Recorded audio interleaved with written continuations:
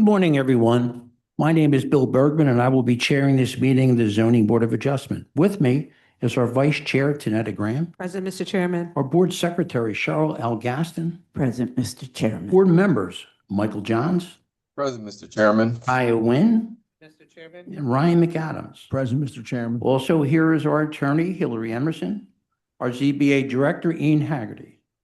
This hearing is being recorded and will be posted on the ZBA website. By participating, you agree to be recorded. This is an in-person meeting with remote participations. Whether in person or on Zoom, if you are called to speak, please state your name and spell it, and then wait to be sworn in. After you're sworn in, state your name each time before testifying. To enter an appearance, indicate the property address on your Zoom webinar, speak with a staff member, call the ZBA office by the close of business tomorrow, call 215-686-2479, and please state your name, email, and the address of the property in question. Remote participation. Raise your virtual hand when directed so that we can have you speak. When we call on you, you must click the Join as a Panelist button. Use the Q&A only for procedural questions. Do not ask about the case itself. If you are joining by phone, press *9 to raise your hand and *6 to unmute. In person. If you are testifying, get close to the mic so that all attendees and also the court reporter can hear you. No talking, eating, or drinking during the hearings. Aggressive behavior will not be tolerated. In an emergency, follow the staff. The exit is the large doors in the rear, and to the left is the stairwell. If we evacuate, please go to Love Park, which is directly across Arch Street, and stay there so we can account for you. So let's look at our schedule for this morning.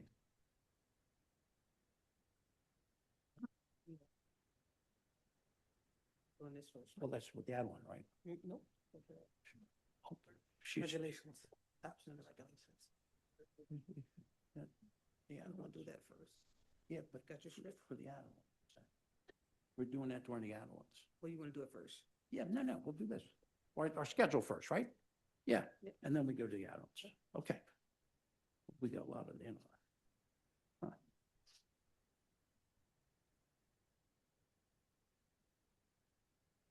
Number one, MI 2025 000-479 5236 Rising Sun Avenue. We have no exhibits for this. This is Renee's Daycare listed owner, Julian Rene.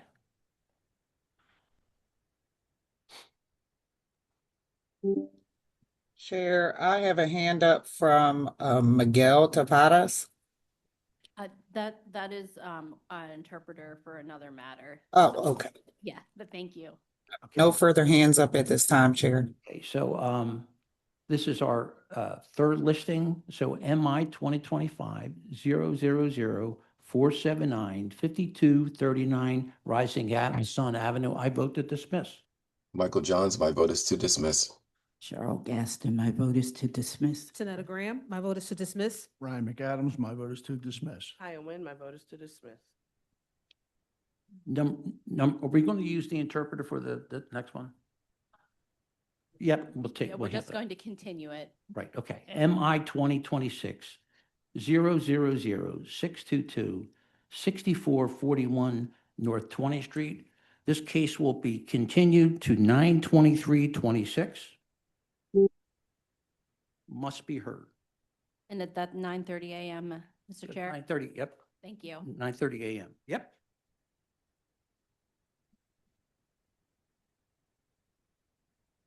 Number 3, MI 2025 000-686 418 North Salford Street. Vernon Anastasio is the attorney.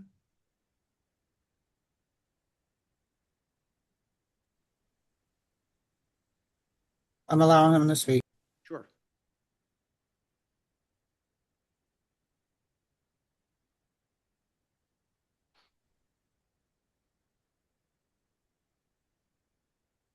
Good morning, Mr. Chair. Morning, counsel. Could you please state your name and spell for the stenographer? Yes, sir. It's Vern Anastasio, Anastasio, on behalf of Inifa Wasu. Do you swear or affirm to tell the truth, the whole truth, and nothing but the truth? Yes, I do. Please give us an update on this case. Yes, Mr. Chair. A few months ago, we needed, subsequent to an RCO, series of RCO meetings, we needed to amend the application. So I received a new refusal at February, and that refusal now has to go before the community because obviously it's the amended application generated different refusals. Okay. So if I could just get one more continuance, I Yep. would appreciate it. Thank you. Sure. So MI 2025-000-686-418 West Salford Street. That case is continued to 9/23/26 at 9:30 a.m. Mark must be heard. Thank you. Thank you.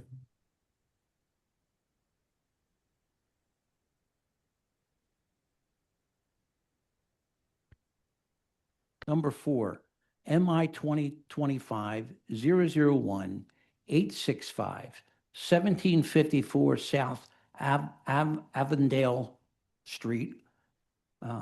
Yvette Yancey is the listed owner. Documents are needed for this case. There are no hands at this time, Chair.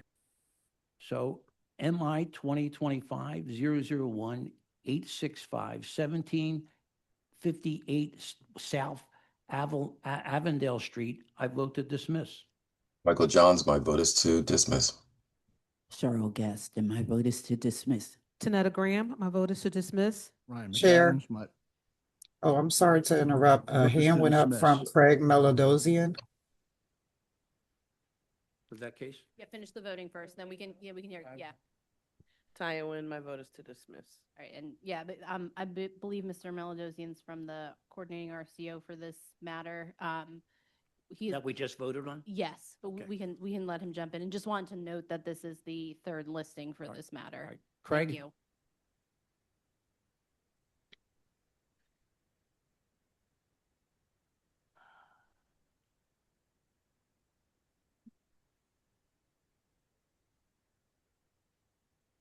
Craig?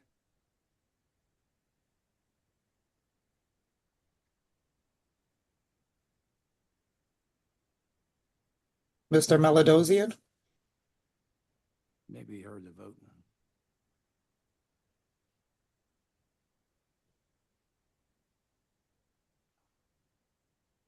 Is he still on? Good morning. Good morning, Craig. Could you please state your name and spell for the stenographer? Craig Melodosian, Craig, last name Melidosian. Do you swear or affirm to tell the truth, the whole truth, and nothing but the truth? I do, Chair Bergman. Craig, just so you know, that last case, that was the third listing.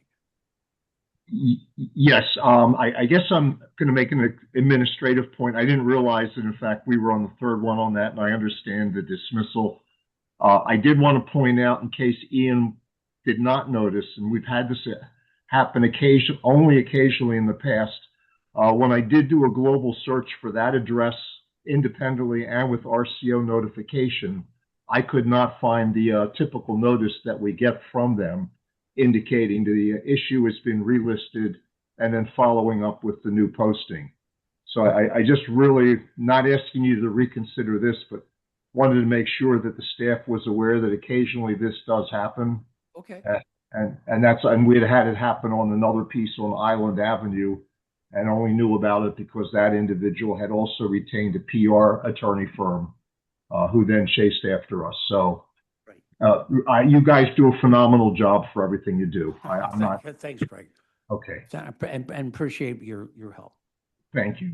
Okay, so we're going to move on to number 6, MI 2025-004-483, 2169 66th Avenue. That case is continued to 9/23/26 at 9:30 a.m. Number 7, MI 2025-004, 525, 4151 to 55 East Wyoming Avenue. That case is continued until here, 9/23/26 at 9:30 a.m.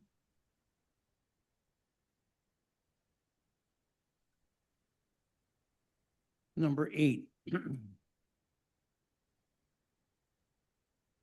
MI 2025-004, 643, 6144 Van Dyke Street.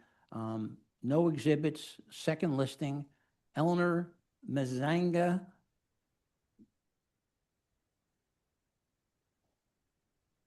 Chair, I see no hands at this time. We have no documents, so MI 2025-004, 643, 6144 Van Dyke Street. I vote to dismiss. Michael Johns, my vote is to dismiss. Cheryl Gaston, my vote is to dismiss. Tanetta Graham, my vote is to dismiss. Ryan McAdams, my vote is to dismiss. Taya Wynn, my vote is to dismiss.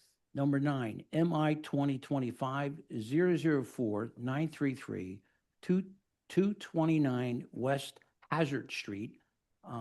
This case is continued to 9/23/26 at 9:30 a.m. That's actually a withdrawal, That's a Mr. withdrawal? Chair. Yes, Okay, number so 9 that case withdrawal. that case will be withdrawn. Thank you. Number 10, MI 2025-007, 616, 9401 Frankfurt Avenue. This case is continued, this is number 10, to 9/23/26 at 9:30 a.m.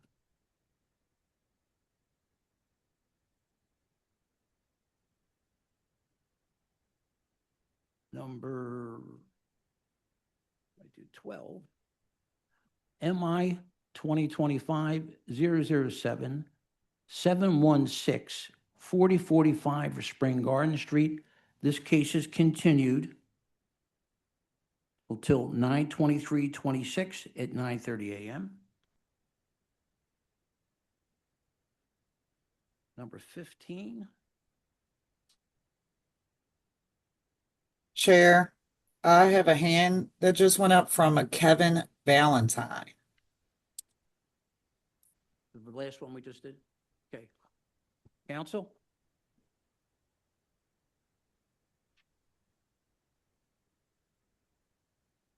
Can you hear me? I can, sir. Could you please state your name and spell for the stenographer? Yes. Kevin Valentine. First name Kevin. Last name Valentine. Do you swear or affirm to tell the truth, the whole truth, and nothing but the truth? I do. And you have Spring Garden Street, sir? Yes. Was that, I wasn't sure whether I heard the address correctly. Was that 4045? 4045 Spring Garden Street. Yes, I have that. And yes, we would like to continue. Yeah, and we're continuing that to 9/23/26. And Thank you very much. Thank you for calling us. We appreciate it. Number 15.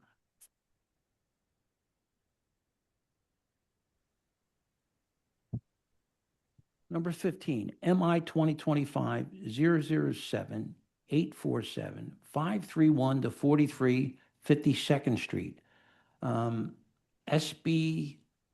SBRE Limited, listed owner.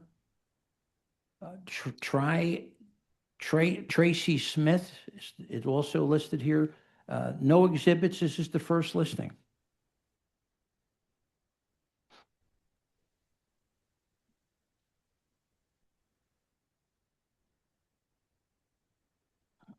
Anybody in the audience? No hands at this time, Chair. So MI 2025-007, 847, 531 to 43 South 52nd Street. This case will be continued until 9/30/26 at 9:30 a.m. Mark must be heard. Number 17. MI 2025-007, 852, 2167 North 29th Street. This case is continued until 9/30/26 at 9:30 a.m. Are there any other requests for continuances? Chair, there are no hands at this time. Okay, we're going to go to. We're going to start with our add-on list. As our first order of business, we will be adopting revised regulations for the zoning board of adjustment dated June 10th, 2026. Have all members received a copy of this, the revised regulations, and had an opportunity to review it? Yes, Yeah. Chair. Yes, Mr. Chairman. Yes, I have.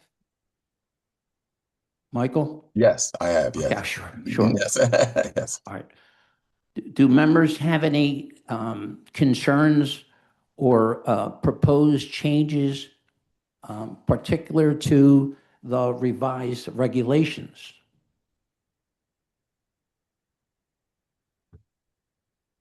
No, Chair. Okay, all right. At this time, do I have a motion to adopt the revised regulations and adopt the revised regulations for the zoning board adjustment? Do I have a motion? Yes, Chair.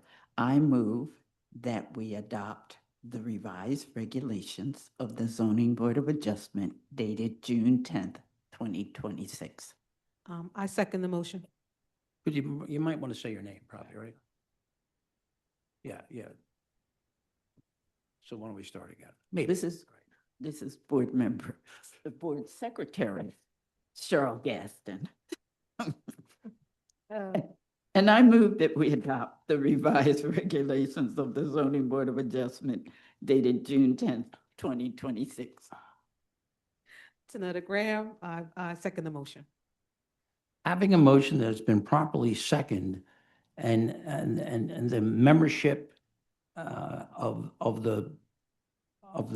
membership of the motion to adopt the review regulations and the zoning board of adjustment dated June 10th, 2026, signed by saying aye. Aye. Aye. If any members are opposed, please signify by saying nay. Based on the vote of the membership, the revised regulations of the zoning board of adjustment dated June 10th, 2026 have been adopted by the board and will be filed with the Department of Records for 30 days, committed prior as a regulation in the Home Rule Charter. Okay. We'll now go to our normal add-on list. MI 2025-005, 651, 2035 Moore Street. I vote no. Michael Johns, my vote is no. Cheryl Gaston, my vote is no. Tanetta Graham, my vote is no. Ryan McAdams, my vote is no. Diane Nguyen, my vote is no. Number 3, MI 2025-007, 524, 31 North 50th Street. I vote yes with proviso. Maximum 3 dwelling units, no household living in basement, no rooftop deck or rooftop structure. I'm proposing a different motion that the maximum 2 units with all the other provisos. Cheryl Gaston, I vote yes with the provisos of the chair. Okay. Tanetta Graham, I vote yes with provisos from the chair. Ryan McAdams, I vote yes with the provisos from the chair. Diane Nguyen, I vote yes with the provisos from the chair. Number 4, MI 2025-007, 527-9708 Decatur Street. I vote yes with proviso, all appropriate building permits to be obtained. Michael Johns, my vote is yes with provisos. Cheryl Gaston, my vote is yes with provisos. Tanetta Graham, my vote is yes with provisos. Ryan McAdams, my vote is yes with provisos. Diane Nguyen, my vote is yes with proviso. Number 5, MI 2026-002-973, 4723 Sheldon Street. At the request of the parties, the vote in this matter has been moved to Wednesday, August 12th at 9:30 a.m. Number 6, MI 2026-002-975, 4725 Sheldon Street. At the request of the parties, the vote in this matter has been moved to August 12th at 9:30 a.m. We'll go to our first regular case, number 5.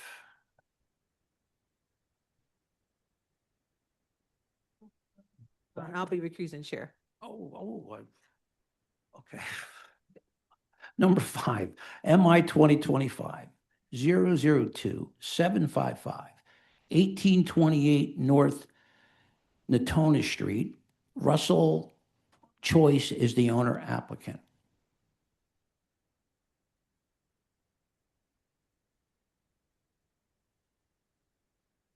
Rashidell, right?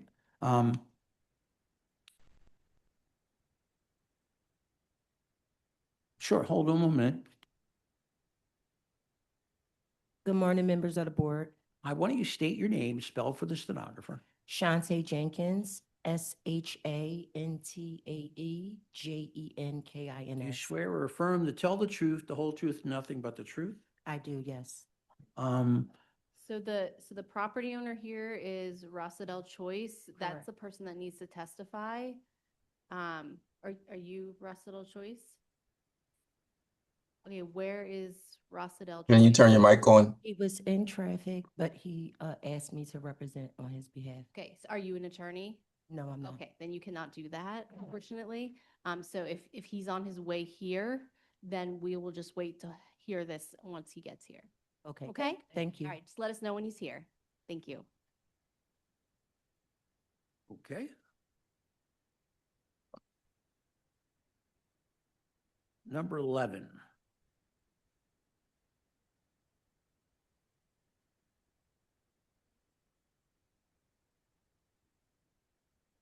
MI 2025-007-690-3301 Grains Back Street. Danelle, the attorney is Treat, Darlene Treat is the attorney. We have,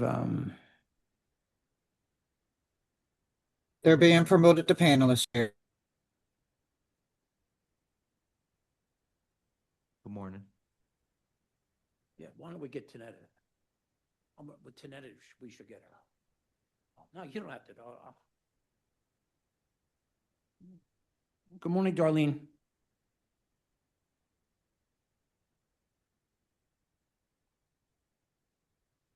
The owner wasn't. Oh.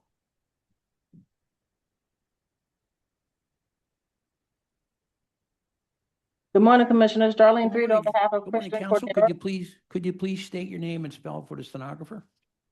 Darlene Threat, DARLENE, Threat, T as in Thomas, HREATT. Do you swear or affirm to tell the truth, the whole truth, and nothing but the truth? Yes, I do.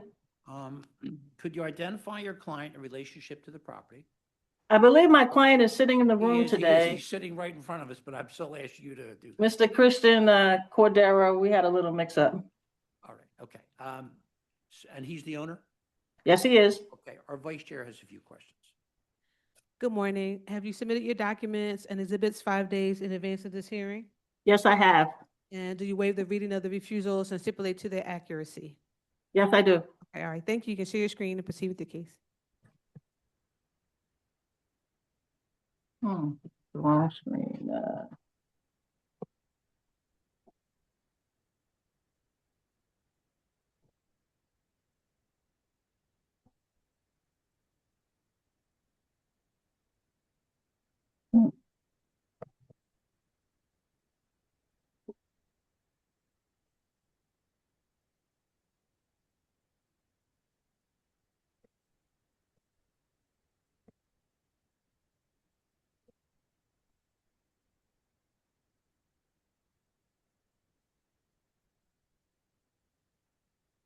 Here we go. Good morning. My name is Darlene, and I'm representing Christian Cordero today. I submitted a package of information which contains a refusal, appeal, property information form, deed, tax information, additional property information, plans, pictures, a community letter, and a proof of mailing. We did meet with the community association. Ms. Reed, Unfortunately, Ms. Reed, though I asked a couple times, I did not receive a copy of Counsel, the hold letter. on. I'm hoping that Counsel, the hold on a board. minute. yeah, we can't see your exhibits. Oh. Let me reshare. No problem.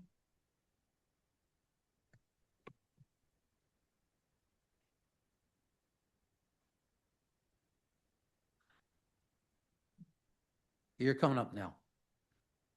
Okay. Yep, you're up. Just All right, maybe- I submitted a package of exhibits which are listed in the syllabus here. Commissioners, Mr. Cordero purchased this property in December of 2024. He started work and didn't have the proper permitting.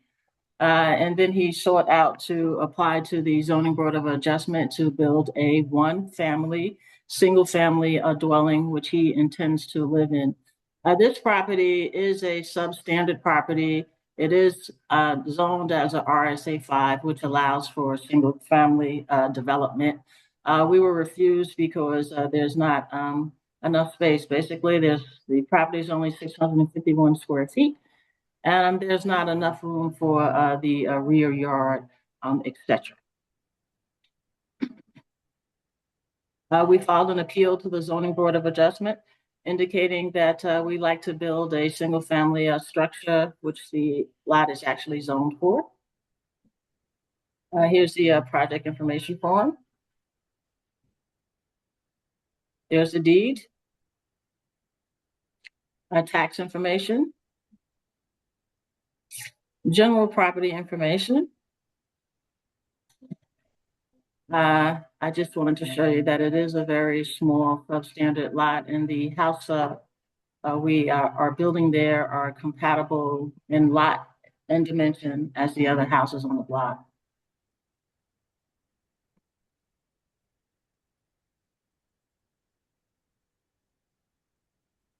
Here are the actual plans. I'm just going to blow it up a little bit.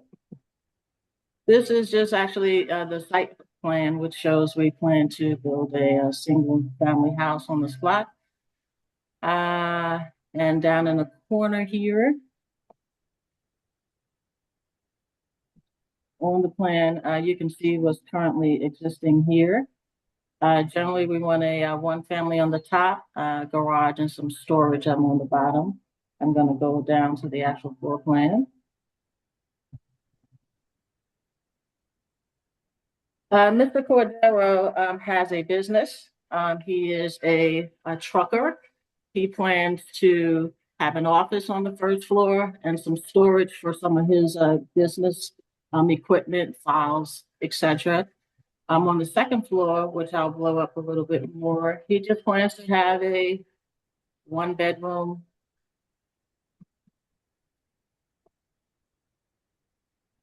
Guys are cutting the grass outside. On the second floor, he just plans to have a simple one-bedroom dwelling. It's a nice size.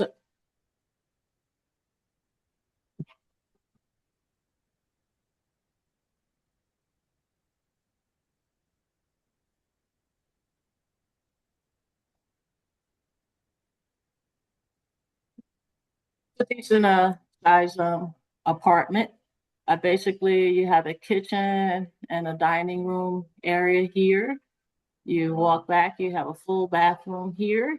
And back here, you have a large one bedroom.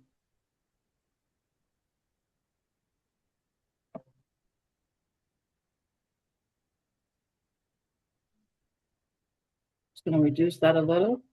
Here is just a rendering of what the front of the property looks like. This is the length of the property, and this is what the rear of the property looks like.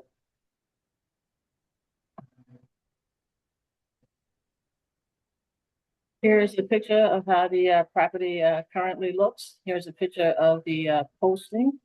There is a little breezeway that you can walk through to the back. There's not much of a back. There's somewhat of a rear alley back there that's down pretty nicely. And here are some other pictures just to show you that this house is built compatible with the size, width, height of the other houses on the left. That's the rear of the property. That's the little breezeway that I showed you that you can walk from the side of the property all the way down the side to the rear.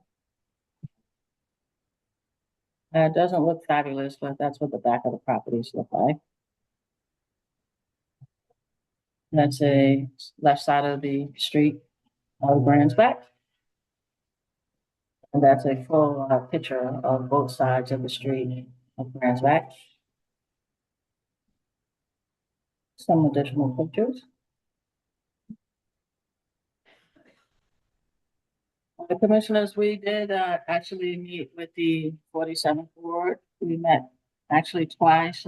We met with Mr. Cruz at the property initially and went through it. And then we noticed a meeting with the community on April 27th.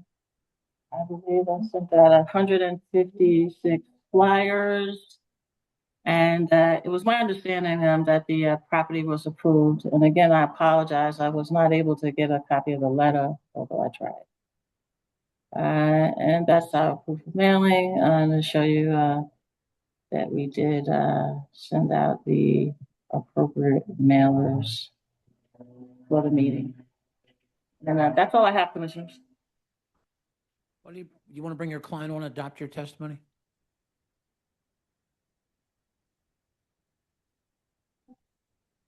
Counsel?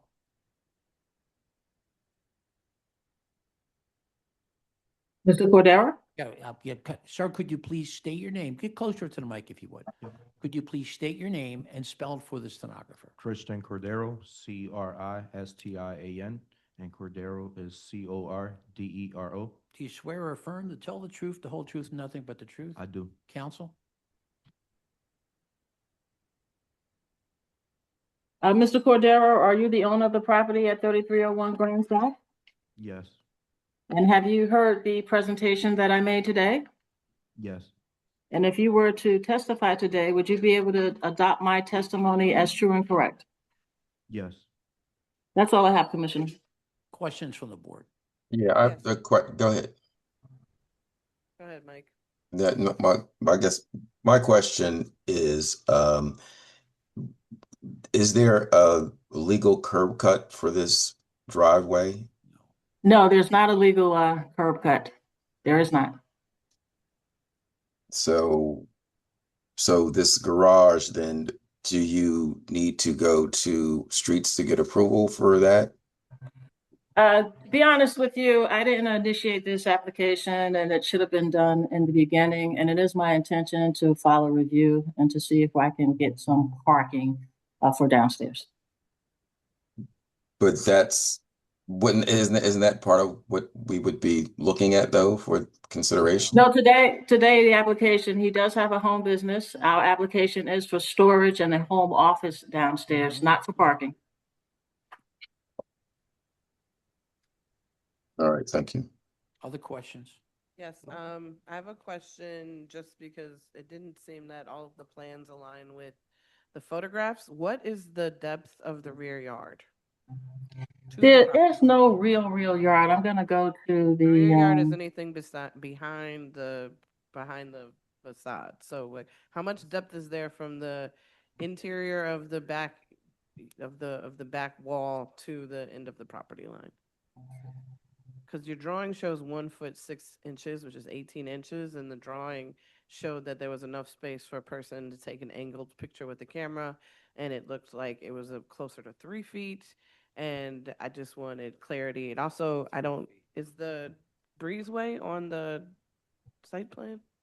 Yes, the breezeway is on the site plan. This Can you is zoom in a little bit, Darlene? It was more visible when you had it at 400%, and then you okay. 100%.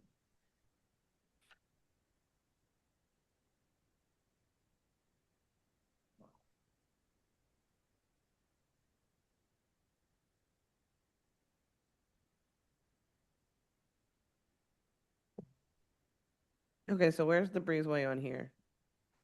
Because it's showing an offset around the entire, like, there's no breezeway shown on this drawing. It's showing the exterior walls Yeah, hold on a going second. property line to property line with a 18-inch rear yard, which is not what was depicted.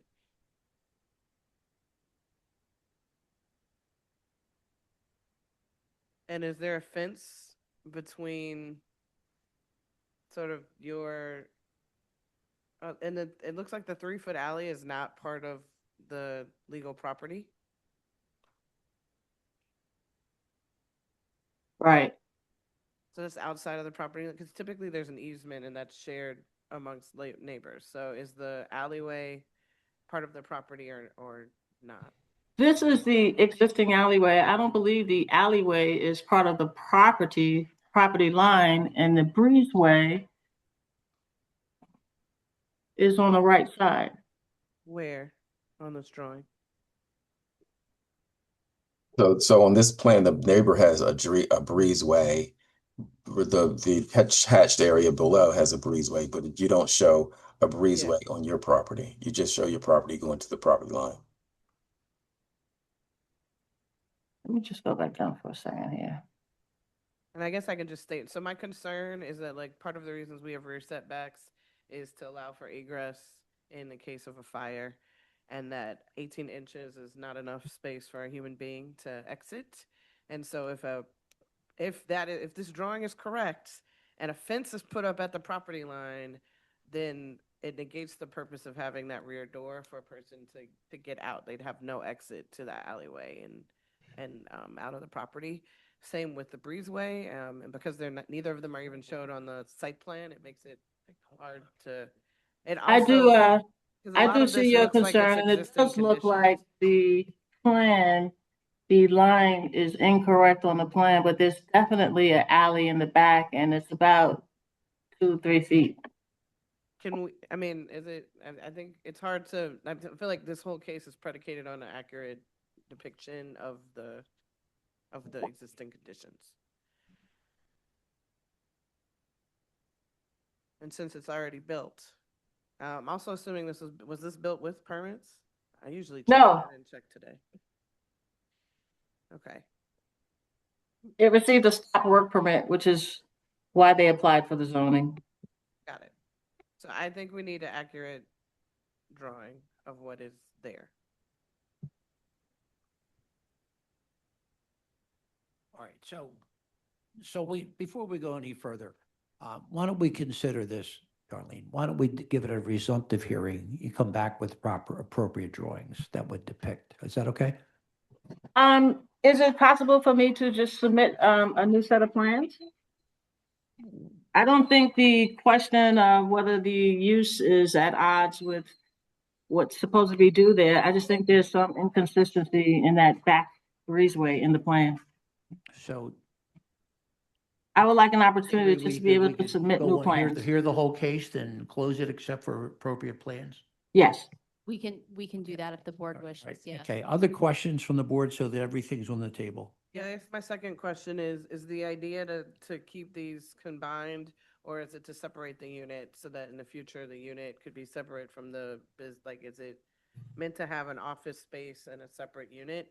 Because they didn't seem fully legally separated also by the plans.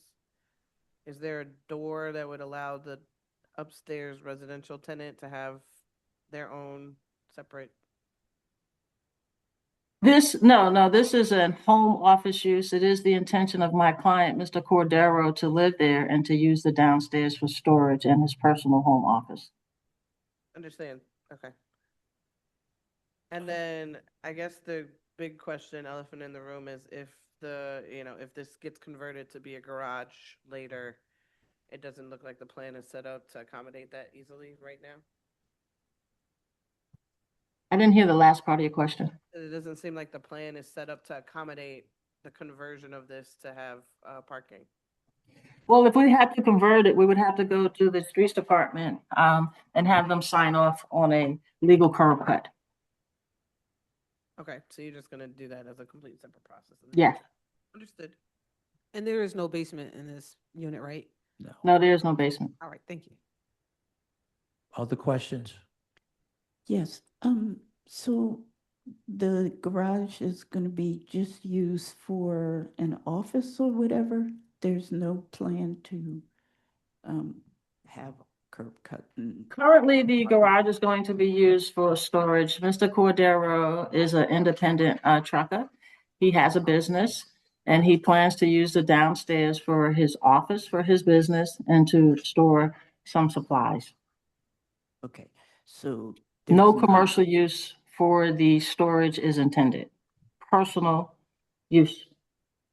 Okay, so, because I guess my question is, again, there is no plan to use this as an actual garage, correct? Not currently. And if in the future it's used as a garage, we would go back through license and inspections and put in the proper paperwork, the proper plans with the proper cuts on the curb. Okay, so, and is there parking there's no parking allowed on that street there? No, there isn't. Okay, all right, thank you. There is parking on the street. No, that's parking is illegal. People will park on the sidewalk. Right. Yeah, that's what I mean. I mean, there's Yeah, no there is legal no parking. There is no correct? parking on the street. Questions from our attorney? Not at this time, Mr. Chair. Questions or comments from the virtual audience? Chair, we have one hand up from Sloan folks. They're allowed to. Sure.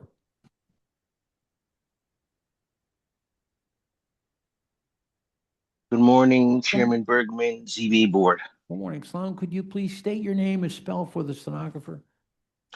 Yes, my name is Sloan Folks, SLOANE, F as in fire, OLKS. I'm representing the Office of Council Member Ketchy Lozada, Room 484, City Hall. Right. Do you swear or affirm to tell the truth, the whole truth, nothing but the truth? Yes, sir, we Please do. proceed.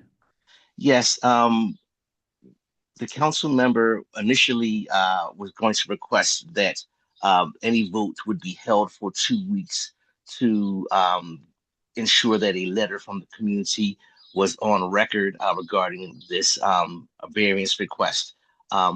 What we're hearing now is that there's going to be not going to be a resumptive hearing, but there's going to be another hearing prior to approval. Is that correct or incorrect? That's what we would like to do.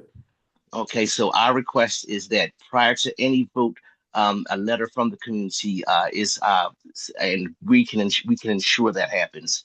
We're meeting with the community on a separate matter this week, but a letter from the community is on record stating their any concerns they may have and anything that they may want to say. Right. So we will not do anything until after that meeting. Thank you, sir. Okay. Anyone else in the board? In the audience? No hands at this time, Chair. Planning Commission. Good morning, Chair David Effecto, FECTEAU, with the City Planning Commission. Do you swear or affirm to tell the truth, the whole truth, nothing but the truth? Yes, sir, I do. Please proceed. Thank you, Mr. Chairman and board members. Good morning. The comprehensive plan recommends no change to the RSA 5 residential single-family zoning at this location. The city rezoned this neighborhood in 1973 in a council-supported map change. The structure proposed to become a single-family home apparently already exists. This appears to have been built without the benefit of permits. The City Planning Commission recommends that the board deny the proposed dimensional variances. Thank you.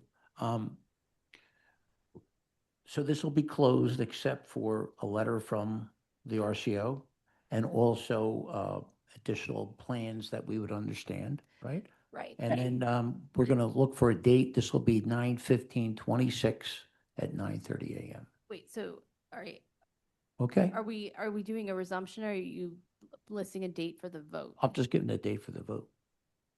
Yeah. Okay, so I don't know that we need to hold the vote for that long. I was going to suggest July 8th Well, that's, at 9:30. yeah, Could that's give it fine about with me. 30 That was days. just the last. Yeah. Okay. All right. Yeah. So you tell me July 8th July 8th at 9:30. at 9:30 a.m., but everything's closed except for what we said. Right, the right. letters and the plans, yeah. Thank you, council. Thank you, Commissioners. All right. Let's go back to number 1, right? Thank you, sir.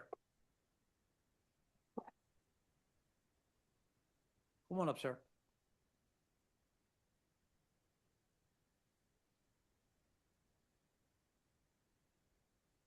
Let's see here. What am I looking for? Here we go. Number 5, MI 2025-002-756-1826 North Daytona Street. Sir, could you please state your name and spell for the stenographer? My name is Rasidel Choice. Get closer to the mic and pull it. Pull it closer to you. Yeah, that's good. Great. Rasidel Choice, Rassedell. Right. Choice, Choice, and it's 1828. 1828, okay? And our board secretary has a few questions. Yeah, that's okay. Take your time, take your time. Good morning, sir. Hey, Ralph, how you doing today? Did you, Yes, he is. I think that's wrong. Something's, yeah, we're still hearing Attorney 3. Oh, okay. Good morning, sir. Did you submit your documents and exhibits 5 days in advance of this hearing? Yes. And this is for the, where are we? Here. I'm sorry.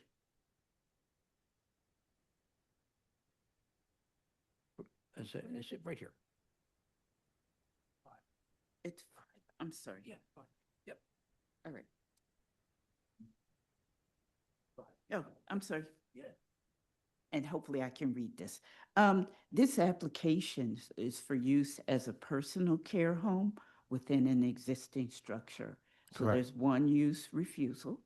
It says, whereas the proposed use, personal care home requires special exception approval in the RSA 5 zoning district.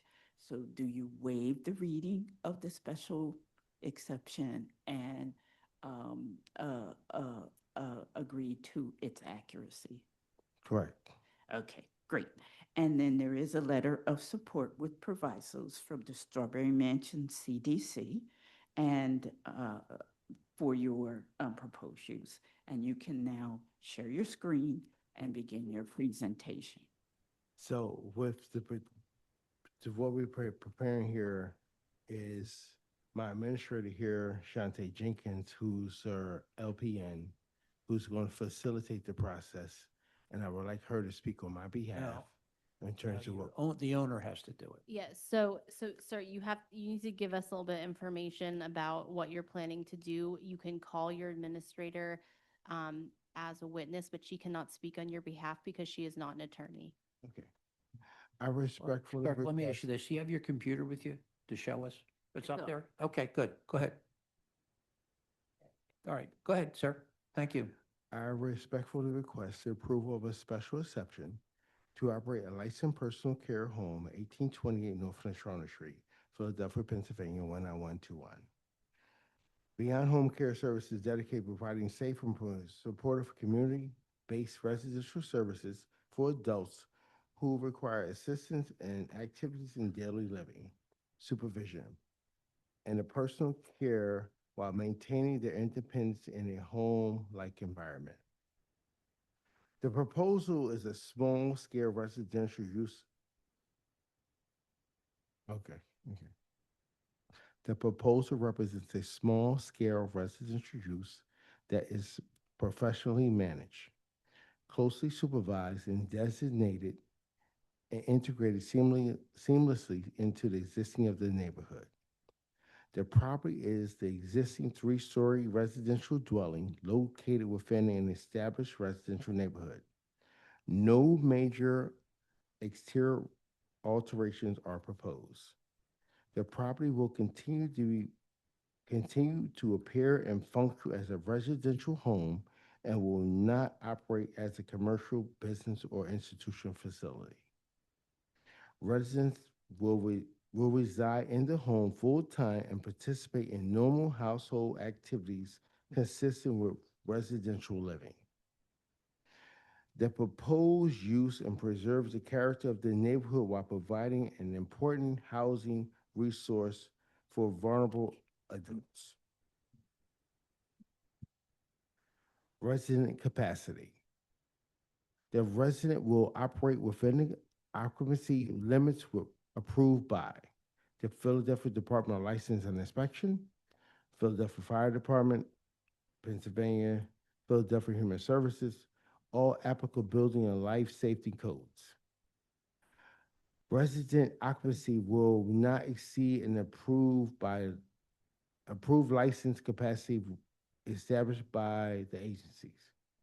Be Home Healthcare Licensing LLC is committed to maintaining safe levels and ensuring compliance with all regulatory requirements. Staffing and supervision. The home will maintain 24-hour supervision, staff coverages, day shift, 1 direct care staff, evening shift, 1 direct care staff, overnight shift, 1 awake overnight staff, administrative oversight. The facility administrator will provide staff supervision, training oversight, quality assurance, regulatory compliance and monitoring, incident review. Emergency response coordination, and on-call supervisor will be available 24 hours per day. No shift will be unattained. Safety and emergency preparedness. Resident safety is our highest priority. The home will maintain smoke detectors throughout the residence, carbon monoxide throughout detectors, fire extinguishers on each level, emergency lighting, clearly marked exits, posted evacuation procedures, emergency contact information, first aid supplies. Staff will receive training, fire safety, CPR, first aid, emergency evacuation, incident reporting, infection control, residents' rights, behavioral and de-escalation techniques. Regular drills and safety reviews will be conducted. Traffic and parking. The proposed will generate minimum traffic. Residents primarily live within the home, do not generate significant traffic activity. Staffing levels are limited to staggered throughout the day. The expected traffic pattern is comparable to a traditional residential household. No adverse parking impact is anticipated. Property and maintenance. Beyond Home Care is committed to maintain the property in a clean, safe, and attractive condition.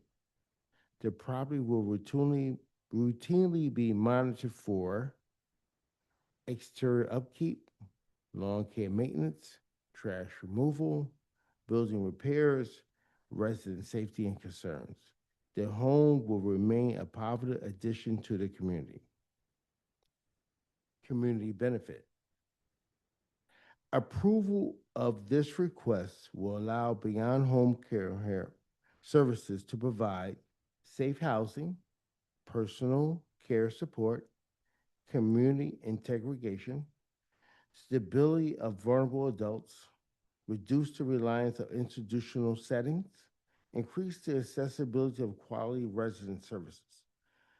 This services addresses the important community need while preserving residential character of the neighborhood. Closing statement. For these reasons, Beyond Home Care Services respectfully request the approval of this special exception application. The proposed personal care home is residential in character, personally managed, properly supervised, low impact, consistent with neighborhood and development, protective of all resident and health and safety, beneficial to the community. We're looking forward to responsible neighboring and providing quality residential services to those in need. Thank you for your time and consideration. Do you have a witness you want to bring on? Witness will be my administrator. She will speak on what exactly we're looking to facilitate here. She'll talk on things different than what you've already covered? Yes. No. He says. A little more detail. Pardon me? A little more detail she would give you. All right, yeah, sure. So why don't you state your name and spell it for the stenographer? Shante Jenkins. Right. SHANTAEJENKINS. You swear or affirm, tell the truth, the whole truth, nothing but the truth. I do, Chairman. Please yeah. proceed. Well, just to reiterate a little bit more on what Mr. Choi said, we are just trying to bridge a deficit in housing for people in the community who suffer from homelessness or maybe in an institutionalized setting, but they can thrive in being integrated in the community and live normally without being inside of a facility. So we're basically just asking you guys to consider approving our proposal today to allow those processes to take place. How many residents? 4, How many bedrooms? 5, How many bathrooms? 1. Okay. Questions from the board? Yes, you mentioned about where, what community or what kind of clients are you planning to serve? The elderly patients who typically don't have family or a support system to help them thrive in the community independently. They may need some assistance with their activities of daily living, but because they don't have the supports that they need within the community, they wound up in long-skilled facilities such as nursing homes. And I'm trying to bridge the gap so that way they can have a sense of normalcy with the help that they need in order to thrive within the community. Okay, and where would you be getting the referrals for these clients? Typically, the administrators of these long-term care facilities are outsourcing to organizations like mine. They don't have the supports that they need in place in order to integrate the seniors back into the community, and that's where I'm bridging the gap. Okay, and okay, so you said you have 5 bedrooms? Yes, ma'am. 1 bathroom? Yes, ma'am. Okay, and you're going to have, say, 4? 4 residents. Okay, and that's 24 hours a day, 7 days a week? Correct. Okay. All right, and then I guess my other question is staffing. Yes, ma'am. We plan to have 1 direct support professional staff over a course of 3 shifts. So the first shift will cover 7 a.m. to 3 p.m. We'll have someone put in place. Second shift will be 3 p.m. to 11 p.m. and third shift will be 11 p.m. to 7 a.m. I also make myself available. I'm a licensed practical nurse here in Philadelphia. I've been so for 16 years. I also make myself available 24 hours a day as an on-call backup for the staff that I have in place, just in case some unfortunate things happen that they aren't able to facilitate independently. So that's how we're covering the shifts. The seniors are also integrated out into the community to senior centers. One in particular we plan to use on Cecil B. Moore that facilitates daily live. They facilitate activities throughout the day for people of senior age, so that way they can be amongst their peers and get out and be social. So we're trying to just emerge ourselves within the community, but also help some seniors who are in need as well. Okay, and then, okay, so you have stairs in this? Yes, property? ma'am, we do. We are in the process of incorporating a stair lift. We are only utilizing the second floor for the seniors that we have in place. And the Department of Human Services are helping us facilitate all of the processes that we need in order to make their house living as suitable as possible for them within the community. Okay, thank you. Yes, ma'am. Then what's the other plan question? for the 3rd floor if you're only going to utilize the 2nd floor? For storage of things like Depends and the activities that we have inside a house, like their games, their bingo games and card games and things of that sort. We're utilizing one of the rooms up there for storage, and the other room is going to be utilized as an office space for the direct support professionals who are going to be working within the home. So the near plan is to have two seniors share the primary bedroom? Correct. Okay. And then is there a basement in the house? Yes, there is a basement in the house. What is happening in the basement? Nothing is happening in the basement. sense. We just put a fire extinguisher down there for safety purposes in order to be compliant with the Department of Human Services regulations. But other than that, it's just a part of the house. So you said that I think you said you currently have 3 seniors there. Is that, Yes, the did I hear Department that of Human. correctly? Correct. The Department of Human Services requires us to actually ask for the special exception and get a certificate of occupancy for that Right. 4th person. They allow you to Okay. operate unlicensed with 3 or less people within the dwelling. Gotcha. And how long have you been, how long have you had these 3 residents or Since had May 3 residents? 1st, since May 1st, 2026. Okay, so just this year. Okay. Correct. All right. Thank you. Any other questions? Questions from our attorney, Hillary Emerson? Not at this time, Mr. Chair. Questions or comments from the virtual audience? No hands at this time, Chair. Planning Oh, Commission. Chair, I'm sorry, a hand just went up from Branford Jones. Okay.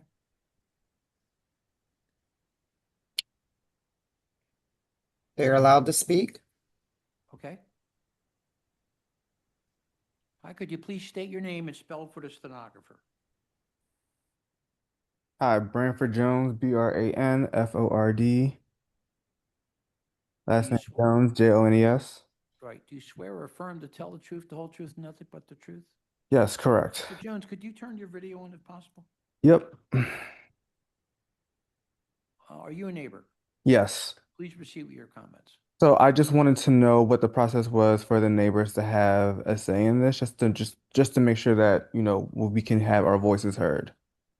Well, you can tell us what you need to tell us now.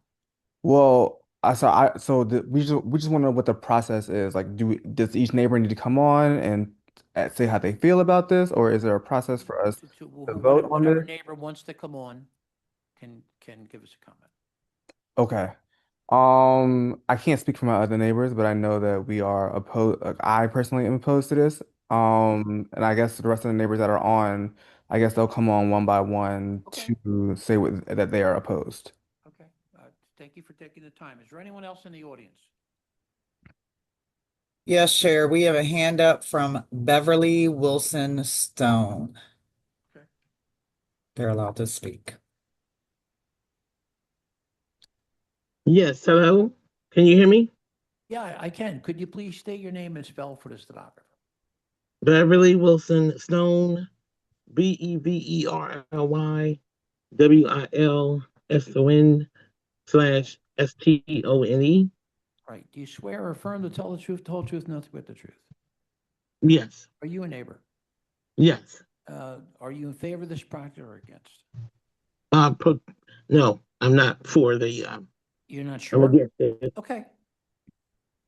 She's not for it. Okay. All right. Thank you very much for taking the time to call us. Is there anyone else in the audience? No hands at this time, Chair. Planning Commission.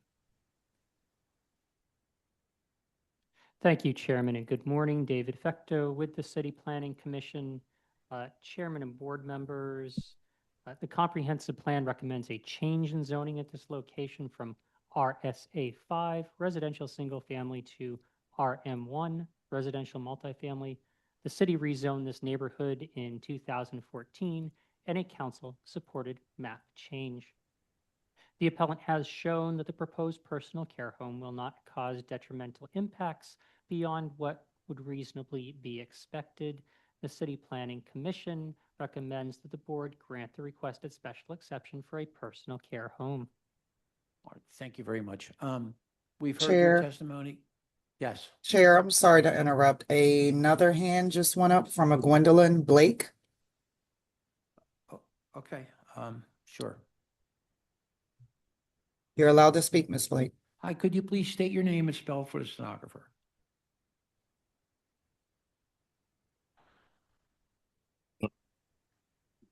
Hello, Hi, could you please state your name and spell for the stenographer? my name is Gwendolyn Blake, G as in girl, Wendolyn, Blake, Blake. And I'm calling to let you know, number one, I understand. Hold on 1 minute, just 1 minute. Do you swear or affirm to tell the truth, the whole truth, nothing but the truth? Yes, Are you in favor or against this project? I'm against the project. Right, are you a neighbor? Yes. Thank you very much for taking the time to call us. We appreciate it. Anyone else? Okay, so, Here, another hand from Niall Wright. okay. You're allowed to speak, Mr. Wright. Could you please state your name and spell for the stenographer? Hi, Nile, Nile, Wright, Wright. Do you swear or affirm to tell the truth, the whole truth, nothing but the truth? Yes. Are you a neighbor? Yes. Are you in favor of this project or against? No, I am not. Okay, thank you very much. Are we done with the hands? Okay, so here's where we are. We've heard what people said. We know what the planning commission said. We want to sit and talk about it ourselves. We will vote next Wednesday at 9:30 a.m. Okay? Thank you very much for coming in. We appreciate it. Oh, no. Okay. Thank you. All right, number 13. Back here.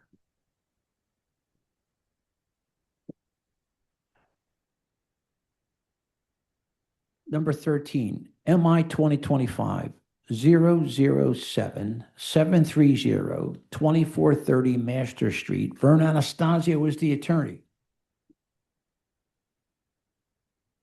There's a letter of support from Brewery Town Sharswood and also a letter of non-opposition from Councilmember Young.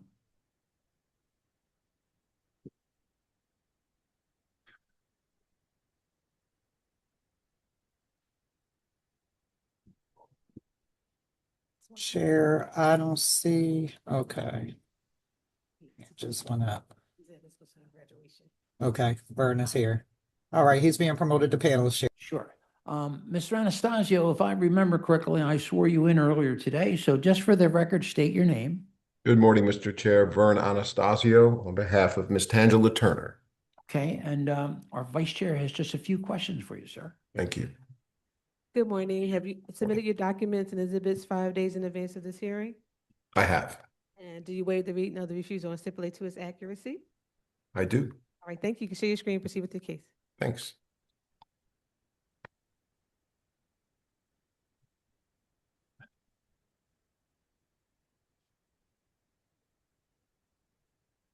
Sorry, that's the wrong document.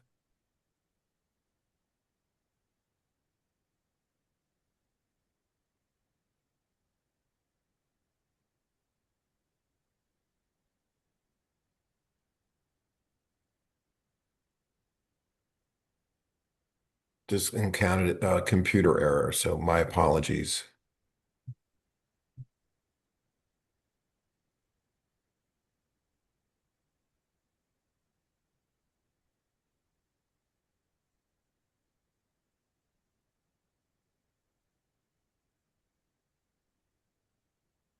You want us to come back to you, Vern?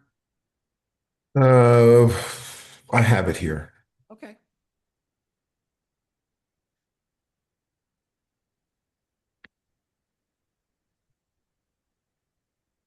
Actually, Mr. Chair, it might be best if you do that. Why don't I do, I'll go to the next one. I appreciate And that. We only have 2 left, so I'll come back. I'll to pull, right yep, there. that sounds Okay. good. Thank you. I appreciate that. All right, so we're going to move to number 14. MI 2025-007, 799 5100 Umbria Street. Alex Goldberg is the attorney. Mr. Goldberg, could you please state your name and spell it for the stenographer? Alex Goldberg, ALEX GOLDBERG. Do you swear or affirm to tell the truth, the whole truth, and nothing but the truth? I do. Could you identify your client, the relationship to the property? Sure. My client is the Feldman Ebner Family Irrevocable Trust. Sitting to my left is Rebecca Ebner, who is the daughter of the trustees, Stephen and Cheryl, and Stephen and Cheryl are in the virtual audience. Our vice chair has a few questions for you. Good morning. Have you submitted your documents and exhibits 5 days in advance of this hearing? I have. And do you waive the reading of the refusals and stipulate to their accuracy? I do. All right, thank you. You can share your screen and proceed with the case. Okay, so I'm sharing my screen. There's a lot going on in this application. I'm going to do my best to explain it and sort of get out in front of as many questions as I can. We expect there to be some anyway. Rebecca, as I said, is the daughter of the trustees, but she's really spearheading what is proposed here. So I don't usually do this. I would like for her to be sworn in now, if that's okay, because I may have some questions for her as I give my presentation. Is that okay? You can do that, sure. Could you make sure the mic is close to you? Right? You can pull the mic, right? Hi, could you state your name and spell it for the stenographer? Yes. Good morning. My name is Rebecca Ebner, Rebecca Ebner. Do you swear or affirm to tell the truth, the whole truth, and nothing but the truth? I do. Counsel? Okay. So 5100 Umbria Street is the address. Manayunk Timber is the business that currently operates there. It is the city's only owned and operated urban sawmill. It's been in existence for the last 30 years. The employees of that business are Rebecca, her father, and one other employee, and they saw reclaimed beams, fallen trees, backyard logs, and produce custom cut jobs, furniture, finishing work for different businesses. I have some photos related to that business, which is legal and existing and has been in this location. But there's a lot of open space on the property. This is a large parcel in Roxborough. It's almost 86,000 square feet. And we're proposing to adaptively reuse some of this open space, and some of it's already being used this way, into what's called a third space where people can gather for, a cup of coffee. We're proposing a tap room here, a small gallery market for local artists. It's got like some elements of Bach Bar in it. It's a one-story structure, so it's different, but in the sense that like there's different vendors here. The RCO currently hosts their meetings at this location, and there's a sort of a garden that people can sit in, and it's a really nice project. But we're asking for 4 variances related to the I-2 zoning of the property. So to break this down, we are asking for the approval of a cafe, of a small tap room, of the retail sale of consumer goods, which I would call this gallery area, and the retail sale of food, beverage, and groceries, with the goal of having a Sunday farmers market on the property at a later date. None of those uses are allowed in I-2, but we think that this is a really positive use of the property that, doesn't have a whole lot going on there other than cutting wood and making really beautiful pieces. And this has the opportunity to be a really nice amenity for the community. I was hired recently. Rebecca handled everything up until this point. I think she did a great job. She submitted all the required documents. She sent the notices out timely. Zoning lawyer in training. She had the RCO meeting, RCO meeting herself. They unanimously supported the project. A lot of the people in Ridge Park and Roxborough are familiar with this property and her family, and they were excited to see this application come through. So that was from Ridge Park Civic Association, which was the coordinating RCO. Yeah. That meeting happened on March 10th. Separately and without a separate meeting, the Roxborough Development Corporation, which I think is kind of like the bid for Roxborough, sent a letter of support as well, talking about how valuable what they're proposing is and the existence of the business that's there now. Okay, so some Manayunk Timber information. You can see they do really nice work. They operate 9:30 to 3:30 Monday to Friday. On Saturdays, 9 a.m. to 1 p.m. They have that part of the business is entirely separate from what you're going to see later in this presentation. So, one of the things that I asked her about when I was learning about the application was, is there any risk of a wooden beam on a forklift, like taking some people out that are like having a cup of coffee? It's completely separate, right? Well, hey, there's like a forklift that carries, a railroad tie, for example. And I wanted to make sure that, that what we're doing here is going to be, safe. Obviously, the property is insured. All the businesses that we're proposing will be insured. But everything's, that business is entirely separate. And I had her put together sort of an aerial image to show you where these different things are happening. Here's photos of some of the furniture they built. There's a limited industrial and an artisan industrial permit that were both approved in 2023 and 2025 for a coffee roaster that's on site and for a bread bakery that's on site. Those are existing uses that happen there already. The bakery is called Dead King Bakery, and the coffee roaster is called, I have it here, Park Bench Coffee Roaster, and part of this application is for a cafe where that individual. They've had no problem with lumber hitting. No problem. No problem. They have their own space in the back. They currently have commercial trash pickup. So that will be, what we're asking for will be added to that. And that individual who roasts his coffee and sells it to other coffee shops will now be able to, also be a barista and serve his coffee at this location. You can see it's along Umbria. It's along a stretch of all industrially zoned properties. Here's some photographs. So this is the front of the property. I think when you see an aerial, you'll get a little bit more context, but this is what it looks like from the street on Umbria. The notice posting. Here's to the right on Umbria and to the left. Okay, so I'm going to come back to that. Let's start here. So this is an aerial image of the property. This thing right here called a mini forest is sort of like a garden. There's a fire pit there. There's some chairs. You'll see an image of it. It's just a gathering space that people currently use, and I think will utilize more once you can get a cup of coffee or a local brew at this location. The cafe and the gallery and the tap room entrance is all right here, where you see cafe entrance, and everything that's happening for the Manayunk Timber is happening over here.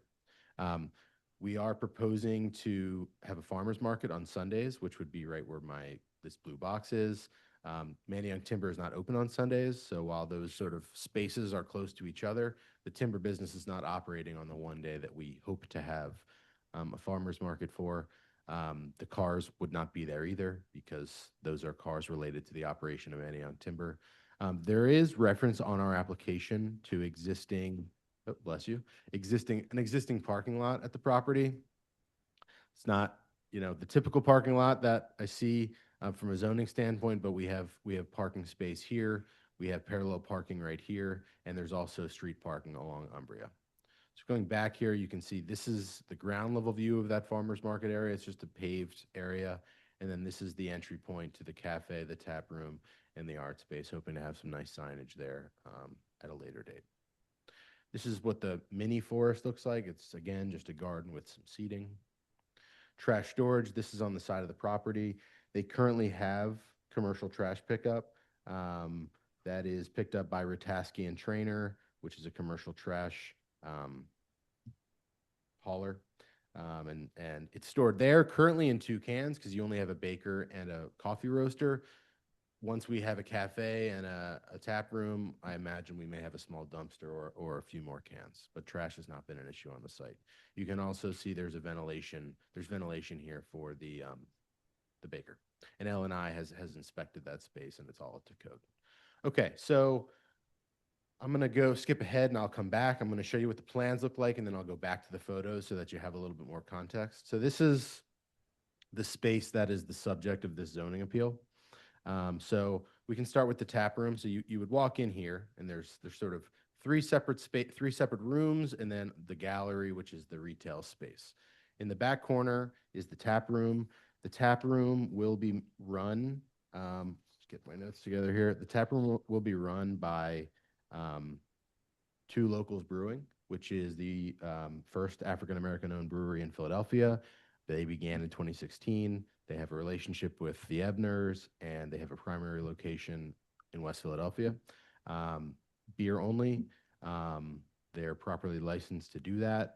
This is going to be very limited timing, meaning Thursdays and Friday evenings, 5 to 9. Plus, if there's a community gathering, they may operate then as well. And these gatherings are small, like RCO-related events, Quizzo, stuff like that. And that space is 210 square feet. Below that, right here, is a bookstore. And I guess I would say bookstore and record store. That is owned, or that is operated by a business called Tomorrow Today. It's 350 square feet. Hours there are 10 a.m. to 5 p.m. Thursday to Sunday, and they only have one employee, the person that owns the business. This is one of the things that is, and you'll see the photos, it's already existing in the location. So that's the bookstore there. In the bottom left corner here, you have the cafe, very small cafe, a couple seats, one employee. In terms of hours for that, and we're talking 360 square feet. Tuesday to Sunday, 7 a.m. to 3 p.m., just one employee. They'll serve pastries and baked goods. I imagine there might be some synergy with the baker. They're called Park Bench Coffee Roaster. There will be no commercial cooking equipment, only prepare foods in the coffee shop space. And part of the goal here, and I think this will make more sense, you've already seen the mini forest, but when you see the gallery, the goal would be for people to be able to, you know, get a beer at two locals or get a coffee at the coffee shop and peruse the gallery, peruse the bookstore, sit outside, you know, in the garden. So those are the floor plans. There's the bathroom. Back here is where the bakery and the roaster is. Okay, going back to the photos. I hope I haven't lost anyone yet. This is the interior space. What you're looking at here is going to be built out into the cafe. Again, like I mentioned, pretty small counter with some seating.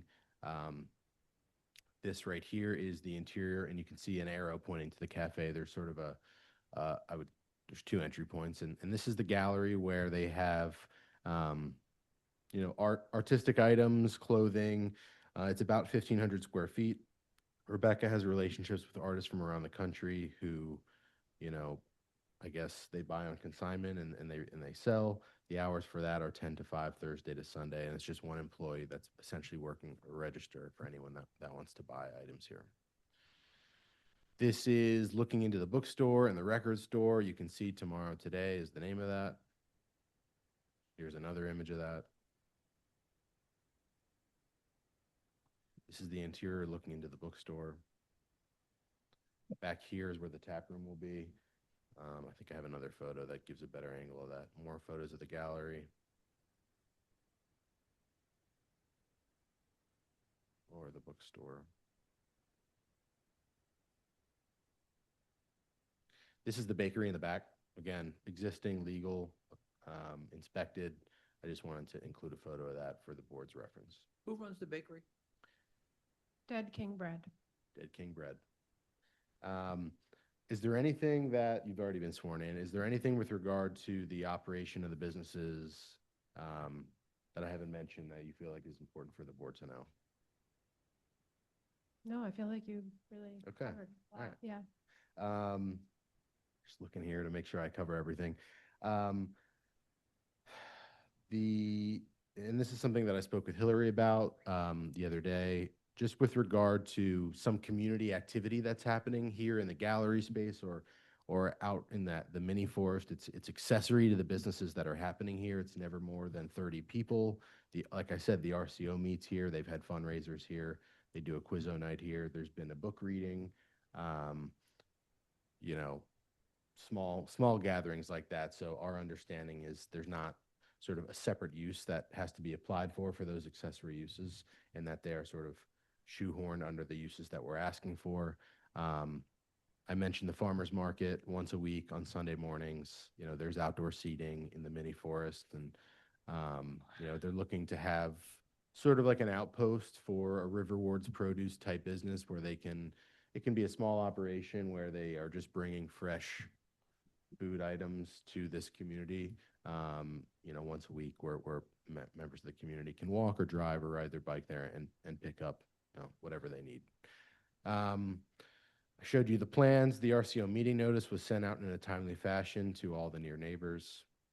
Again, we had unanimous support of the community group at the community meeting. Here's the application for appeal, the deed to the property, and tax clearance. If you would like Stephen, her father, one of the trustees, to adopt my testimony, I believe he's in the virtual audience, or if she's permitted to adopt my testimony, that would be easier. Lori, we can have her do it, right? Yeah, why don't we let her do it? Rebecca, did you hear my testimony today? Did. Was it true and correct? It's true and correct. And do you adopt it as your own I testimony? do adopt it as my own testimony. Questions from the board? I have a question. Yeah, question. Sorry. The great concept. I haven't been there. Probably want to go. The questions around how you're sort of designating the area where the wood is stacked, and parking. How does that work logistically? I understand what your attorney said, but I'm just trying to figure Yeah. that out. Yeah, I'm pulling the aerial up on the screen. So Right. So that the So it's a upper little different the than the current aerial, but you can see that the wood is away from. yes, well, it's right near the cafe entrance, so that's Yeah. my concern. It's kind So of like most of so. yeah, most of that is, I would say, cleared even further. And that driveway that you see goes all the way around and is always clear. We designate it with cones. There is a pretty, as we have more people on the property, as you said, there is a pretty delineated like area for the wood and area for people. And we also have signs that say danger. We have all of our correct signage. Yeah, I think that the wood is pretty separate from activities. Okay. But it's not fenced off though. No, it's not fenced off. Oh, no, fenced off. Just Okay. because we need to have access to it for what we do, Right, but right. there's definitely delineated zones that say do not enter. And so, with respect to utilizing the wood and moving the wood, how does that work, and what are the hours that takes place? And are there conflicts between those periods and when you have these other activities going on? So we actually don't move the wood as much as you think. We're mostly a furniture fabrication shop. So the moving of the wood takes place in the wood shop itself. In terms of outdoor moving of wood, we really, I know I know it might not be logical, but we actually don't do it that often. So we process trees and reclaimed beams, and the trees are pretty much like we processed a lot during COVID, and we have a store of lumber that is there already. And we really don't process the trees unless, honestly, we haven't processed them since COVID. So the trees don't really move around. And then the beams, we do process those more frequently, but that processing takes place away from anything, and like anything that you see here. It actually takes place like on the corner. I'm going to share. I think you want to share the pavilion, I'm assuming. Yeah, sure. I'm going to go on Atlas and share a wider view aerial photo. And it's important for us that those activities don't mix. So we don't move the wood and we don't process the wood when the other operations are open. That was really the point. Yeah. Yeah. What's the hour of the retail component? So the gallery and the bookstore are open Thursday through Sunday, 10 to 5. The bakery has hours Thursday through Saturday, 10 to 2. And they're banking on site. Yes. Okay. Are they That's it. a retail operation in any way at this point, or is it sort of like wholesale? I don't know how many wholesale accounts they have. Yeah. Like, could I walk in off the street and get bread? Yes. Okay, so then it's retail. Yeah. I think it's also want to echo my concern, as Mike said, about sort of how this relates to lumber operations. I think understanding how you said that you guys have a lot of back product from, or I guess raw material from COVID, but understanding that's not going to be here forever, hopefully, right? If you're going to stay in business, that would be your forever situation. And so just thinking like long term, what do these very different uses kind of mean together on one site? I think my second concern is about trucks. Adding in retail and adding in things means you got to bring products in, you've got to bring raw materials to make bread and make coffee and all of these things in. So now you're going to have more deliveries, and we've got people coming in. This is a very car oriented site. I think you did a lot to try to create more of a pedestrian experience by adding the forest, or that sort of Yeah. outdoor plaza area, but it's still like from urban design standpoint, it's still not really pedestrian oriented. And I think I would like to see some clearer delineation, Like more sidewalks, walkways, protected walk, Defined you know, areas. striping, striping. Okay. something that even if it's like planters, something that Yeah. like delineates like this is, because if a person, and understanding it is a part of the city where cars are more frequent, if a person's walking off the street, Yeah. having to come through this, if there's a delivery happening, if something's happening on the lumberyard, this could be, there's a lot happening. Sure. along Yeah, the yeah. way. I think striping is probably the most feasible, meaning like painting the No, it pavement. just doesn't go with their So aesthetic, so I assume they The give it Big to. receives a delivery once a week at about 8 a.m., so before operations. They're a very small bakery. They do not, yeah, they only receive one, like, food delivery truck once a week. And then Mhm. we only receive about, I would say, 1 or 2 deliveries of wood a year, if that. And that would happen also really early in the morning. All of these guys wake up really early. And the bookstore receives no deliveries. The gallery receives no deliveries. The tap room would have, I think they would come in their car with their product. And those are the only, But that's just in the current iteration. So I'm just saying, like, I also wanted to leave this open that if sure. these continue to Understand. grow, I think there's a lot of instances of businesses that operate like this around the country. There's Yeah. many in the South. Yeah. It's a very popular type of concept Yeah. in places like Nashville. yeah. And almost all of the ones that I've ever been in have like grown a lot. Yeah. Well, I mean, that would be that's The the idea. goal.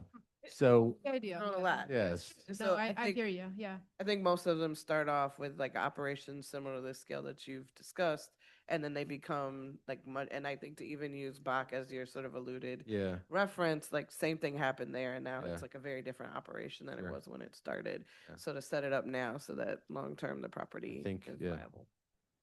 I have a question just about if there's any plans for signage, like how will people know all of this fantastic stuff is happening behind this fence? Yeah, signage is super important. We have a bakery sign in the forest with where to enter.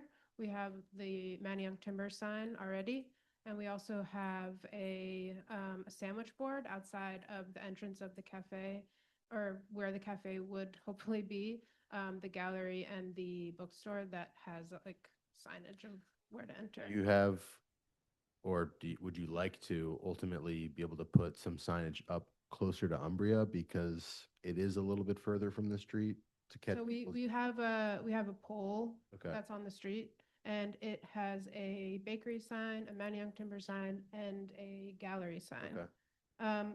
I think that probably suffices for now until we like get approval and like Sure. and you know, but yes, there is signage on the street as well. Okay. And parking is pretty tight to our driveway, so there's not a lot of space other than the pole to put signs. And Got it.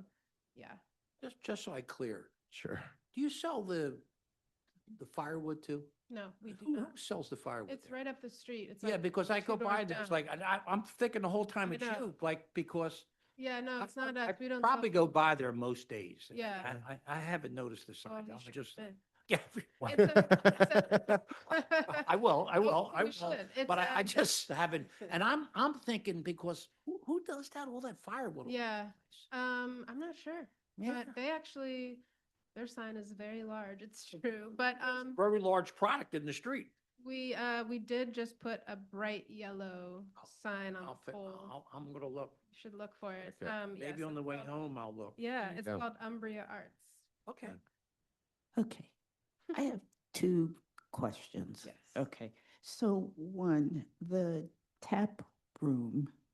So you're talking about hours for the tap room where I'm not seeing that there's hours for the other, like food. So how is that gonna work? I mean, I thought that you had to have some kind of food if you're serving alcohol of some sort. And maybe I'm wrong, but I think that you do. So I don't- I'm I feel like I remember you and Alan having this conversation a while back. okay. I don't believe that to be a requirement. They have licensure from the Liquor Control Board, the two locals do, to be able to serve alcohol here. Okay. Did you say beer only? Did I hear Yeah, that? beer. It's Yeah, beer. and it's beer. It's a beer specific license, and I think that's all they sell at their. I haven't been on Market Street. No, Oh, they sell both more? beer, but Well, it's just beer here. They're licensed for that as well. Okay. Well, we're just doing beer here. I just knew that I did some of those micro breweries Yeah. at different Yeah. times. And yes, you have to have some kind of food Okay. along with. If we're required to have food, we will figure out a way to have some prepared foods. Yeah, if we're approved for the cafe, we can definitely be open at the same time. So Mm. then there's access to food and alcohol. Okay. And then my second question is, where is this farmer's market going to be? Sure, I'll share my You screen. said it's once a week, Sunday but- mornings, Sunday which is a morning. day where the Manayunk Timber is not open. Okay. And it's Bakery isn't open either. Yeah. the bakery's not open either. And it's if you can see on the screen, it's essentially where these cars are, which are there because this is a work day for Manayunk Timber and they wouldn't be there on a Sunday.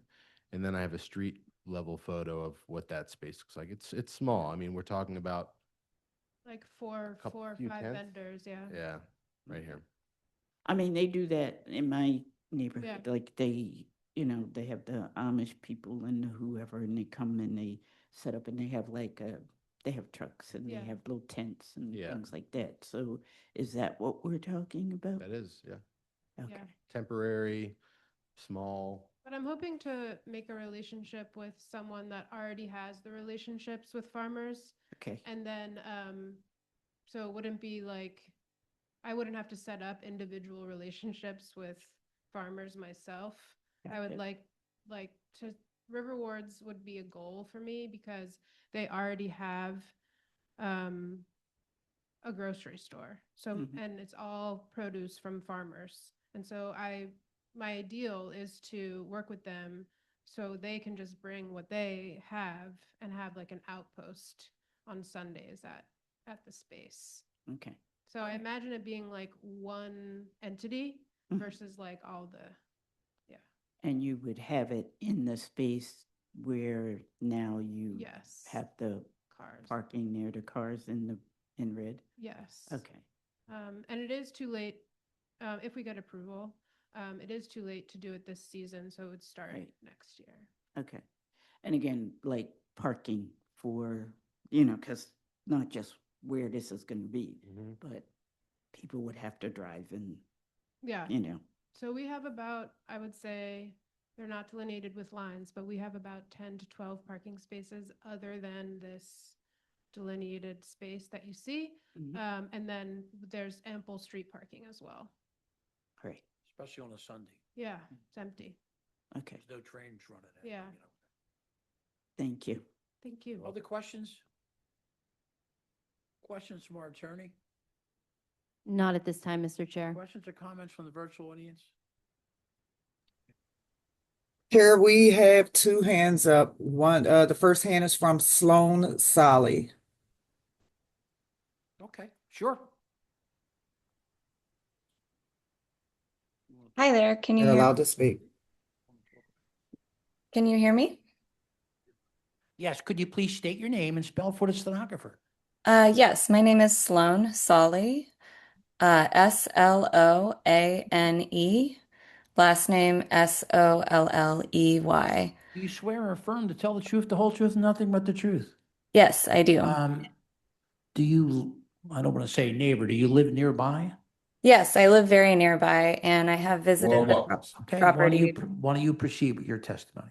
Yeah, Thank you. I just wanted to say that I have visited the location Manayunk Timber and seen the space, and I'd just like to say that I'm really excited about the potential of having a third space in a part of the neighborhood that it's really, really needed. I think there's a lot of potential to support local artists and other small business owners.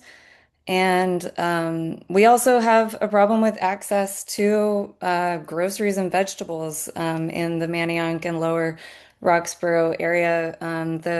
It would be amazing to have a farmer's market within walking distance to my house.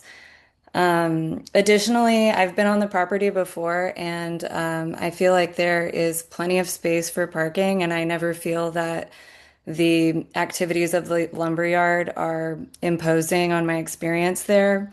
It is all very well, there's a lot of signage around where some of the larger, older logs are in the back. But like Rebecca said, I don't really see them move ever, and I can tell that I'm not supposed to go into that area. There's also tons of parking on Umbria, always, so that's great, and I don't think parking would be an issue with any of these businesses. And it's also worth noting that it is really close to the Ivy Ridge line, so I think people can absolutely come on foot to this location. But yeah, I'm excited and hope that this will, yeah. Thank you very much for taking the time. We appreciate it. Do we have another hand? Yes, Chair, we have a hand up from Atiam Musavizadeh. Okay. I will allow them to speak.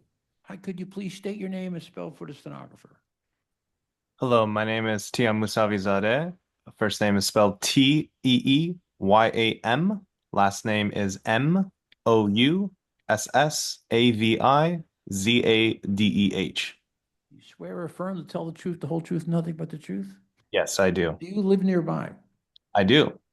Why don't you start your testimony? So I have been going to Umbria Arts as well as the Lumberyard since within the last year and a half or so, and having this opportunity and space to be able to connect with the community for a place that I have recently moved to has been an incredible experience and has honestly increased the well-being of my personal life as well as others that I am aware of. And having the access to the bakery as well as an artistic community has also been a great presence in the Manayunk Roxborough area where these third spaces are harder and harder to find. And having the opportunity to bring all different types of people from ages as well as backgrounds has also been incredible for me. In terms of the parking, it is also echoing what Sloan had said, that it's very easy and there's lots of space. And in terms of the lumber and beams itself, I have not seen them moved once while we were there or any different problems interacting with customers that have been there as well. And I just want to say that I just offer my full support. All right, thank you so much for your time. Anyone else in the audience?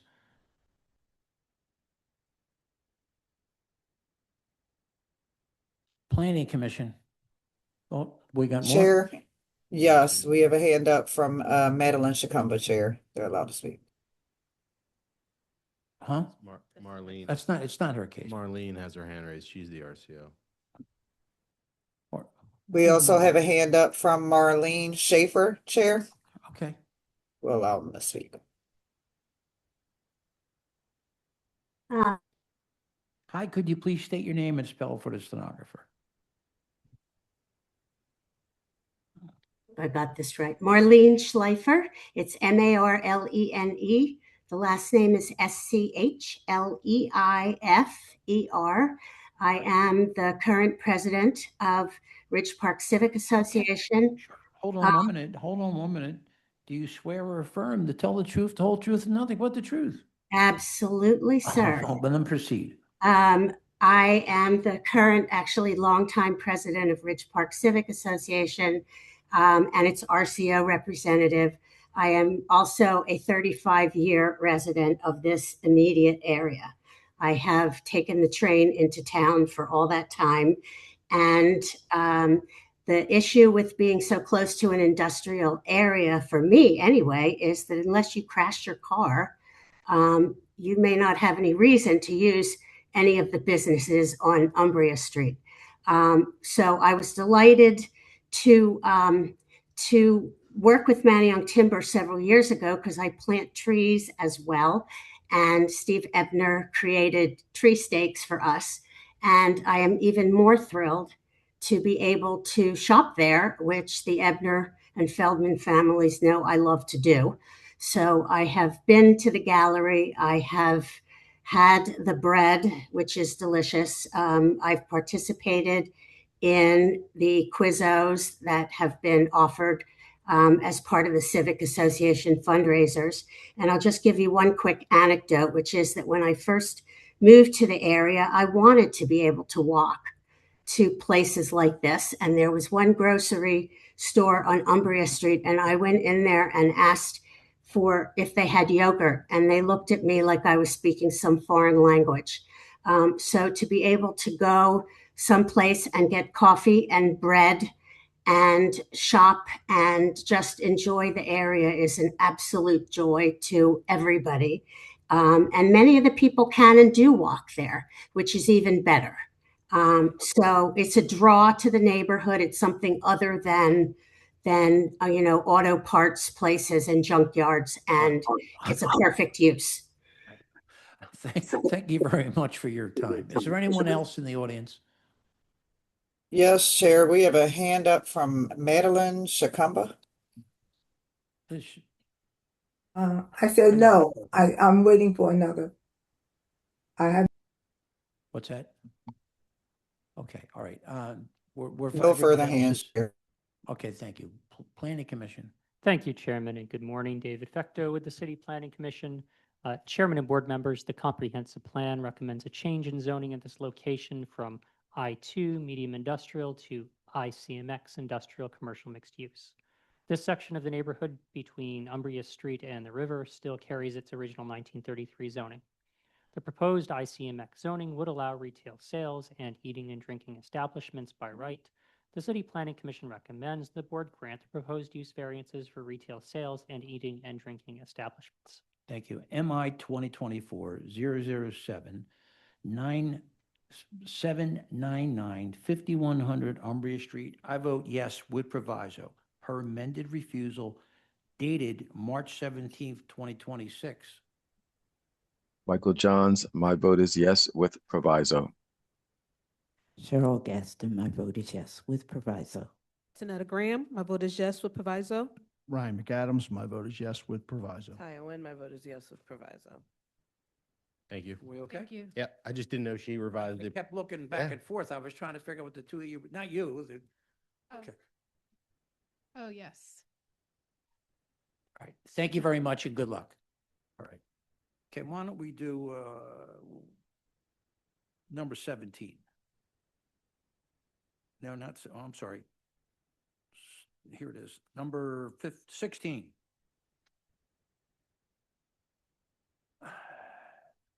MI 2025-007 851 2132 Montrose Street. Sean Whalen is the attorney. Sean Whalen here, WHALEN. Right. Do you swear or affirm to tell the truth, the whole truth, and nothing but the truth? Yes, I do. Could you identify your client in relationship to the property? Certainly. My client is Chris Ionavale. He is the owner of the property. And our vice chair has a few questions for you. Good morning. Have you submitted your documents and exhibits 5 days in advance of this hearing? Yes, I did. And do you waive the the refusal and stipulate to its accuracy? Yes, I do. All right, thank you. You can share your screen and proceed with your case. Thank you. So while I share my screen, as much as there was going on in the last case, there is that little going on in this case. So, all right, so you guys should see.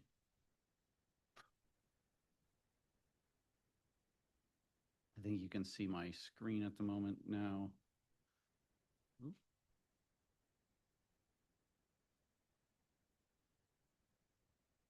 sure what happened. Sorry about that.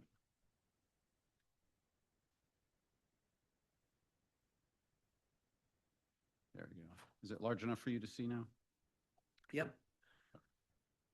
So this is an existing single-family house roughly at the corner of South 22nd Street and Montrose Streets. It is immediately adjacent to the Julian Abel Park right here. What you can see here is kind of an aerial from South 22nd Street. You can see the park, and then this is the house with the red balloon on it. Montrose Street is this street running along the left-hand side. So you can see existing house with no side yard, fully built out, and an existing pilot house. And again, here's the same aerial from the front, so you can see the height of the properties behind, and 2 houses away also has a 3rd story that is set back. So this property is in an RSA 5 zoning district. There is no change in use sought. It's a single-family house, so there's no use refusal. In fact, we have 1 use refusal, which is for height at 43 feet, 6 inches instead of 38 feet. I believe that this is correct, as I just testified, although this is a bit of a technical refusal in the sense that we are not attempting to install an additional floor, which is how L&I reviews this. We are attempting to install a pergola, and the problem is pergola is not mentioned at all in the zoning code. And so the only way that L&I can review it is as the way that L&I has chosen to review it over time is just as a full additional floor. However, we're not having a solid roof. There are no walls. There's no additional insulation or anything like that. I'll show you what it is. So this is the original zoning plan. And I would suggest, I don't know if Sosna is on today, they said they would be. I would suggest that this application worked the way the RCO process is supposed to work. We came forward, let me see if I can, this. We came forward originally, so the hardship here is my client purchased the property in the spring of 2023. There's essentially no rear yard here. It's a small property, 840 square feet. The rear patio area essentially just houses the trash cans and recycling. So the entire outdoor space, while he has the park, the public park next door, the entire outdoor space for this home was the pilot house. And I think as many of us have suffered recently, the summers have rendered, sorry, not the pilot house, the roof deck. The summers have rendered the roof decks kind of unusable throughout the city, just given the heat, and that's his only outdoor space. So what we originally proposed is what you see here on the screen in front of you. We went in front of the Sosna ARC committee. They liked the idea of a pergola, and actually several of them thought about doing one themselves, although they had a lot of questions and wanted this kind of scaled back. And so what we did in working with their ARC community was significantly reduced the total size of the pergola. So what you see here is essentially what it would be. It's fixed slat at the roof, just trying to break up that direct sunlight. No walls on the side, no intention to put on the walls. My understanding is we would need another variance if we tried to actually enclose this. So it's not a risk of, kind of a Trojan horse. So now what we have is we have a 10-foot setback of the, from the original was set back 5 feet. We set back now in what we're proposing, the pergola, 10 feet from the street frontage. So it's no longer visible from the street frontage whatsoever. And we also pulled it back from the side of the property here, kind of along the adjacent wall of the park. We pulled that back 1.5 feet in order to, again, really reduce the sight lines of that and kind of scale it back from the use of an intrusion into anyone else's property. Now, again, there's no issue with anyone else's light or air. As I originally went through, the pergola will be up here. It doesn't impact the park in any way with the trees. And if you look at, the properties in the rear, there's a rear alley with these trees and the height of the buildings behind it. These are all RM1, mostly apartments. They are unaffected by this additional height. And again, it would just be breaking up. It's like tree branches, essentially. So I have the original plans and the revised plans that we submitted. So because we worked with Sosna, Sosna voted unanimously in favor to support the project. Again, they were, I think, completely against it at the ARC committee meeting. Then we went forward with the proposed revisions that they wanted, with the open slats, no walls, all of that. And they voted unanimously in favor. So they advised me yesterday, which I didn't know they did this.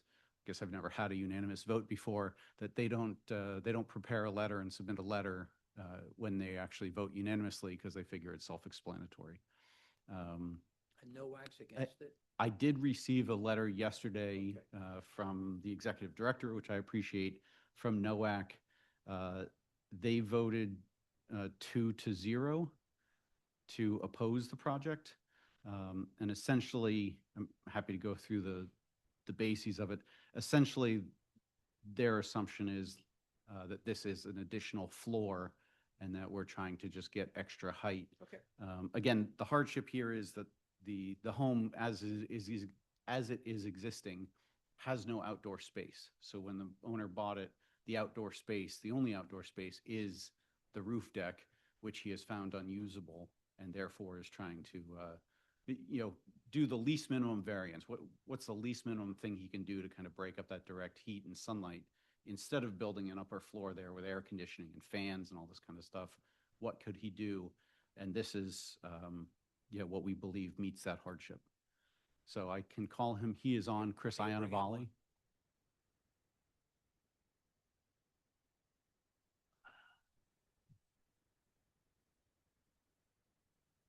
He texted me that he is on, so. Last name is I-A-N.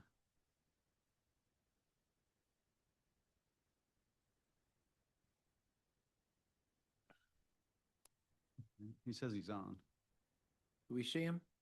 Oh, can you hear me? Yes, we can, There sir. we Could go. you please state your name? and spell it for the stenographer?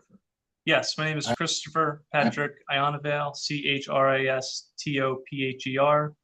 Middle name is Patrick, Patrick. Last name is Ionavale, Iano, V like Victor, Ale. Do you swear or affirm to tell the truth, nothing but truth? Yes, I do. Counsel? Thank you. Mr. Thank you. Ionavale, Mr. you're here as the Ionavale, owner of you're the here as the property owner of today. the property today. Yeah, Correct. I think he May have two. Can you turn off one of your Can you devices? turn off one of your devices, Chris? Sure, you got it. an extra device. Oh, is there an echo here? I'm only showing one device. I'll try to mute and then unmute myself, I guess, to mitigate. Okay. Okay, I only have. Okay, I only have a couple quick questions for you. So you're here So as the property you're here owner, as the you just property stated. owner, you just stated. Did you hear all of the testimony I already presented? He's got to unmute. He's got to mute. Unmute now. You're muted. Chris. You're Yes. muted, Chris. You Yes. heard all of the You testimony. heard all that I of the presented? testimony that I presented? Yes. And do you believe it to be And true do you and believe correct it to to the be best true of and your correct to the best information, of your knowledge, and information, belief? knowledge, and belief? Yes. And would you adopt that And would you testimony adopt as that your own? testimony as your own? Yes. Thank you. Thank you. Questions from the board?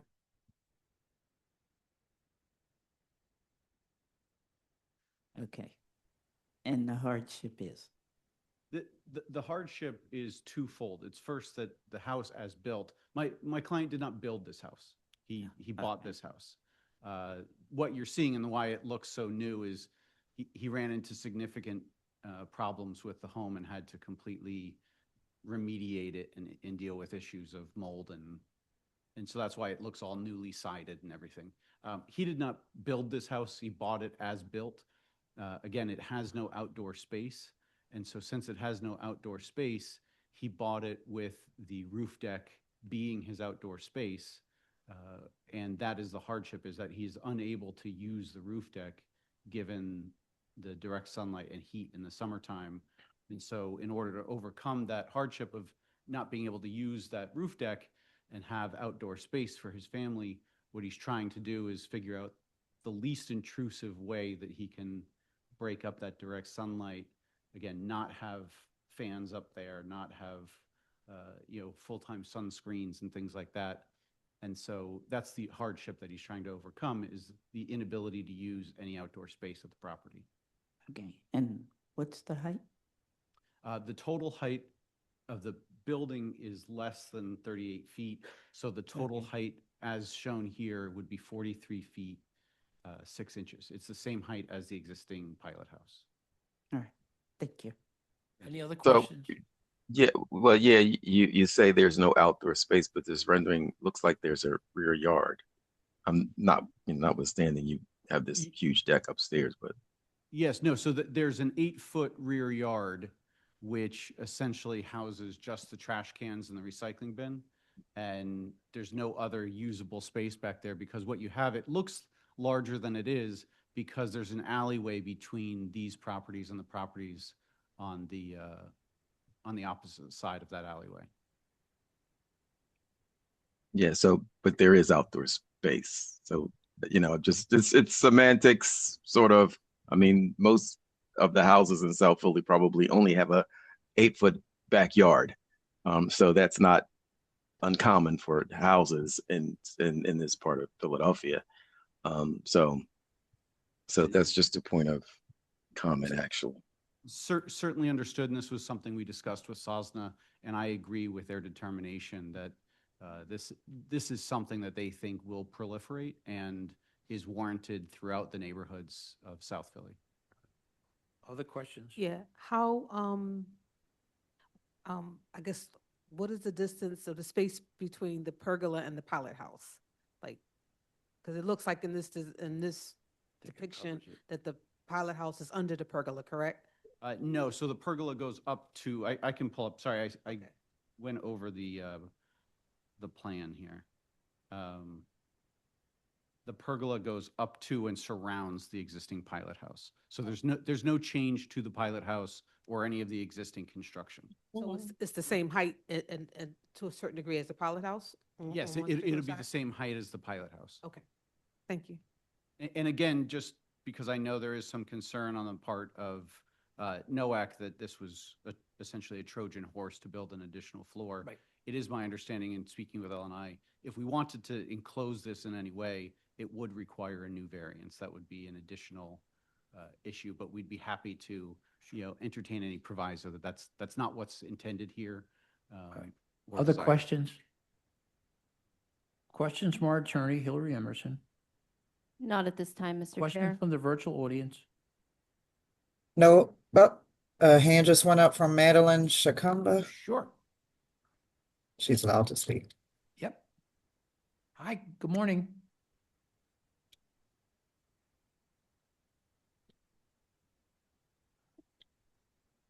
Ms. Shakamba? Uh, Hi, good morning. Could you please state your name and spell for the stenographer? Please unmute. Madeline Shakamba. Right? Okay, my name is spelled Madeline, Shakamba, ShikombA. Do you swear or affirm to tell the truth, the whole truth, nothing but the truth? Yes. Can I, before you start the thing, I have a correction to make concerning my documents, and I'd like to have it. Can I do that? What's I didn't hear what you said again. Say it I again. have a correction that there was an error I made in submitting the documents, and I want to make a correction. Okay, sure. first Tell before I me your speak. correction. Okay. I submitted the documents, and the outer document said 2234 Montrose, when it should have been 2132 Montrose Street. Okay. And but the documents inside are correct in referring to 2132 Montrose Street. Okay. Okay. And also, I'd like to, you only give me 3 minutes, I think, to make this. I would like to have the same amount of time as the attorney, because this is a issue that needs clarification, and I'd like to have that time, that extra time. Well, I don't, we have your letter, right? You wrote us a letter, right? Yeah, but Right, there's but also listen some to me, listen to explanation. me. We have your letter, but we don't give people who are calling in the same time as the attorney. So what we would want Oh. is for you to give us a sense of outlining more information that you gave in the letter. Well, I think that the letter I sent as a co-coordinating RCO, we should be given more time. We are here representing the residents who are fighting this property, and properties, not just this property, but properties that affect their living in the area. And as such, we represent these residents, and we think we should be given the same amount, some of the time I that, don't that, know that we, listen to me, I don't know that we could do that. I guess the question is, we have your letter, and would you want to Okay. tell us whether you're in favor of this or you're still against? I'm against this, and let me say why, okay? Okay. One is the reason is that this pergola has a roof. It is called a louve pergola because the roofs are made of wooden slats. Okay. Okay. Also, this pergola, he said that they have hardship with the weather, but everybody does with the sun. Okay. A shadow study was done by Redfin Realty on this property, and it shows that there are 9 hours of sun in June on this property and 4.3 hours in December, placing this property below the U.S. average of solar exposure. Okay. Okay, so they're not being that much exposed to it. Also, the biggest problem we have with this is that the pergola does not protect you from what really affects people, which is the heat. Okay, now this is a lack of privacy. The two disadvantages of pergola is a lack of privacy. Okay, in which you have people can peep in on you, and they can cover this. Many people cover this privacy by installing certain privacy apparatus by installing curtains and things like that. Okay. And also, this disadvantage turns into advantage because it makes it easy for them to install an air conditioner that you would not even see. Okay, yes, this pergola does not have any sides, but that means there's no privacy. But you do have the ability to install curtains and other things. And the heat is not a problem here because I already told you about the shadow study. Okay, and I think that they're using this as an excuse. And this property is worth $1.3 million. There's no property in this area worth that amount of Listen to money. me, I understand that, and I have your letter, and I know exactly what you told us, and we appreciate your taking the time to call us, okay? Well, I think you should look at this as being a Louvre roof because Okay. the All slats right, well, move. we're going to take it all into consideration and figure out exactly where we stand, okay? All right, thank you. Thank you, and thank you for taking the time. Is there anyone else in the audience? No hands at this time, Okay, Chair. Planning Commission. Chairman, if I may, just one quick clarification there. The rendering I pulled up just now, this is the exact product that will be used. It's a fixed slat metal roof. Right. There's no wood. Right. And this is actually, it's a Florida company that builds these because they are used specifically for this purpose in Florida to just break up that direct sunlight to reduce the heat without the need for air conditioning or anything like that. Okay. So just wanted to make that clarification. Planning? Thank you. Good morning, Chair David Fecto with the City Planning Commission. Chairman and board members, the comprehensive plan recommends no change to the RSA 5 residential single-family zoning at this location. The city rezoned this neighborhood in 1977 in a council-supported map change. There is no unique physical condition or circumstance of this property that would prevent it from being used in strict conformity with the zoning code, and the appellant has not shown that they will suffer an economic detriment if forced to comply with the height requirement in RSA 5. The City Planning Commission recommends that the board deny the proposed dimensional variance for additional height. Thank you. Council, we're going to take this under consideration. We heard all sides of it, I believe, and we'll vote next Wednesday at 9:30. 9:30? Yep. Thank you very much, Thank you. Chairman. Go back to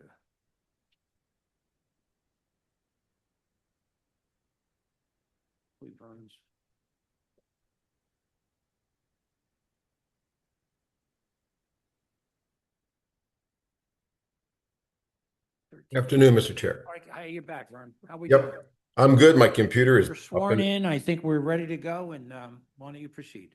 I'll be quick. 2439 Master Street is this property here that we see. Long-term history is commercial first floor with living quarters above. Since, however, it was reverted to an RSA 5 classification. What we're proposing is real simple, a vacant commercial space on the first floor consistent with CMX1, as you see here on the left, and a one-family dwelling above, as you see here in the center, and the proposed roof deck. Because the property is pre-existing and already sits on the envelope that it does not meet any of the open air requirements, which is why that refusal was generated. In addition, because it's now RSA 5, the multiple uses, commercial and residential, is prohibited.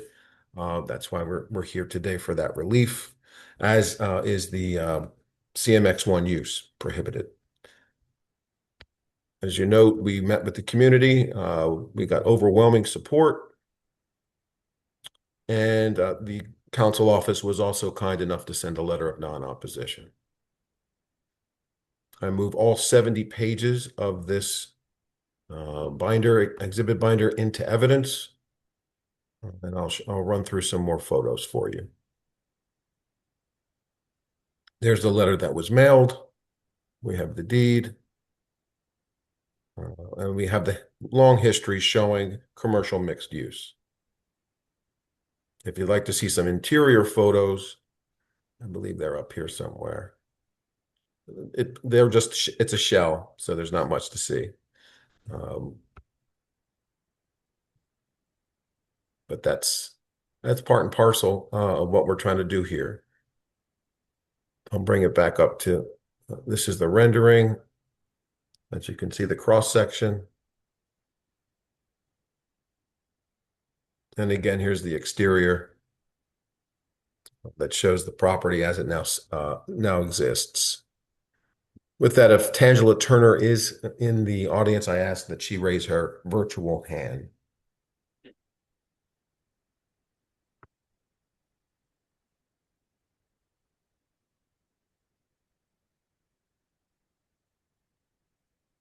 There are no hands at this time.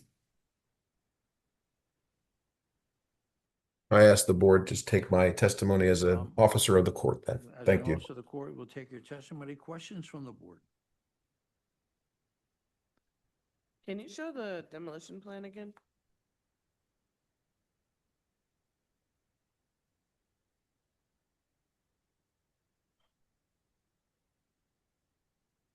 Can you zoom in a little, please, Kim? Yep. All right.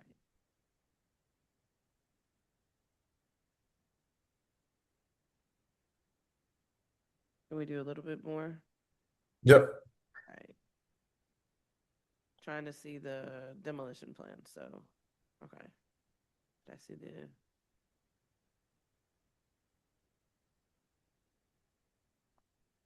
So essentially, we're taking a portion of the rear of the building off, and then we're rebuilding it with the addition. That's correct. Okay.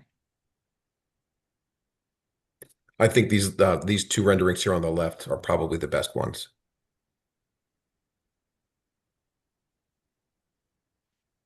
Okay.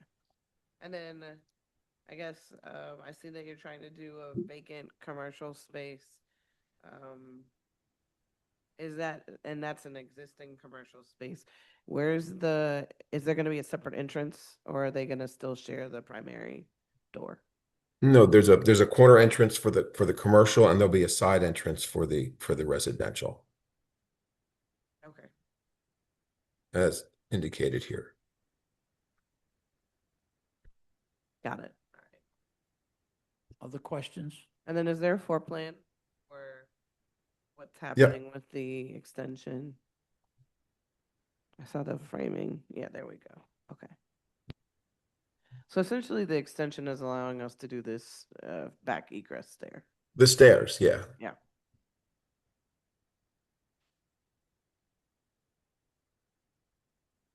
And does the commercial have access to the basement?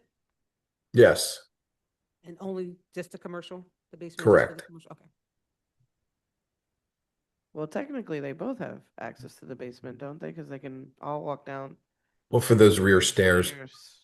but the tenant and the first floor tenant will, It'll be included in their lease. that's correct. That's correct. Okay. So is the apartment above, are they gonna have to store everything in their unit? No garbage, no bikes or anything allowed in the basement? That's correct. There'll be trash storage in the unit itself. Okay. Is there dedicated trash closets? And I'm assuming there's laundry that is tucked in somewhere. Yep. Okay. Yeah, there's a laundry room for sure, Okay, and and they're no dirty. I typically ask for dedicated trash space as well. But I'm not I sure I don't see see it the on the. dedicated trash closet, like a ventilated trash closet. I do see the laundry Yep.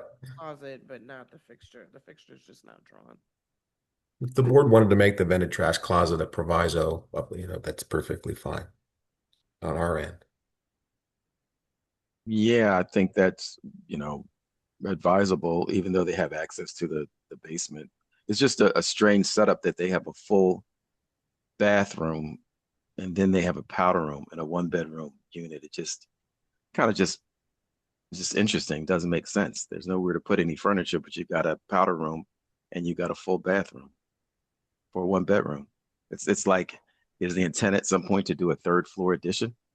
No, the intent is to have this really serve 1 or 2 people, period, period. That's about it. So that it's a pretty nice size living dining area, sort of open. No, it's no, Up- it's not. It's not. Don't say that. It's not. It's not gracious. It's not at all. But it's a 1-bedroom, so I can kind of say it's 2 people. They can live with what they want to live with. But it's just, for a powder room and a full bathroom and a 1-bedroom, it just doesn't make sense logistically. And you got this huge stairway, and you want a roof deck. Yeah. Just So the roof deck would be for, I guess, well, never mind. It is a for commercial. the tenant on the 2nd floor. Sure, that's their outdoor space. Anybody has access. I mean, similarly to the basement, anybody has access to the roof. So it access, could right? also Yeah. be utilized by the commercial space in the future. The roof deck will be part of the lease for the residential tenant. Mm-hmm. That's their outdoor I space. got it. Got it. Because remember, the commercial space can only be CMX1 level commercial anyway. So it's not, there would be no need for a roof deck for them. Yeah. Other questions? Questions from our attorney, Hillary Emerson? Yeah, I'm just a little confused about the vacant commercial space because, so the property is zoned RSA 5. There is not a request to permit CMX1 uses in that commercial space. All there is, the proviso that's listed on there is not, a refusal that's listed on there is actually not something the board can grant. Vacant commercial space is prohibited in the RSA 5 zoning district. That's not a variance. You either I'm sorry, I can't hear you, Hillary. Could you speak up? Sorry. Yes. So what's listed on the refusal is not a variance. Like the vacant commercial space is prohibited in the RSA 5 zoning district. Yep. That's not a variance. Like we're not, unless there's a specific request for a particular use or uses within a certain zoning district. That's what we can grant. So there's no request on here for CMX1 uses. So Well- so that there's nothing for us to grant related to the commercial space with this application, the way it's written. So are you saying that the refusal is not accurate? Because the application was for vacant commercial space. Yes, so that's fine, but that doesn't mean that CMX1 uses are allowed. There's nothing about CMX1 uses here. Any commercial that you go to get a permit for later will require you to come back to the zoning board for a variance. Typically, how it's worked, my experience is that when we ask for a vacant commercial space, it's all uses consistent with CMX 1. No, there's no set vacant commercial space is not a use category in the zoning code. So it should not have been listed as a refusal item on here. We have a very clear understanding with LNI about that, and unfortunately, this one was not done correctly. Vacant commercial space literally means there's no use there, and you need to get a use permit to establish a use. If you would like uses within a certain use category, you can request that, but that is not how this refusal is written. So you would be. That's how the request was written. Okay, well then that means the refusal was done incorrectly, so we should get a corrected refusal before we vote on this, because otherwise, based on this, there would be no approved commercial uses as part of this application. Yeah. Then I'm going to ask the board respectfully to hold the vote. It seems like it'll be granted, but I want to make sure that my client has the vacant commercial space consistent with CMX 1 use, which is historically how I brought these to the board and been approved. So we will hold a vote on this, but we're going to go through. Yeah, and I will ask the LNI examiner to just, I may need to have a letter from the zoning board granting me leave to ask the LNI examiner to do so. So if there's a correction needed, they will do that without a letter. If they tell Wonderful. you that they don't believe it's a correction and that it's an amendment, then you will need a letter of authorization. Understood. Thank you so much. So let's see what the audience, the virtual audience. Questions or comments in the virtual audience? No hands at this time, Chair. You have one more Yeah, question? yep. So at the RCO, said they support, did you guys discuss the roof deck? I know there's an overlay for no roof decks in that area, and was that an issue at the RCO meeting or not? It was not an issue. No, they realized that it's limited space on the second floor. There's no outdoor space for the tenant, and it's on a corner. And that latter point was, I think, why it was acceptable. Planning, do you want to take your position now? Or? We certainly will. Okay. Thank you, Chairman, and good afternoon. David Fector with the City Planning Commission, Chairman and board members. The comprehensive plan recommends no change to the RSA 5 residential single-family zoning at this location. The city rezoned this section of the neighborhood in 2020 in a community requested map change. At that time, this property was zoned CMX2, commercial mixed use. The approvals for 2 dwelling units and ground floor commercial use predate this zoning change. However, roof decks are not needed for the appellant to derive value from their property. So the City Planning Commission recommends the board deny the proposed use variance for a roof deck and grant all other variances. All right, so Hillary, we'll close. We'll close and just till we get the proper. Yes, Right? so we'll close the record and except for a corrected or amended refusal. And if the response from the attorney. Can we set a resumption hearing date, please? Do we need a resumption hearing? I don't know that we need a result. You don't need that? Okay, good. I don't That's think even so. better. I think what we should, he'll get a hold of us when Yes. when it's. I'll just forward it to you. That'll be Yeah, great. Exactly, and then right. we'll put it on for a vote. at the Just a next vote. That sounds great. availability. Even better. Okay. Thank All you right, all. Thank you. Yep, I know. Is there anyone in the audience who, their case has not been called? No hands at this time, Chair. Leonard, do you have anything for us? Oh, you're just visiting? Oh, okay. All right, thank you, everybody. See everybody at 2:00.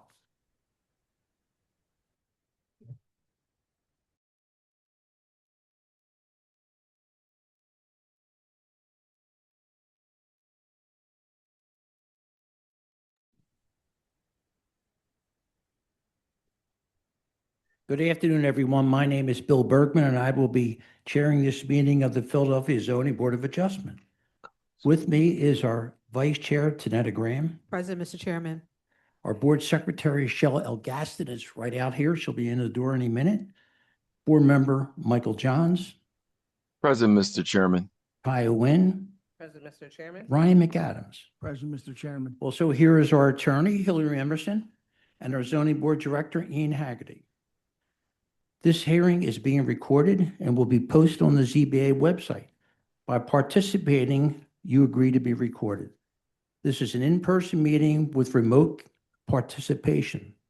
Whether in person or on Zoom, if you're called to speak, state your name, spell it, wait to be sworn in, and then after that, state your name each time before you testify. To enter an appearance, indicate the property address on your Zoom webinar. Speak with a staff member. Call the ZBA office by the close of business tomorrow, 215-686-2429. And leave your name, your email, and the address of the property in question. Remote participation. Raise your virtual hand when you are directed so that we can have you speak. When we call you, you must click the Join as a Panelist button. Use the Q&A for procedural issues and not for cases. If you are joining by phone, press *9 to raise your hand and *6 to unmute in person. When you testify, get closer to the mic so that all attendees and the court reporter can hear you. No talking, eating, or drinking during the hearings. Aggressive behavior will not be tolerated. In an emergency, follow the staff directions. The rear doors are the main exit, and to the left is the stairwell. If we evacuate, go to Love Park, remain there so that we can account for you. Let's see what our schedule looks like this afternoon. It's here, 6.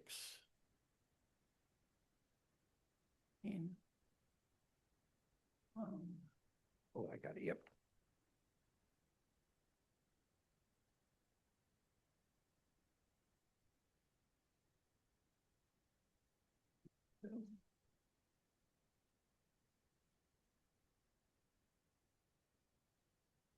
Number 6, MI 2026 000810, 200 North 58th Street.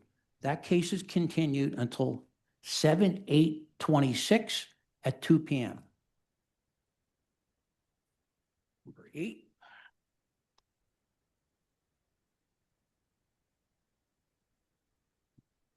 Number 8, MI 2026 000834, 5900 Lansdale Avenue, T&E Establishment LLC. Are they in the audience? Good afternoon. This is Doreen, and I will be your co-host this afternoon. You said T&E? Yes. I do not see anyone with their hand up. There's also an Ida Alexander. Okay.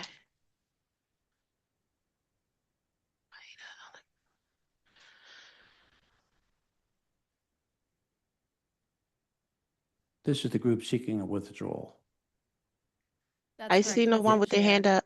Yeah, we received email correspondence indicating the applicant wished to withdraw and provided them with instructions for how to do so on 2 occasions, but we haven't received the requested form. So MI 2026 000834, 5900 Lansdale, I vote to dismiss. Michael Johns, my vote is to dismiss. Cheryl Gaston, my vote is to dismiss. Janetta Graham, my vote is to dismiss. Ryan McAdams, my vote is to dismiss. Diane Nguyen, my vote is to dismiss. And number 12, MI 2026 001-076, 547 East Chelton Avenue. That case is continued to 7/8/26 at 2 p.m. Are there any other requests for continuance? I see no hands, Chair. So I'm going to go to our add-on list. Number 1, MI 2025 003-385-4860 Lancaster Avenue. I vote yes to reconsideration and rehearing. Michael Johns, my vote is yes. Pardon me? No, this is a revote to add a proviso that was missed. Okay. It's not a request for reconsideration. Okay, so. Yeah, I see it. What's the proviso? Okay, all right. So MI 2025-003-384, no roof deck for a proviso. Michael And I- Johns, my go vote ahead. is, Go go ahead, ahead, Mike. go ahead. That's good, it's good. Yes, yes with proviso. Cheryl Gaston, my vote is yes with proviso. Tanetta Graham, my vote is yes with proviso. Kaya Wynn, my vote is yes with proviso. Number 2, MI 2026-000-188, 555 to 57 North Fifth Street. I vote no. Michael Johns, my vote is no. Cheryl Gaston, my vote is no. Tanetta Graham, my vote is no. Ryan McAdams, my vote is no. Kaya Wynn, my vote is no. Number 3, MI 2025-002-165, 2815 North Second Street. I vote yes to reconsideration and rehearing. Michael Johns, my vote is yes to reconsideration and rehearing. Cheryl Gaston, my vote is yes to reconsideration and rehearing. Tanetta Graham, my vote is yes to reconsideration and rehearing. Ryan McAdams, my vote is yes to reconsideration and rehearing. Kaya Wynn, my vote is yes to reconsideration and rehearing. Number 5, MI 2025-006-364, 1841 Master Street. I vote no to reconsideration and rehearing. Michael Johns, my vote is no to reconsideration and rehearing. Cheryl Gaston, my vote is no to reconsideration and rehearing. Tanetta Graham, my vote is no to reconsideration and rehearing. Ryan McAdams, my vote is no to reconsideration and rehearing. Kaya Wynn, my vote is no to reconsideration and rehearing. Number 6, MI 2025-004-571, 1401 66th Avenue. Is this changing the proviso? Is that what we're going to say, Hillary? Yes, this is a revote with a corrected proviso. So I vote yes with proviso. Temporary variance for 24-hour operation of drive-through lanes that expires June 4th, 2028. Where the variance expires, the drive-through lane will open until 2 a.m. Saturday through Sunday through Saturday. Number 2 part of this, interior access to this restaurant prohibited after 10 p.m. and before at Monday through Thursday, and then after the 11 p.m. before 5 a.m. Friday, Saturday, and Sunday. Michael Johns, my vote is yes with provisos. Cheryl Gaston, my vote is yes with provisos. Tanetta Graham, my vote is yes with provisos. Ryan McAdams, my vote is yes with provisos. Number 7 and 8, we'll hear it together. Mr. I'm Nachumson? sorry, Mr. Chair, I think we missed one of the requests for reconsideration. Wait. We missed number 4, Angora Terrace. 4. What are you talking about? Oh, my things. Yep. MI 2023-007-377, 5636 Angora Terrace. I vote no to reconsideration and rehearing. Michael Johns, my vote is no to reconsideration and rehearing. Cheryl Gaston, my vote is no to reconsideration and rehearing. Ryan McAdams, my vote is no to reconsideration and rehearing. Kaya Wynn, my vote is no to reconsideration and rehearing. Number 7, MI 2028-002-821, 2226 Tioga Street. And number 8, MI 2025-002-824, 2224 Tioga Street. The order of this will be the appellant will present revised plans, questions from the board, public testimony, and update from planning. Jeez. You know what? Ms. Nachumson, could you please state your name and spell for the stenographer? Yes, Alan Nachumson. I just realized I did not log in. Okay, that's okay. Do you want to go to, I apologize. I'm like sitting here doing nothing. Yeah. All right, we'll go to the first case and come back. That's all. Sorry about that. I'm like No, all looking right, there. all right. I realized I didn't even log in. Sorry. And I'm sure the first case is happy now, too. Number 10, MI 2026-000-863, 1122 Frankfurt Avenue. Catherine Messing is the attorney. There's non-opposition from Councilmember Squilla and unanimous support from Frankfurt Area Business Association. Could you please state your name and spell for the stenographer? Sure, it's Catherine Missimer, Katherne, Missimer, Missimer, 1835 Market Street, 19103. Do you swear or affirm to tell the truth, the whole truth, and nothing but the truth? I do. Could you identify your client in relationship to the property? Sure, 1120 to 36 Frankfurt Deb LLC, which is the owner of the property. Our vice chair has a few questions. Good afternoon. Have you submitted your documents and exhibits 5 days in advance of this hearing? I have. And do you waive the reading of the referral and stipulate to its accuracy? I do. All right, thank you. You can share your screen and proceed. Thank you. Okay. We're here today with an application for a special exception for a group medical office. I have with me today John Farina on behalf of Building Ownership, as well as Dr. Alec Robin, prospective tenant. As you mentioned in your overview, this project does have letters of non-opposition and unanimous support from Councilman Squilla, Fishtown neighbors, and the Fishtown Kensington area bid. This property is located on Frankfurt Avenue through to Dutton Street near the I-95 overpass. Property is already home to a multifamily building with 107 units and commercial space. In addition to the ground floor retail space at this location, the building also hosts 2 commercial spaces on the second floor.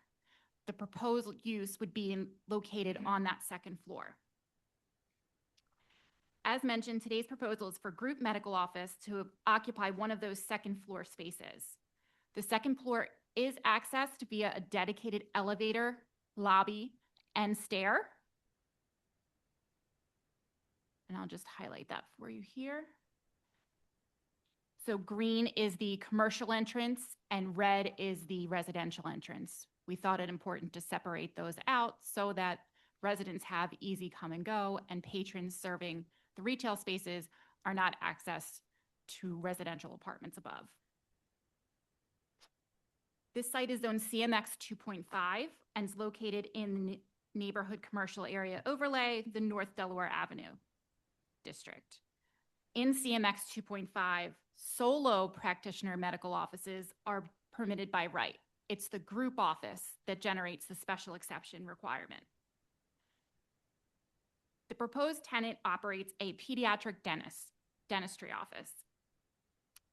It would be a valuable resource in this family-centric neighborhood, especially given the existing residential use on site.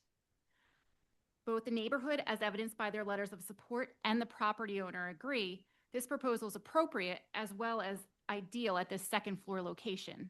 Obviously, a standard retail use wouldn't necessarily work in this location, and the goal was to find an office use minimally impacting the neighbors that live in the building, but also providing this resource. So we felt this was a perfect fit. Given the surrounding context along the commercial corridor of Frankfurt Ave, and we have a few photos of those, of the existing neighborhood, which might be helpful to see. Here's the retail entrance. That's where our patients would come in. This is what the space looks like today. And these are the design ideas that the dentist office has. And then this is the building. And a couple of the other establishments already in existence along Frankfurt Avenue. We did meet with Fishtown neighbors, the coordinating RCO, to review this proposal and received positive neighborhood feedback. as evidenced by their unanimous letter of support. We also met with Fishtown Kensington Bid. You also have their letter, who welcome this project to the neighborhood. As the board is aware, the standard for special exception approval is a lower standard than that of the undue hardship associated with a variance request. Special exception should be granted where the proposed use creates no more of a detrimental impact than a similar use in that category. This is a prime location for a group medical office on the second floor of this existing multifamily building in a growing family-centric neighborhood. We believe the project will not cause congestion in public streets or transportation systems. Again, we anticipate many of the patients will be walking to the office or already living in the building. We'll not impair any adequate light and air to adjacent properties. Again, it's an existing building, and this would be filling out an existing tenant space. We respectfully request that the special exception relief be granted. I do have John Farina on the line, who would be prepared to adopt my testimony, and Dr. Robin in the event that there are any operational questions. Sure. What's your client's name? Mr. Farina. Mr. I'm here. Okay, could you please state your name and spell it for the stenographer? John Farina, John, F as in Frank, Arina. Do you swear or affirm to tell the truth, the whole truth, and nothing but the truth? I do. Counsel?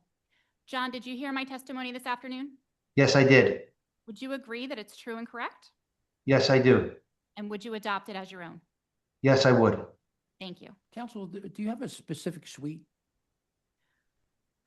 John, is there a designated suite number for the dentist office? I know there are 2 spaces on the second floor.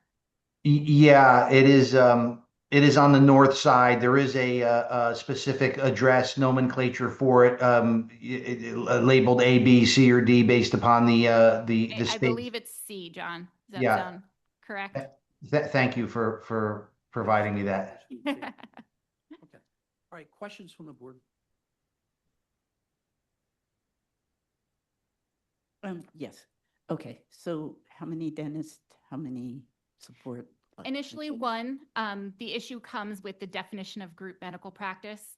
So anything beyond 1 employee and 1 practitioner technically constitutes group medical practice in the code. So even though there's going to be 1 dentist, he will also need obviously a hygienist and a receptionist, and that pushes him into the group medical practice. Okay, and so it's just going to be the 1 for now? For now, this Okay. is his first practice. Obviously, he's planning on growing, but today, 1 dentist. And you said this is a pediatric Yes. dental practice, okay. So we're talking about how many children?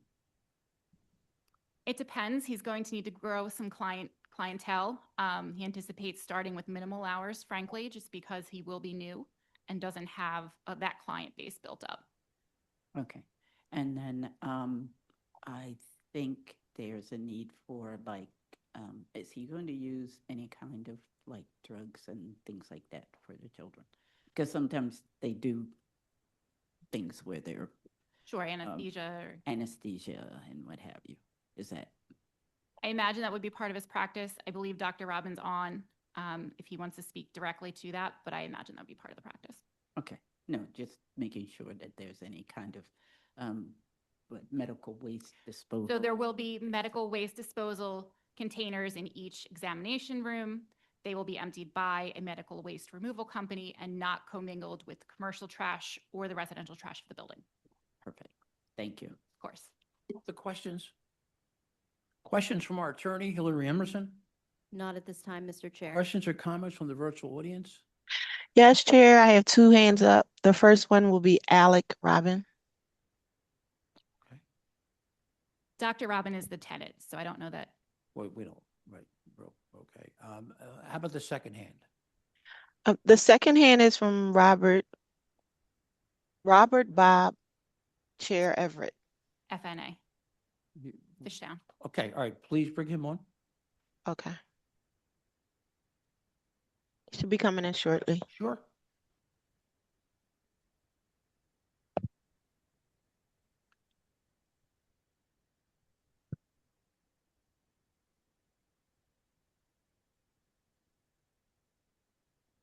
I am here.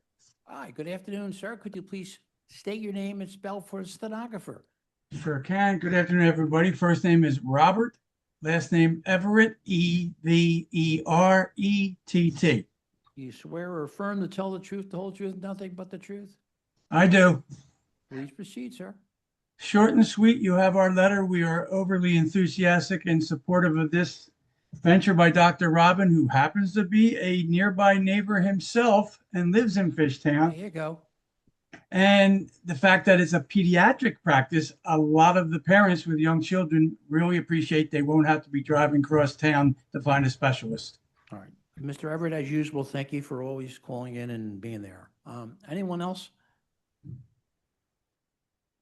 Planning Commission. No hands. Good afternoon, Chair, members of the board. Michael Gall with the Philadelphia City Planning Commission, MICHAELGALL. Do you swear or affirm to tell the truth, the whole truth, and nothing but the truth? I so affirm. Please proceed. The comprehensive plan recommended a change from the former I-2 medium industrial to the existing CMX 2.5 commercial mixed-use zoning at this location, and the property was remapped to CMX 2.5 in 2015 in accordance with the district plan. The proposed use, group medical dental health practitioner, would not cause undue detriment to this location beyond what might otherwise be expected. Therefore, the City Planning Commission recommends that the board grant the proposed special exception for group medical dental and health practitioners. MI 2026-000863-1112 Frankfurt Avenue. I vote yes with proviso, limiting use to second floor suite C. Michael Excuse me, Mr. Johns, and my Chairman, vote it's is just- yes. It's 11:22. I think it sounded like 11:12 in the, I said 11:22. I said 11:12. Okay, I'm sorry. no problem. Just wanted to make sure. Michael Johns, my vote is a yes with proviso. Cheryl Gaston, my vote is yes with proviso. Tanetta Graham, my vote is yes with proviso. Ryan McAdams, my vote is yes with proviso. Taya Nguyen, my vote is yes with proviso. Great, thank you. Malcolmson?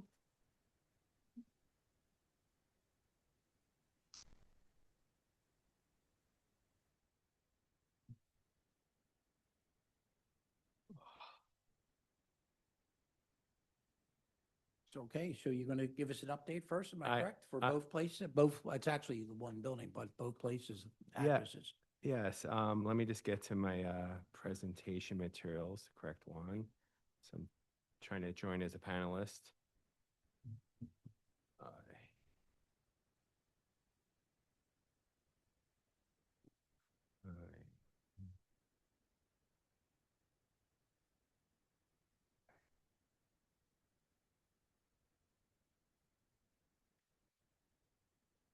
All right, just as a brief recap, we're looking to convert this historically significant property or properties each into a 12-unit dwelling. The board asked, in the last hearing to kind of reconsider some of the design aspects of the project, which we did. So I'll go first to our plans and drawings.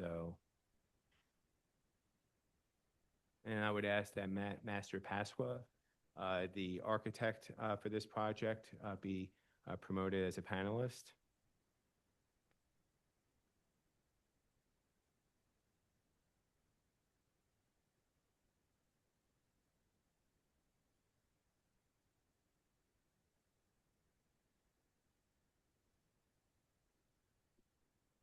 They have been promoted.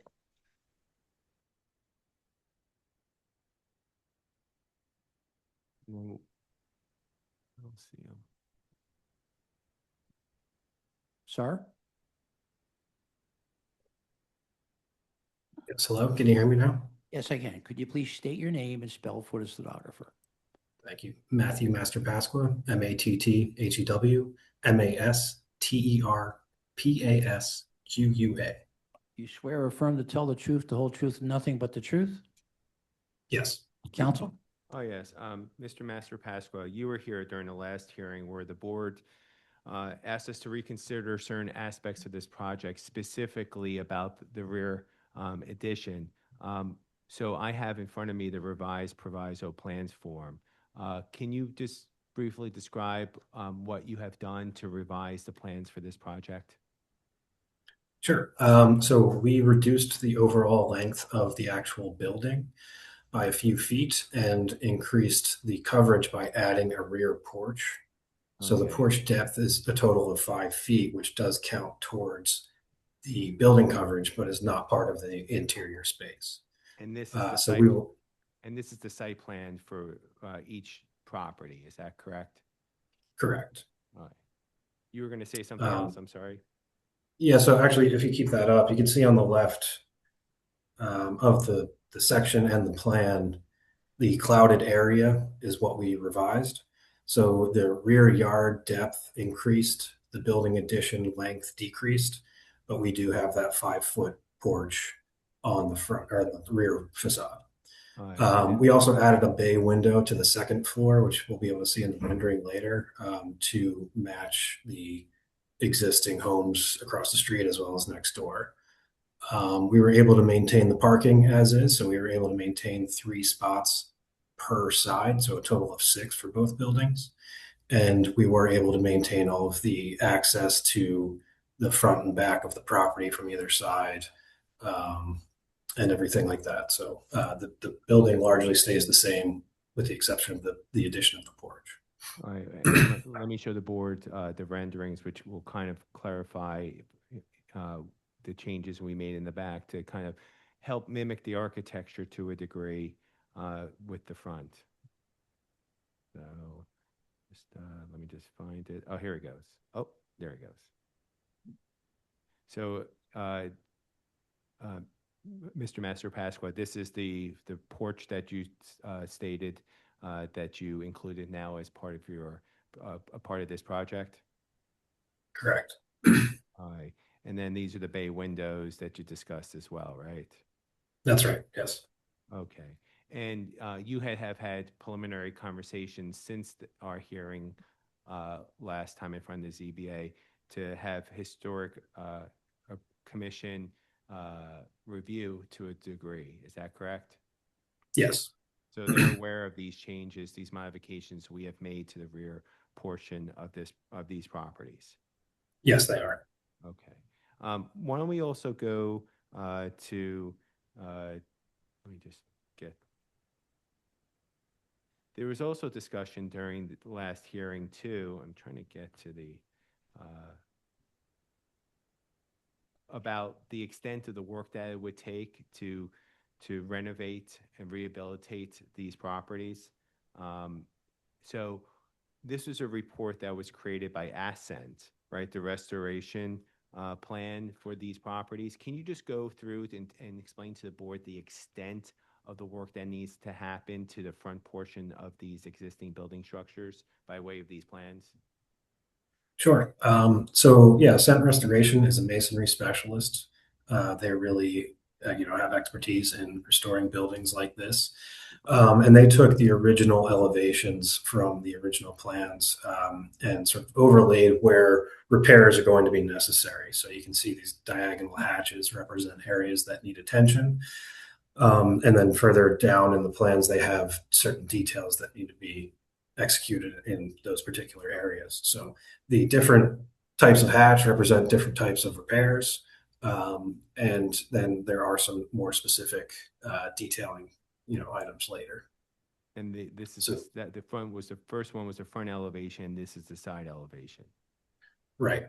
So yeah, you can see by these that there's a lot of work that needs to happen to the existing brick, terracotta, and other features in order to get it back to not only stabilized, but hopefully back to, close to its original character.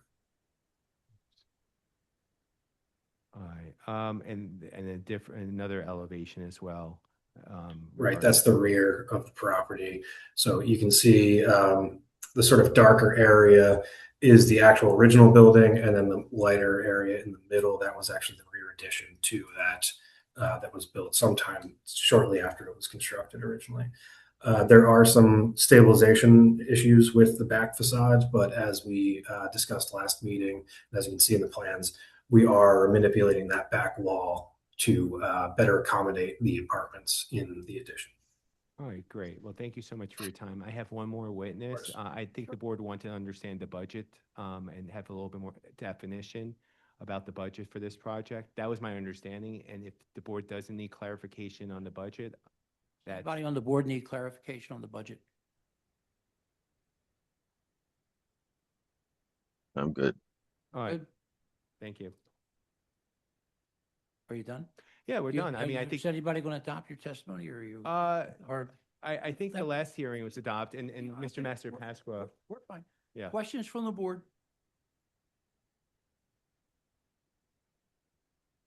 Questions or comments from our attorney? I Hilary? appreciate, I do want to mention that I appreciate the effort that was made by your development team to incorporate the porch on the back of the building and giving some respect to the adjacent block in terms of the architecture. So thank you for that. You're welcome. It does look much nicer. Yeah, I think it was a team effort. It's good. Hillary? No question, just commenting that but there is a amended refusal and the one page of revised plans for Yep. each of the appeals that were proposed. Thank you. Questions or comments from the virtual audience? There are no hands. Planning Commission? Michael Gall with the Philadelphia City Planning Commission. The Planning Commission does not change its testimony from the previous hearing. Okay, so I'm going to do, I'll read them off both together, right? So MI 2025-002-821, 2226 West Tioga Street. And MI 2025-002-824, 2224 West Tioga Street. I vote yes to both per proviso, per amended refusal dated 2/2/26 and review plan 1 page stamped by ZBA August 10th, 2026. Michael Johns, my vote is a yes to both June with 10th. provisos. Cheryl Gaston, my vote is yes to both with provisos.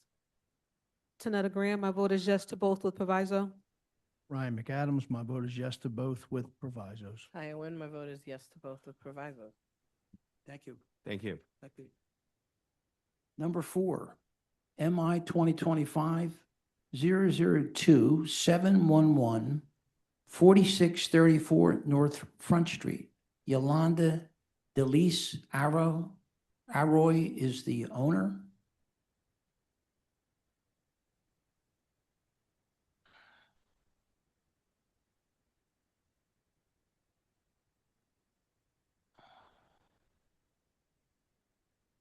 Yolanda should be coming in now.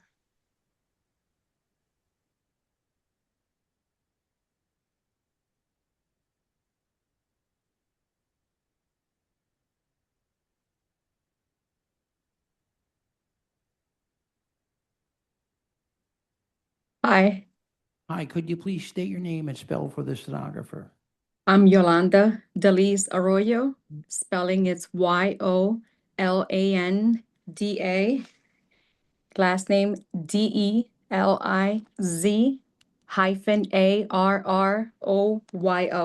Right, do you swear or affirm to tell the truth, the whole truth, and nothing but the truth? I do.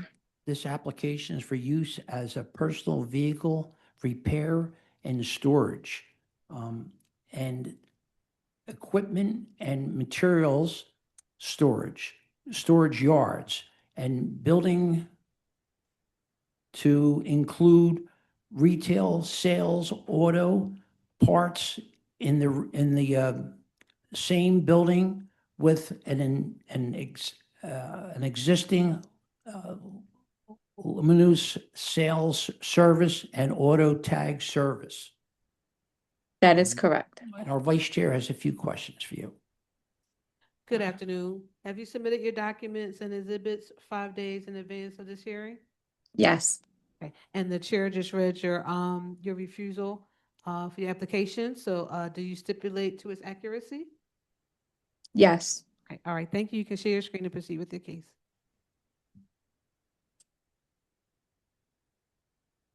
You have unanimous support from the new 42nd Ward, RCO.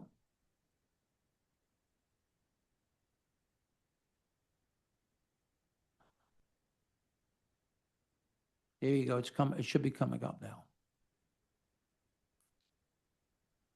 Maybe not. Yeah.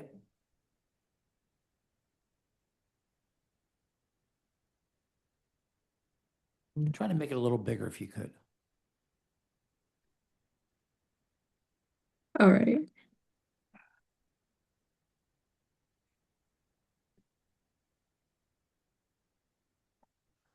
Are you able to see? Is it bigger there? I think maybe a little larger. Yeah, if you could. Yeah, we're in trouble.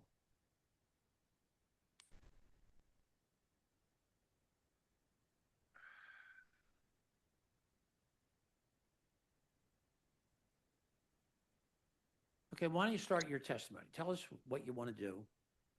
Okay, so this is my building right here. And I've owned the property since 2010. My intentions are to have a repair shop operate, to be able to fix the vehicles, have the ability to sell parts if need to, order, tires, basic necessities for the vehicles. No body shop, no paint shop. These are just Your postings. my postings, yes. There's an office space. Oh, sorry. It's just so pretty much what I would like is put the building up to use, get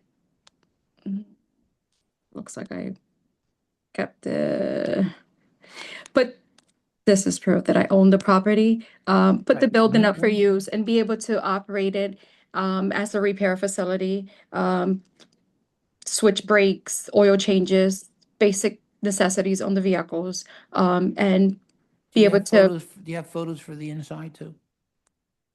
This is the sure. This is the in What it looks like? pretty much what it looks like, the office space, and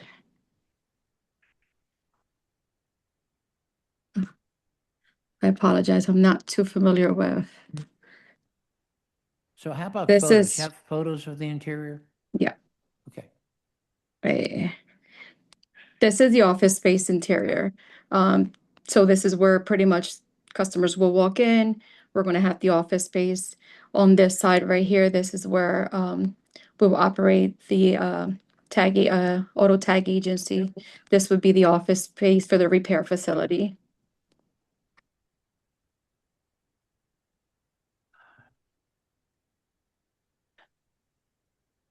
So yeah, What's it's currently being used for? so I have a limousine company that pretty much now operates. We have the building there, but it's more like from home based because of all the changes with the parking authority. But we just use it up to store our cars inside currently. But you want to change it? But I want to be able to now, open up to the public and be able to have income coming in from the repair facility. Okay. Put the place for use and not just have it sitting there. So how many cars can you fit inside? Inside we can fit about 8 to 10 cars in the garage space. And you would sell tires? We don't sell tires. If a car needs a flat tire and have to be switched out, we will switch out the tires. But mainly it's brake and oil changes. Okay. All right. Questions from the board? Yes, did you say you had pictures of the interior space where you're going to be doing this repair work? I saw the pictures of the office spaces, but See that. Honestly, I don't have it Put that- right now put to that- Put that back up again with the office. yeah. I didn't, I apologize. I didn't put pictures inside on my preparation for, See to the right. yeah. The other side.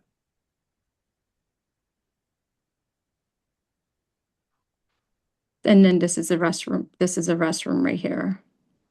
Okay. So you said you're going to do brakes, oil changes, but this is Inspection work, is that part of what you're gonna do?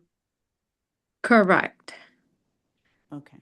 This And is it's the no body fender? no body, absolutely no body and And/or fender. spray painting? Correct. Okay. Now, what are you planning to do with the waste products like the used oil and what have you? Do you have any? We're kind gonna of have a company, we're gonna have a company to handle the disposal properly. Okay, but you don't have anything like that now? No, Okay, all right. Do you have any lifts in the property? I'm not seeing that in the sketch that you have. because we're gonna put lifts, we're gonna install lifts to be able to lift up the vehicles and do the repairs. As of right now, I didn't want to put any more investment because I'm not sure.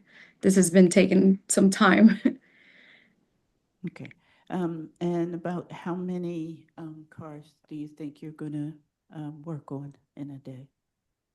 I would say I would say about 2 cars a day. I don't wanna, 2 or 3 cars I mean, we can fit about 8 cars inside, but I would say 2 or 3 cars would be the most. It's not that much work that, it's gonna be out there. Okay, and I don't see any, I don't see context. Is your property on a block by itself? What's it surrounded by? It's it's a mixed commercial use building. I'm on the corner property. There on the same side, there is currently another office space. We have a block right at the next corner. There's another repair facility, a shop. Across the street, there are homes um, on the opposite side of the street. Okay, all right, thank you. Other questions? Questions from our attorney? Hillary Emerson. Not at this time, Mr. Chair. Questions or comments from the virtual audience? No hands. Planning Commission. Michael Gall with the Philadelphia City Planning Commission. The comprehensive plan recommends a change in zoning from CMX2 commercial mixed use to ICMX industrial commercial mixed use at this location. The city rezoned this neighborhood in 1982 in a council-supported map change. In 2012, the city issued a permit for an auto repair shop and equipment and material storage in a building at this location. The City Planning Commission therefore recommends that the board grant the proposed use variances for equipment and material storage yards and building and personal vehicle repair and maintenance. MI 2025-007-118, 4634 North Front Street. I vote yes. Michael Johns, my vote is yes. Cheryl Gaston, my vote is yes. Tanetta Graham, my vote is yes. Ryan McAdams, my vote is yes. Kaya Wynn, my vote is yes. Thank you. Thank you. You have your votes. Thank you. Moving on to number 13, MI 2026-001-099, 4204 Parkside Avenue. Meredith Ferliger is the attorney. I think we have a letter of opposition from the council person, a letter of opposition from the local RCO. Council, could you please state your name and spell for the stenographer? Meredith Ferliger, Ferleger. Do you swear or affirm to tell the truth, the whole truth, and nothing but the truth? Yes, I do. Do you identify your client in relationship to this property? My client is 4204 Parkside Development LLC, and that LLC is represented today by German Yakubov, who is sitting to my left. Our vice chair has a few questions. Good afternoon. Have you submitted your documents and exhibits 5 days in advance of this hearing? Yes, I did. And do you waive the refusal and stipulate to its accuracy? Yes, I do. All right, thank you. You can share your screen to proceed with the case.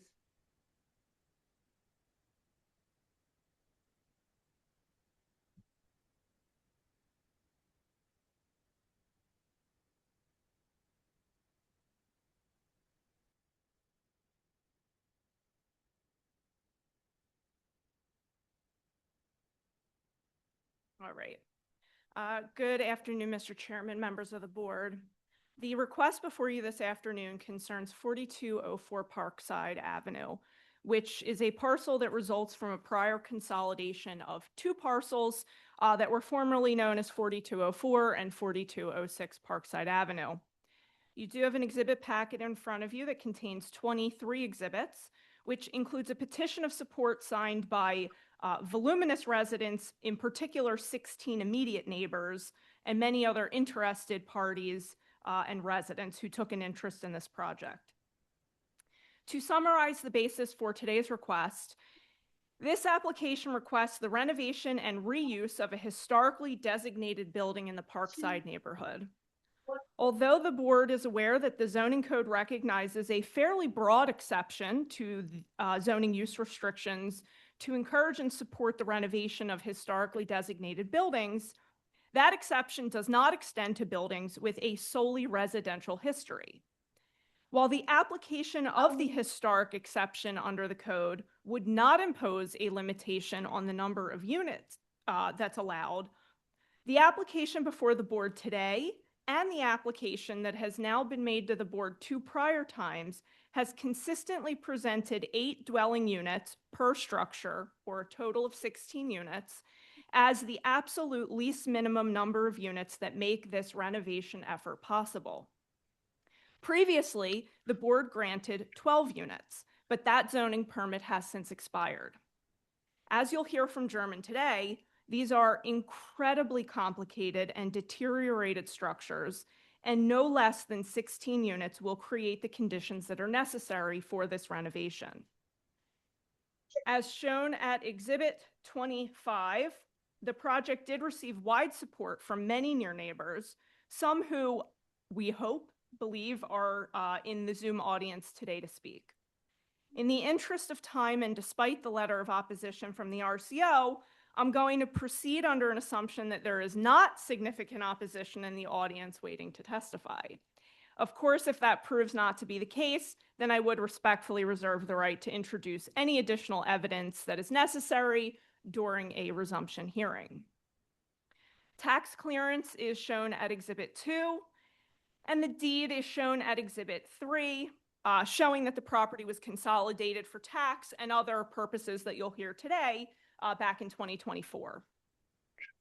By way of background, as you can see on the zoning map at Exhibit 5, the property sits on Parkside Avenue, just a few lots in from the North 42nd Street intersection. As you can see here, the entire swath of land between Belmont Avenue to the left of this image and Girard Avenue to the right of the image is zoned RM1 multifamily. Oddly, the over half mile stretch that I just mentioned was bisected here by a portion of RSA3 zoning, which might have borne some justification if it matched the use of properties in that area. As it stands, that classification is entirely inconsistent with the use of the structures that are in that RSA3 zoned area. As you can see here at Exhibit 7, nearly every single property in the RSA3 portion and beyond is dense multifamily. That density is heightened even further to the east of this property on the 4100 block. Exhibit 6, up on the screen here, is just a snapshot of the city's land use map, which again supports the dominantly multifamily character of this area. Now, looking at Exhibit 10 to start, I've shown some aerials of the property. This is a view of the property that's in question from the rear. Just for context, directly across the street is Fairmount Park. If you zoom in a little bit further, you can start to glean the mass of these historical properties that line this stretch of Parkside Avenue. From the south-looking view, you can see the front of the structures, which are entirely uniform in historical character, basically the entire rest of this block. Exterior photos of the property are shown at Exhibit 11, where again, you'll see the deteriorated condition of these structures that have not been occupied in well over a decade, and have continued to deteriorate due to natural conditions over the course of many years. You can see from the exterior of these extensive structures the historically sensitive renovation that is going to be needed to ensure that the structure is revitalized in harmony with the other buildings on the block. In this next photograph here, you can see that the property itself has a very large side yard that leads into the back. The next couple of photographs further illustrate the condition of the structure that has been diminished over the years by conditions such as fire, vagrants, and just the passage of time. From this image here, I will point out the lower level of this building, which you can see here does sit predominantly above grade. From the back, you'll see the unusual detached stair tower that is a historical aspect of the structure, but is ultimately going to be sealed off from use and left as a monument intended to retain the historical conditions. This was incorporated into a prior variance case, but did ultimately trigger additional variances.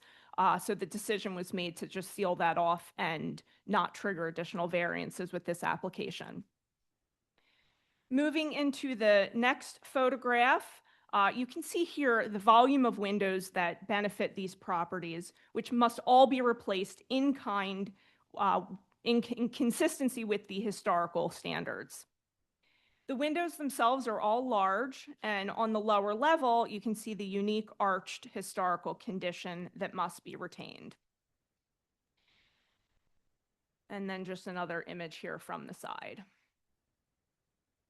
Now, in terms of general context, as I mentioned previously, Fairmount Park is directly across the street.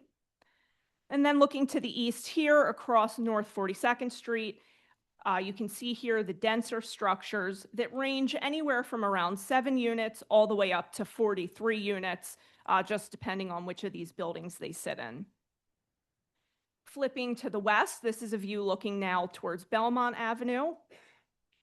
And then the view here is a bit further west down Parkside Avenue, where again you can see here the unique and defendable late Victorian historical character of the block that all have uniform 3-story structures that were designed by the late H.E. Flower.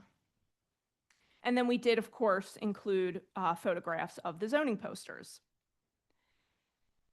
From the interior, I have shown some photographs at Exhibit 14. There are only a few photographs of the interior, as they are so deteriorated that it is quite unsafe and not possible to travel beyond the first level of these structures anymore.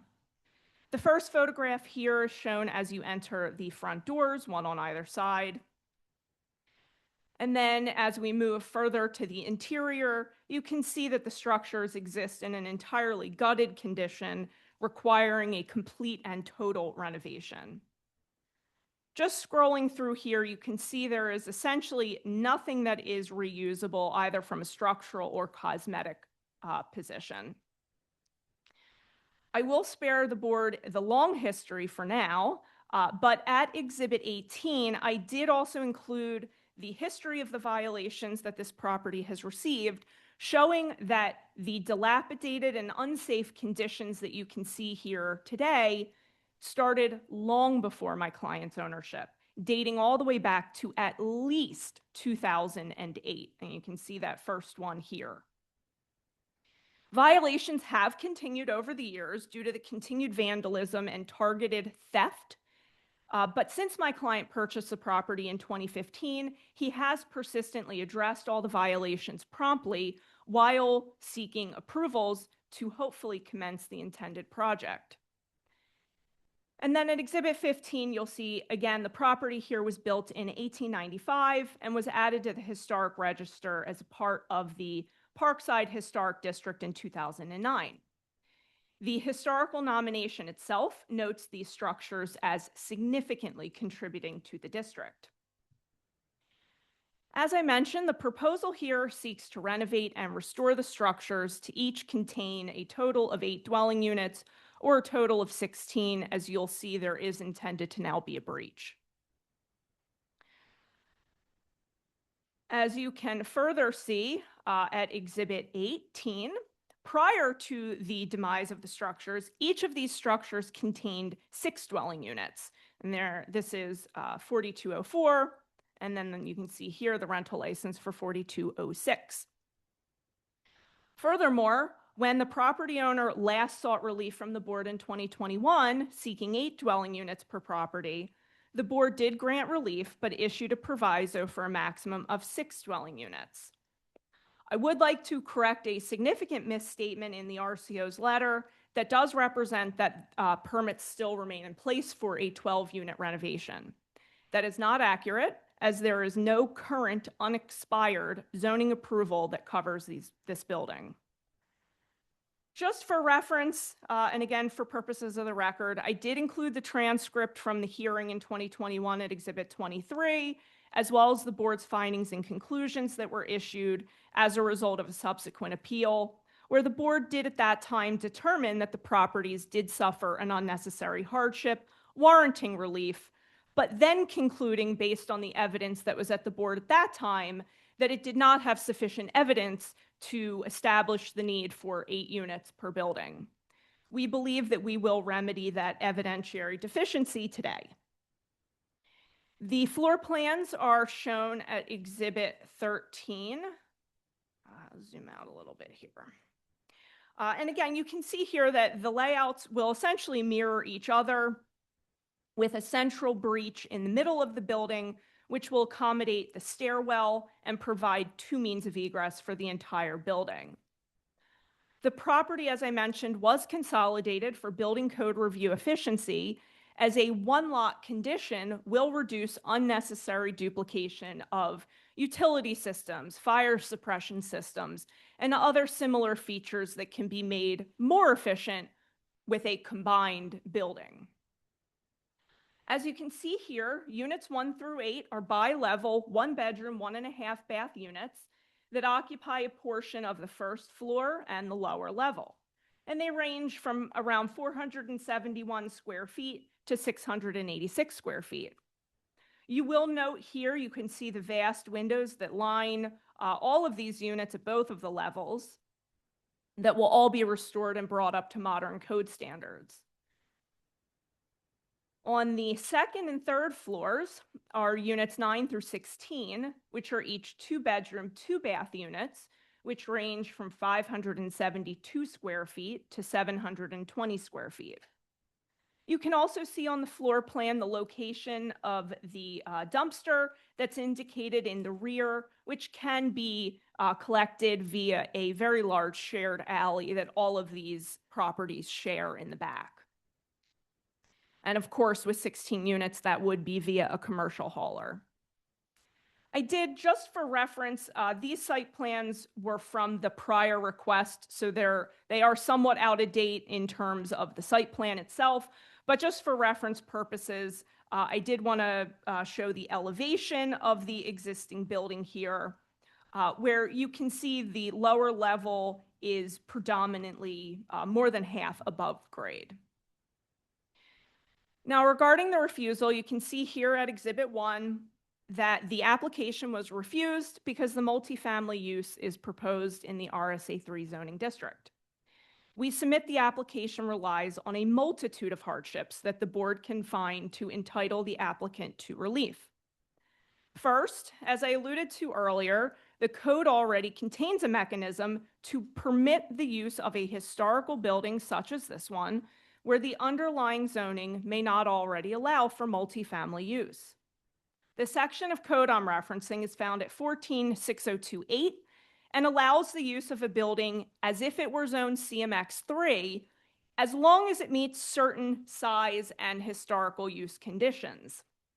Unfortunately, that section of code limits the exception to properties where there was a historical non-residential use of at least 2,000 square feet. So while this building would fulfill the spirit of that section of code, it is deprived of relief under that section. Furthermore, even absent the code historical exception, courts have recognized that zoning boards are given latitude in applying a lesser standard of relief to a historically designated building given the inherent challenges and cost considerations that go into a historic renovation. German will briefly explain some of those cost considerations, which he is considerably qualified to present, as he has just on this very block and in the adjoining neighborhood renovated 4 other historical structures. I did, just for reference, again, include those examples at Exhibit 21. Similarly, the board did see that the RSA 3 zoning classification of half the block is entirely inconsistent with the zoning of all of Parkside Avenue, which becomes even more dense with CMX 3 zoning once you get further west past Belmont Avenue. If the property were zoned RM1, it would be eligible for up to 18 units with bonuses for affordable housing that my client already routinely provides in virtually all of his properties. Dense multifamily uses of historical buildings are also well within the character of the neighborhood, as you could see from earlier evidence. We would submit that the question before the board today is not whether relief is warranted for multifamily, but whether there is any evidence that less than 8 units per building would support the necessary renovation expense. Following the board's 2021 relief granting 6 units per property, my client did proceed to secure a building permit, hoping to start the renovation. However, it quickly became clear that the costs involved could not be supported at the previously granted density, nor could he secure financing to proceed with the project. As a result, the permits have all since expired. Again, for purposes of the record, I have included a case in your exhibit at Exhibit 17 that was recently decided by the Pennsylvania Commonwealth Court, which did deal with a renovation project not too dissimilar from the one that's before the board today. The In Re 3401 Sky Properties case squarely supports the notion that the dominantly multifamily surroundings support grant of relief. In that case, the court specifically found that the redevelopment of blighted and abandoned buildings by their very nature fits a hardship analysis. We do also submit that the relief sought is the least minimum, as the proposed use here is most similar to the character of the surrounding neighborhood. The neighborhood here is dominantly dense multifamily residential with a few single-family homes throughout, and this proposal will bring the building into more harmony with surrounding uses. The Sky case I mentioned shows that the applicant satisfies the least minimum standard by showing that the density is necessary to permit the reasonable proposed use of the property. For all of its decades-long recent history, the properties here each contain 6 dwelling units, which is a small deviation from that which is proposed before the board today. Furthermore, before I conclude, German will very briefly walk you through the financial analysis that shows why 8 units per building, 16 units total, is the absolute least minimum necessary to support relief. If necessary, and as mentioned earlier, we can go into considerable detail on this point.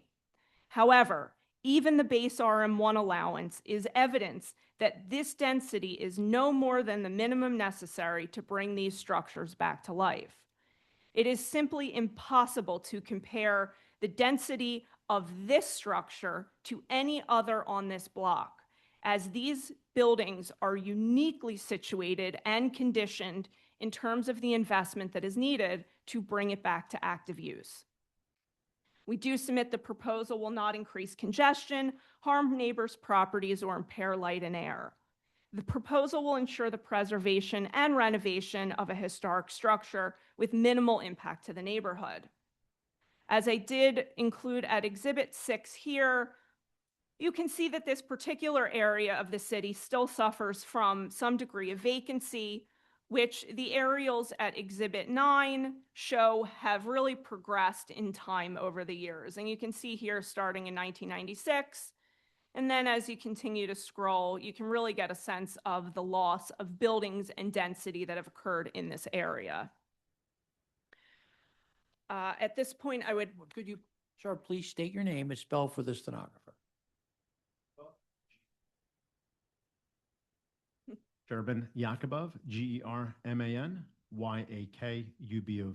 Do you swear or affirm to tell the truth, the whole truth, and nothing but the truth? I do. Counsel?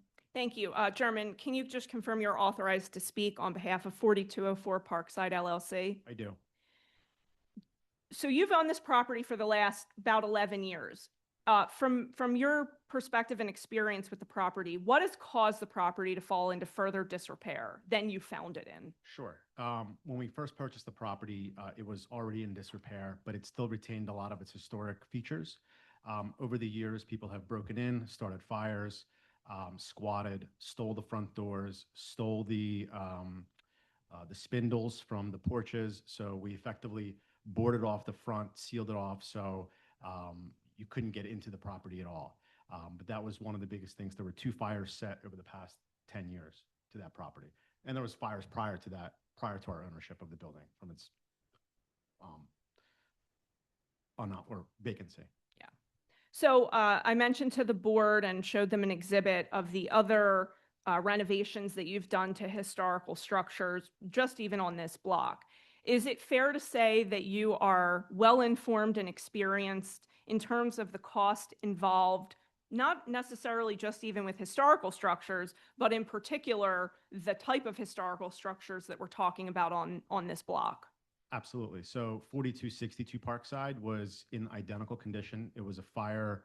The property had a fire. We purchased it, and it was zoned RM1. It's the last historic house on that strip, and we put 7 units in there. By right, we rehabbed the whole place, brought it back to use. 4246 Parkside Avenue was in a similar condition, also historic, also zoned RM1. We didn't have to go to the board. We were able to do it by right. The 2 properties on Viola Street that back up to these properties on Parkside are historic as well. Even though that block is zoned single family, those 2 specific properties had prior triplex uses. So we reactivated those uses and rehabbed those houses. It brought them back to life, as well as restored the historical nature of them by replacing some spindles, the windows, cornices, etc. So you had an approval back in 2021 for 12 units. You secured a building permit. In your own words, why were you not able to move forward with the development at that point in time? Sure. So we hired an architect, we produced the building permit, the building plans, we got the building permits. We went to get financing for them, and we just couldn't. The interest rate went up, the cost of construction went up, and the numbers just didn't make sense. So we were going to proceed with 12 units, 6 in each building. It didn't work. Then we tried to figure out many ways to make it work. And the current proposal that we have scaled back the building in that we consolidated it, so we only have to run 1 sprinkler system, 1 set of utilities. We got rid of the roof deck. We made the building much more efficient, and the only variance we're seeking is the number of units, because that rent needs to justify the cost that has to go in it. Basically, the rents have to support the debt that it has to carry, and it has to carry 1.2, which is 120% of the mortgage payment. And the taxes on these properties and the current interest rate, that's the only thing that it supports, is 16 units worth of rent. So I think the next question I want you to kind of handle in. If I could also Yeah. add. So over the past 10 years, we've had insurance on the property. We're no longer able to insure the property for its building. We're only able to insure it for liability. So if there's anything, again, that happens to the building, we can't get insurance on it. So essentially, if something were to happen to the buildings at this point, there is no insurance coverage that would cover the reconstruction of the buildings in their current condition. That's correct. Okay. So I think I want you to handle this last question I have sort of in conjunction. I wanted you to give the board just a little better of a sense of sort of the scale of the renovation that's needed to this property, and then sort of how that ties into the pro forma, which I will bring up at Exhibit 24, and you can sort of talk through both of those things at the same time. Sure. So these houses are huge. It's about 11,000 square feet across the 4 levels. And on average, it's about $200 a square foot to build. So it'll be over $2 million to renovate these buildings, in addition to the historic elements that we have to replace. The windows in the front, some of them are $15,000 a piece. The two doors are about $15,000 a piece. So all those things have to be done to historical standards. They have to be wooden windows, custom made, which we can't buy anywhere else. So those costs make this project much more difficult than a typical renovation or a typical new construction project. And once again, that pro forma kind of outlays how the rents that we would generate from a 16-unit building, even if it was split in two, versus a 12-unit building that was one building or two 6-unit buildings. And really the only way that it could support the debt would be at 16 units in one building today. I think that's all I have for German right now. Okay. And let me just, you've heard all of the testimony and evidence that I offered in front of the board today. I have. And do you agree that testimony was true and accurate, and would you adopt it as if you had given it yourself? It is, and I do. Are you done? Yes, sir. The lab, back in 21, when it went to 12, wasn't that from years ago the last amount of units, 12, 6 and 6? Correct. Okay. Yeah, but it also expired because it was vacant Yeah. for so long. Right. Yeah. Right. So nothing's been done once you had that from 21 to 26, other than little maintenance like for break-ins and stuff. Right. And you mean to the building? Yeah. Yeah, we've obtained the permit and but we couldn't, we couldn't. execute Questions on from it. the board? What's the configuration of the apartments again? Sure. So there are, on the second and third floor, there are 4 units per floor. And on the first floor and basement, it's a bi-level unit, there are 8. So they're all 1-bedroom units, or is the first floor bi-level is 1 bedroom? Correct. 1 bedroom, 1.5 bathrooms. There's a bathroom on both levels. And the top 2 floors all have 8 2-bedroom units in them. Can you pull up the plans again so we can see them? They're up. Oh, I've got to switch my screen. Okay. I'm going from memory. I mean, I will say, do you have a target tenant that you're thinking of for this building? So in the neighborhood, we have, we're building a 49-unit building, but we already have about 50 units. Mhm. And the majority of those units are PHA voucher holders. Okay. Outside of that, we do have market rate tenants as well. So we accept anybody that is qualified. And is your plan to do the section or HCV vouchers here as well? We will accept the HCV vouchers. We don't Yeah. target them directly, but this is a great location and it's a desired property. It's also literally directly in front of the front door is a bus stop, like literally 2 feet away. So I know, just looking at your pro forma, because I feel like the whole argument here is predicated on the need for the 16 unit Correct. and the DSCR. I'm assuming that you set the rents for this, that they kind of work with a 1 and 2 bedroom for people that are in the voucher program? Correct. Based yeah. on the fair market value in the neighborhood? In fact, these rents are slightly, well, yeah, in some cases they're right in line. In some instances, they're below. So for instance, the 1 bedrooms we performed at around 1,500, PHA pays around 1,690. And the 2 bedrooms performed around 2,000 and PHA pays generally close to that. Good.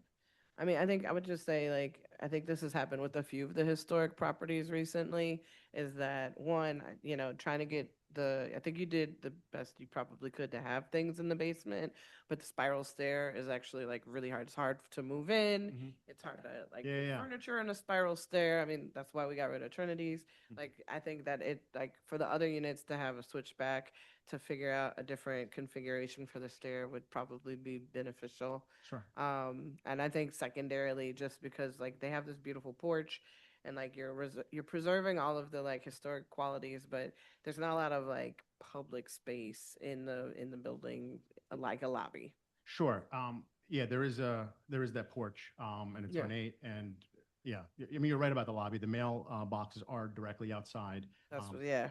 So I was just thinking like 16 units, That Yeah. could be 45 people. Sure. You're gonna have a lot of packages and stuff coming here on a porch that's sort of limited. So we do intend to put an Amazon locker nearby, on one of our other properties, half a block away. Okay. And we've had success in that. And just in general, a common area, there's literally a massive 1,000-acre park out front, including the. That's about the park side. I'm thinking more like bike storage, Sure. people Yeah. with shopping carts, So- things that Yeah, of course. accumulate outside of One of the there. things that we've done at 4262 Parkside is we've put bike racks in the rear of the property. We have a Okay. fence that secures it.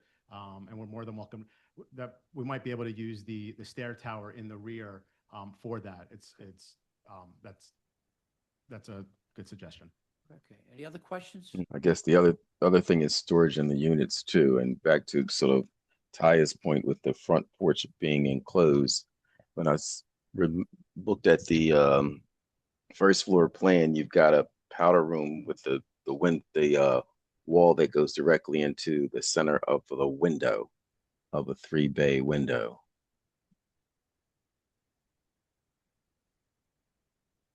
See there on the right. So you've got the powder room, which is a little strange to have the powder Yes. room Yeah. on the floor where the bedroom is and the full bathroom in the basement. Sure. So even though it kind of shows that it's in the middle, there is a mullion or there's a separation on those, in between those windows. They're not just kind of like a full window wall. So that wall would fall within that separation. It's just probably not well shown here. Yeah, but you're gonna have to frost it, Mhm. probably. Correct. Yeah. And it's currently frosted as well for that matter. Okay, all right. Yes, yes. Other questions? Questions from our attorney, Hillary Emerson? Not at this time, Mr. Questions or Chair. Comments from the virtual audience? No hands. Planning Commission?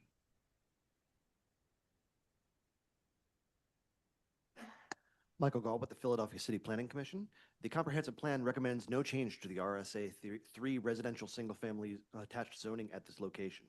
The proposed use, multifamily household living, is in character with the multifamily community along Parkside Avenue. However, the proposed unit count of 16 is excessive for this neighborhood and represents a potential overuse of the site. In 2021, the board previously granted a variance for multifamily use with proviso of a maximum of 6 residential units per pre-consolidation parcel, leading to a 12-unit count on this newly consolidated parcel, which is more appropriate for the property given its size and context.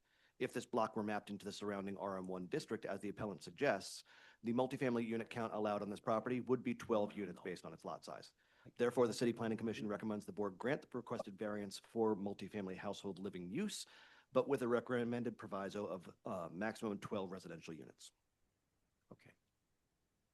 I just want to correct, the RM1 would allow for 18 with the mixed income housing bonus, which I mentioned is something that German would have taken advantage of since he does already provide many affordable units. So I just want to make sure that's clear. So what I want to do with this, thank you for your presentation. We're going to take this back to the executive session and just try to figure out where we stand with this and what we want to do with this, okay? And we'll Understood. look to vote on this next Wednesday at 2 p.m. Okay? Understood. Thank you. Thank you. All right.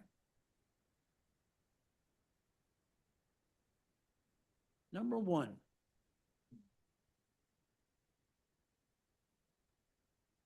MI 2025 004 371 8226 Germantown Avenue. Stephanie Magna is the attorney. Good afternoon, counsel. Okay, could you please state your name and spell for the stenographer? Stephanie Magana, and Is that like mic one? it is, I'm sorry. No, you don't have to be. Stephanie, Stephanie, Magana, Magagana. Right. Do you swear or affirm to tell the truth, the whole truth, and nothing but the truth? Yes, I do. And Hillary, the other attorney's not involved anymore? Is he, Mr. DeMarco Yeah. is representing the adjacent. is he still, property owner, is he Peter still Fox. involved? He's representing the client, but my client has entered into an agreement of sale to purchase that property. We have a letter of non-opposition from Peter Fox in our exhibit What I'm package. saying is, Mr. DeMarco, are you in the audience? I don't. As of this morning, he had not planned to attend. Okay, Yeah, all right. no, I was thank gonna say, you, I do thank not you. see him All in the right. audience. Our vice chair has a few questions. I'll say that Meredith Trago, real quick, is representing from Ballard's Bar. She's representing the other adjacent property owner at 8238 Germantown Avenue. I do expect her to be in the audience. She's in the audience? Yes. Okay. What's her name again? Meredith Trago. Meredith? Yes, I see her there. Yep, she has her She's hand up. promoted. Okay, thank you. You're welcome.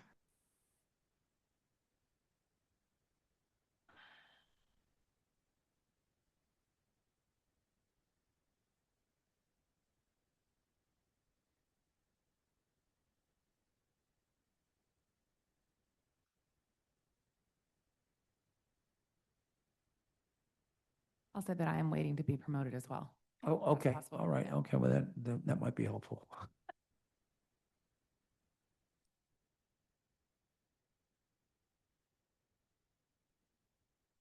Well, our vice chair ask you a few questions while you're waiting. That way we'll get Absolutely. that done. Sure, thank you. Hi, good afternoon. Have you submitted your documents and exhibits 5 days in advance of this hearing? Yes, I have. Okay, and you have a couple of refusals and one referral. So do you stipulate to the accuracy? Yes, we're talking about the latest refusal, which is dated February 18th, 2026. Okay, all right, thank you. Yes. Meredith? Yes, hi. Meredith Hi. Trigo with Ballard Spar. Meredith, just for the record, could you spell your name? Sure, MEREDITH Do you swear or affirm to tell the truth, the whole truth, nothing but the truth? I do. All right, we're getting ready to start, and why don't we start?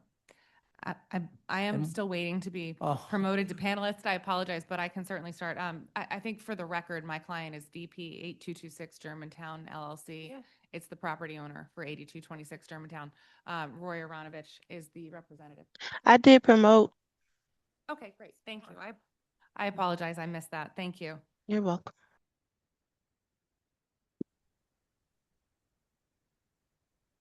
Okay, great. This application is about 8226 Germantown Avenue. We are an RSA 3 lot located with frontage along Germantown Avenue. It's currently landlocked. The site is occupied by an existing historic structure. It was individually designated historically used as a single-family home. Part of a larger assemblage that we believe originally included the two adjacent properties here at 8224 and 8220 and 22 as well at some point in time. But the building that exists now was individually designated historic. The lot is oversized. It's 9,875 square feet, whereas in an RSA 3 district, the minimum lot area requirement is 2,250 square feet. So we're a little over 4 times the size of standard lot. In summation, my client is proposing to restore the existing building that's on the site to restore it to single family use. It had been vacant for several years, maybe 5 or more prior to him purchasing this property. So it is in significant need of repair and restoration to revitalize that use. In addition to that, on the vacant portion of the property, we are proposing to build a new building with commercial ground floor on the retail and 1 unit on the 4 floors. So there will be 4 total new residential units here, in addition to the commercial retail space that's going to front on Germantown Avenue for a total of 5 dwelling units on this lot. This is a current rendering of the project. Roy is going to go into this in much more detail, but this design is the result of a long process with our neighbors to kind of come to what made the most sense.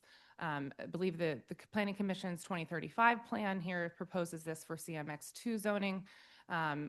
We originally proposed a project that had, I believe, 18 units, which is more in keeping with that CMX2 zoning. We have brought that down, so we are now much more in line with our existing zoning at RSA 3, given the oversized nature of this lot. But I'll allow Roy to explain that because that is a long story. As mentioned, we are seeking several refusals here. One, to allow multifamily use on the property, to allow multiple structures. We are proposing to remove 1 heritage tree, so we are asking for a special exception approval. And we are, of course, proposing tree replacement standards in connection with that request.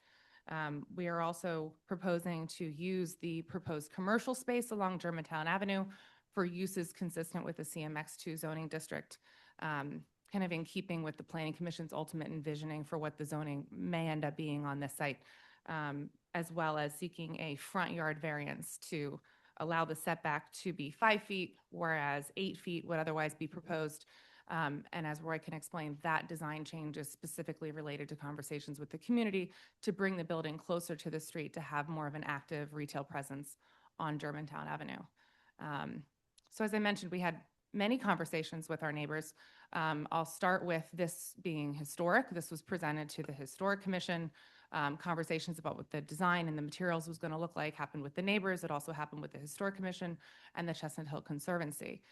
So we had the Conservancy's support for the design kind of in the community engagement process, with some conditions that we engage an archaeologist and we keep communications open with them. Anything that is found on site will be kind of first given to the Conservancy, and Roy has already started that process, having several meetings, making sure that the professionals who is going to be brought on board, they're all working together as kind of this starts. So we've moved with that and are happy to have the Historic Commission bless in concept the design that's being presented today. We also have a letter of support from the Chestnut Hill Community Association. There are provisos to this, all of which are acceptable. The first being that we did hire, as the first condition here, we did hire a traffic engineer to do a traffic study for the driveway that is proposed. So the parking access at this site, as we'll explain, is going to come off of Germantown Avenue through an existing driveway that is shared between 8220 Germantown Avenue and 8224 Germantown Avenue. Roy is under agreement to purchase those two properties as well as own 8226 Germantown Avenue. The easement agreement, there is an existing easement agreement between 8220 and 8224. That will be formalized prior to us pulling a building permit. But the traffic measures, the traffic engineering study that we were requested, we did get. That is in our exhibit package.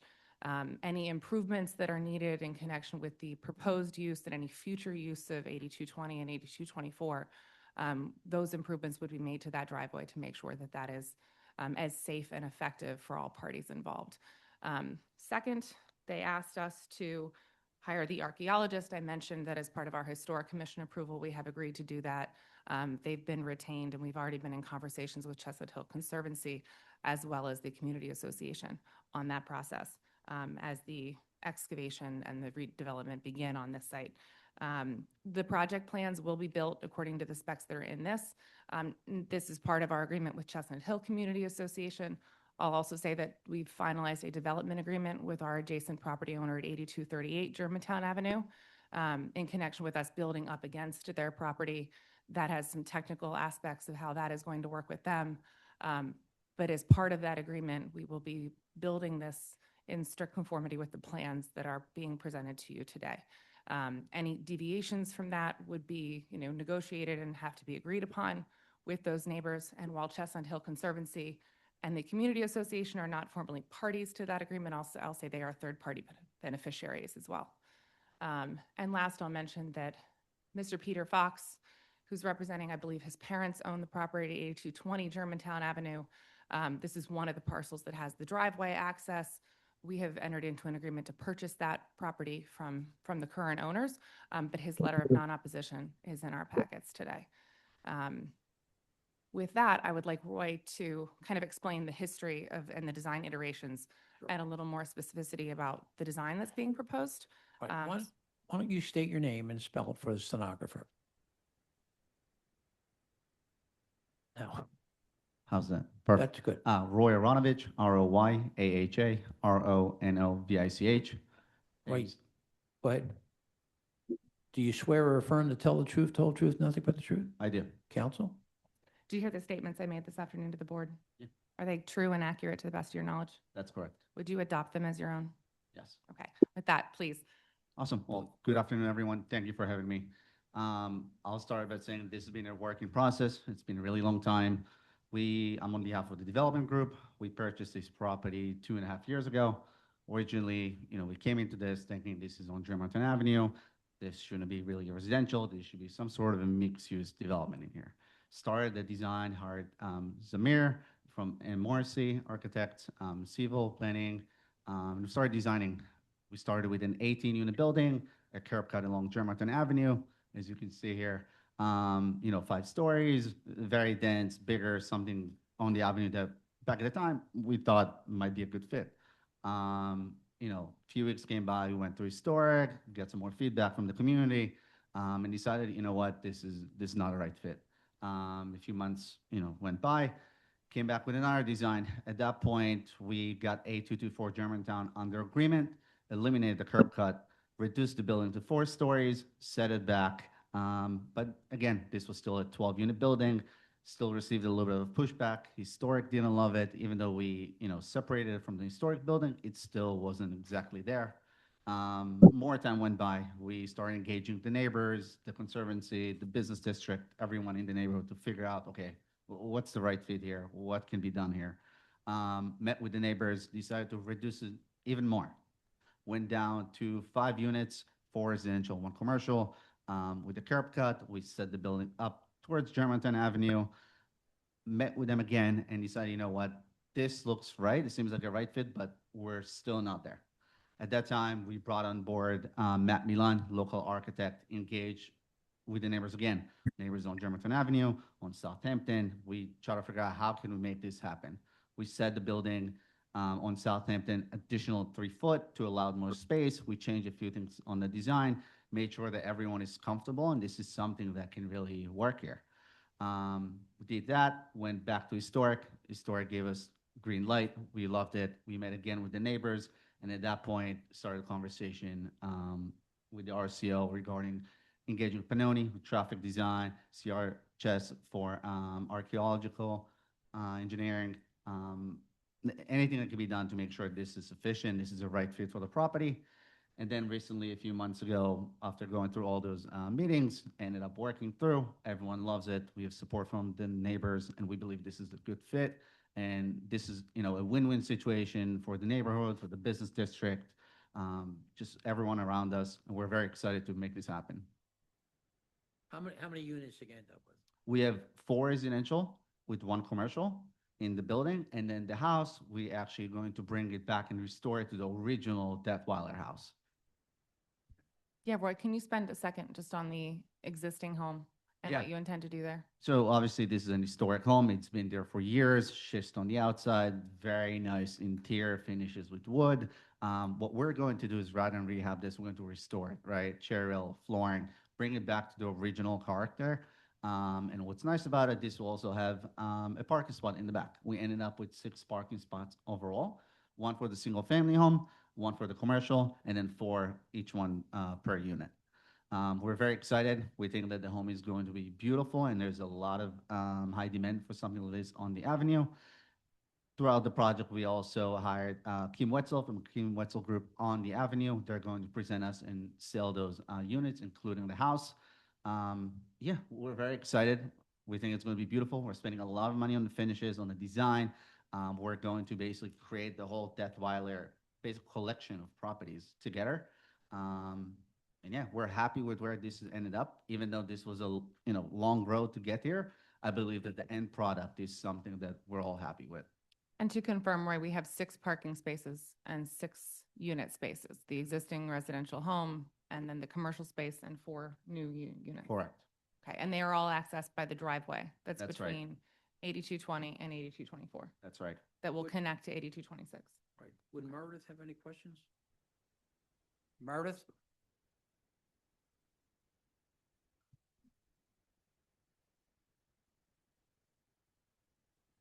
Ms. Trago, do you have any questions for the witness?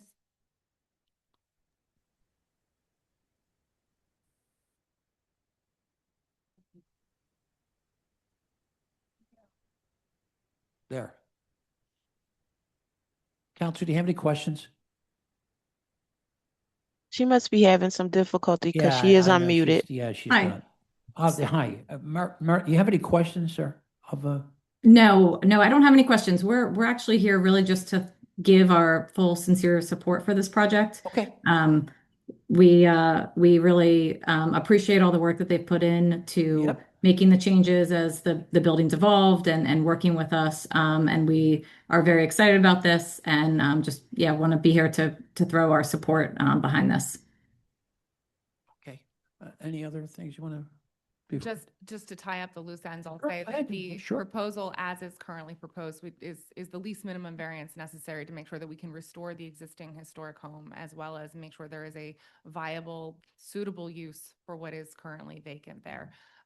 Much care, as you've heard, and consideration has gone into what that use is going to be. I did forget to mention that the proviso that there be no food uses in the commercial space from Chestnut Hill Community Association is completely acceptable. So we'll make sure that that is, an agreeable proviso to limit what otherwise may be a commercial and retail use there.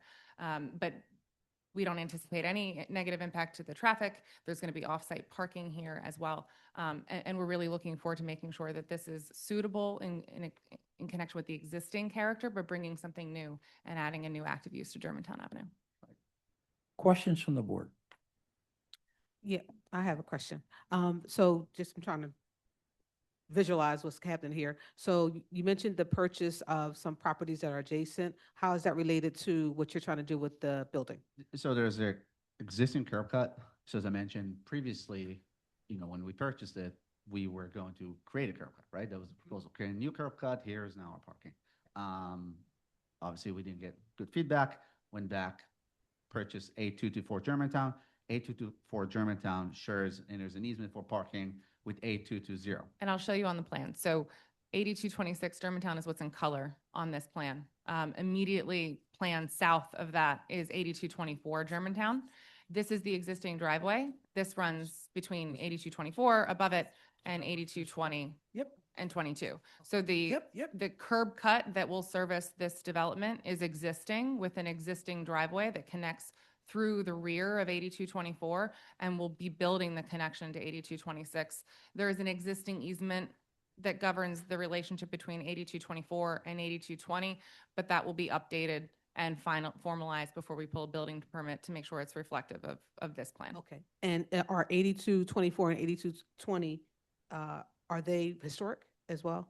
Correct. They're Historic both building? historic, and we do have 8220 under contract as well. Okay. So the idea is that the whole, previously Detweiler community, those three homes are going to be all restored and all together as one, There's no proposed development on either of those. As you mentioned, both development plans would need to go to historic, and to the extent they need any variance relief, they would come back to this Okay. board.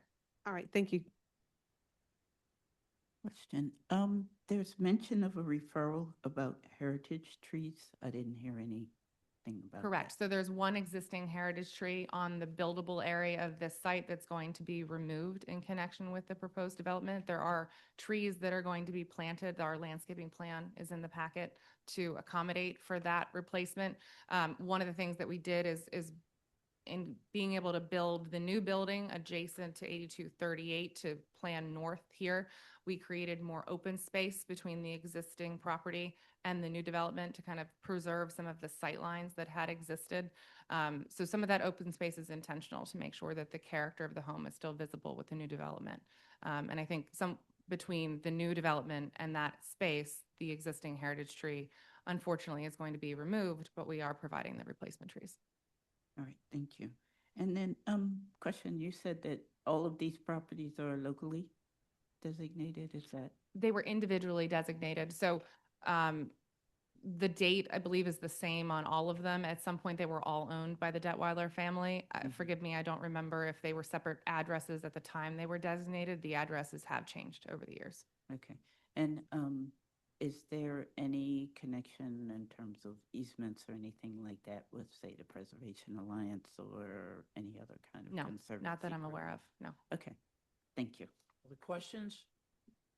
Questions from our attorney, Hillary Emerson. Sorry, not a question, but just in terms of the food-related proviso from the RCO. Sorry, just scroll back here. So the only food, and if we're just looking at the commercial services use is not like retail sale of food, beverages, and groceries. I mean, that would be by right, so that could be part of the proviso too.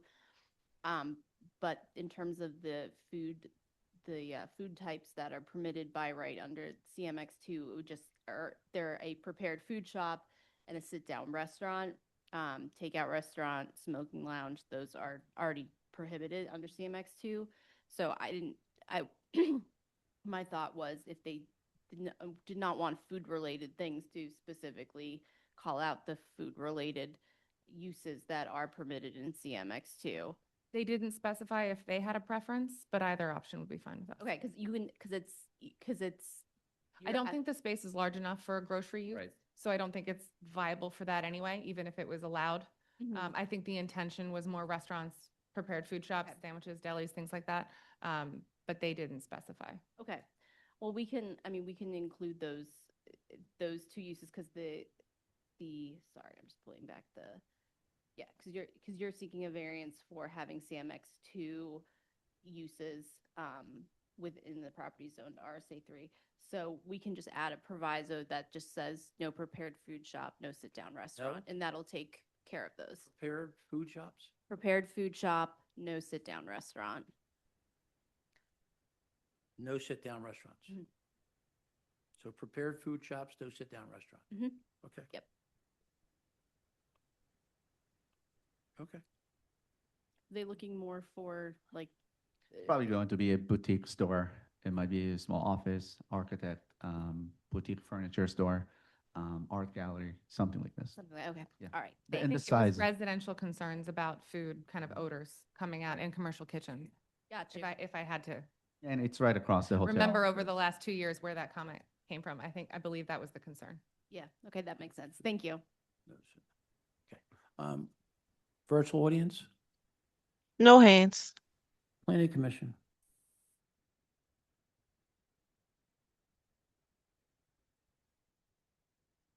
Michael Gall with the Philadelphia City Planning Commission.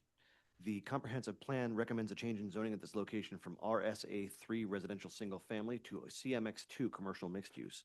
The proposed uses would be allowed in the Upper Northwest District Plan's recommended zoning for this site.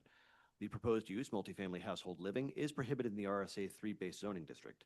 This project also requires a special exception for heritage tree removal. The appellant has met the standards for the special exception for heritage tree removal. Therefore, the City Planning Commission recommends that the board grant the requested special exception for heritage tree removal and the proposed use variances for multifamily residential, multiple principal uses allowed in CMX2, and the proposed dimensional variance for minimum front yard depth. MI 2025-004-471-8226 Germantown Avenue. I vote yes, proviso, per amended refusal dated February 18th, 2026, and also proviso, prepared food, no sit-down restaurant. No prepared. Sorry, yeah, No sorry. prepared food. no sit-down Or restaurant. no, or Is that sit-down better? restaurant. Yep, yeah, there you go. Barbie? Yeah. Michael Johns, my vote is yes with proviso. And I just want to say it's a great project and it shows what you can do, what developers can do when they work well with the community. So good job. Thank you. Cheryl Gaston, my vote is yes with provisos. Tanetta Graham, my vote is yes with provisos. Ryan McAdams, my vote is yes with provisos. Hi, Owen, my vote is yes with provisos. Thank you very much. Thank you. Thank you. Number 2, Sorry to interrupt. MI This is- 2025-005-417-1110 Wagner Avenue. Jermaine Harris is the attorney. Mr. Chair, this is Ian Hegarty. I'm sorry to interrupt. If Oh, we I'm could- sorry. We'll do the other one, right? If we Yeah, here could go. please, All right. I'd like We're going to to, switch. I'll tell them. I think I have it. thank you. We're going to switch to number 4. No, number 4 on the 330 list. We don't have, we just have an interpreter here, so we need that. Number 4. Yeah. MI 2025-007-961, 6058 Castor Avenue. We have a Spanish interpreter for this? Portuguese. Portuguese? Mhm. Portuguese interpreters here. Could you please state your name and spell it for the stenographer? Yes, my name is Miguel Tapadas. That's Miguel. Last name T, Tango A, P, Paul A, D, Delta A, S. Do you swear or affirm that you will interpret accurately, completely, and impartially from English to Portuguese and from Portuguese to English? I do. Okay. So now we call the people here, right? So,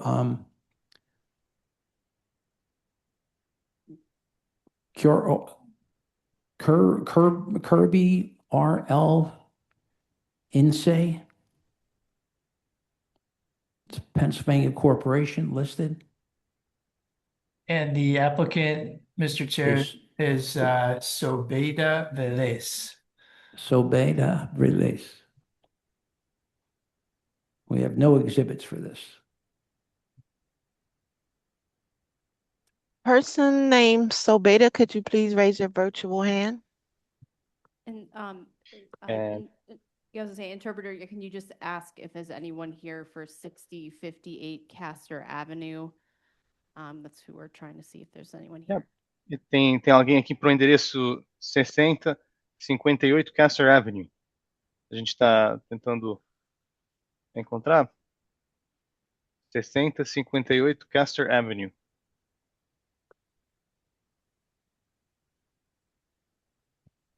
There are no hands raised at the moment. Thank you, interpreter. You're welcome. We'll continue. That's okay? Continue, all right? Yes, So- to I- a 9:30 slot. 9:30, 2026, right? Yes. Well, but at 9:30, the time, we did continue it to a 9:30 a.m. list because Yeah, there's an yeah, interpreter. 9:30 a.m. list, you're saying? Yes. That's not what he has, but I'll do what you say, right? Mr. Hegarty, should we put this on September 30th at 9:30? Yes, please. Okay, thank you. All right. So MI 2025-007-961-6058 Castor Avenue. This has been moved to 9/30/26 at 9:30 a.m. Thank you, interpreter. Thank you so much for getting on. You're welcome. So that means I'm dismissed, correct? Yeah, so you can just, Could you say what we just said? yeah, can you just interpret the new date into the record in case someone comes back Sure, and listens to the absolutely. recording? Thank you. 9/30/26. Então, a gente vai então colocar para dia 30 de setembro, às 9h30, do 6058 Castor Avenue. Foi mudado então para 30/9/2026, às 9h30. Thank you. Thank you very much. You are dismissed. You're welcome. I hope you have a lovely day, everyone. Thank you. Let's go to number 2.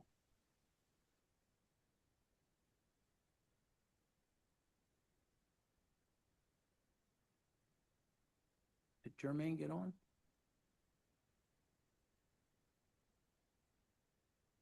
Number 2, MI 2025-005-417-1110 Wagner Avenue. Jermaine Harris is the attorney.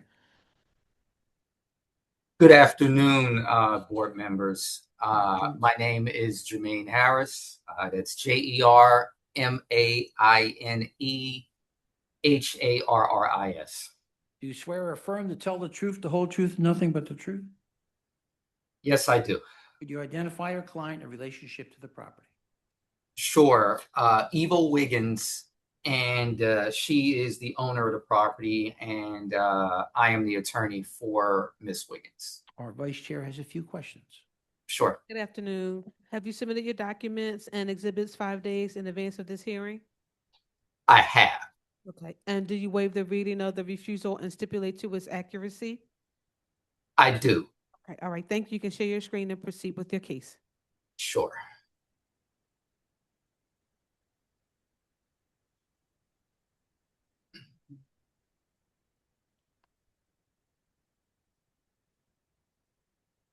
Is my screen shared?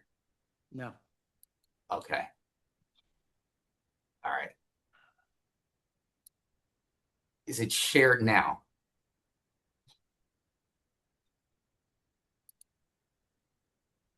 Okay. Yes, sir. Okay. All right. All right. So this is regarding the property of 1110 Wagner Street.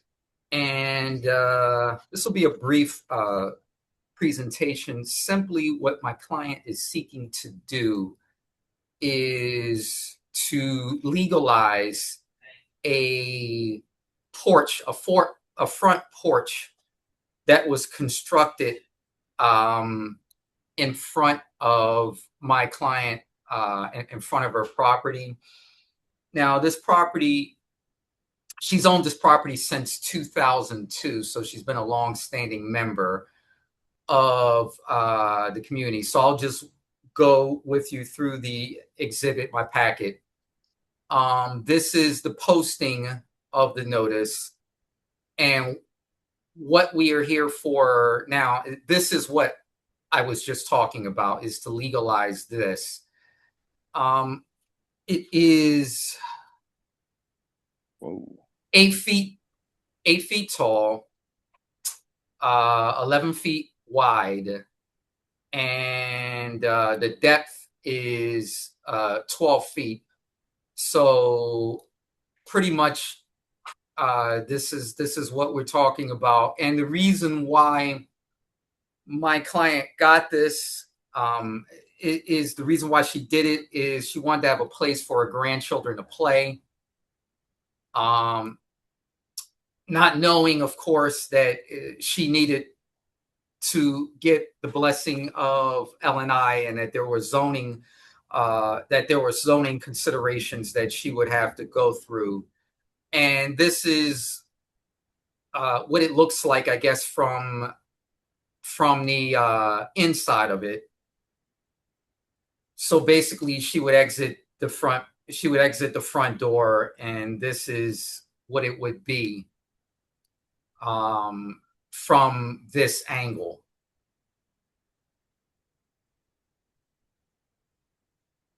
This is the refusal, and the plans basically just state exactly what I just said, which is that it's 8 feet tall, 11 feet wide, and the depth is 12 feet.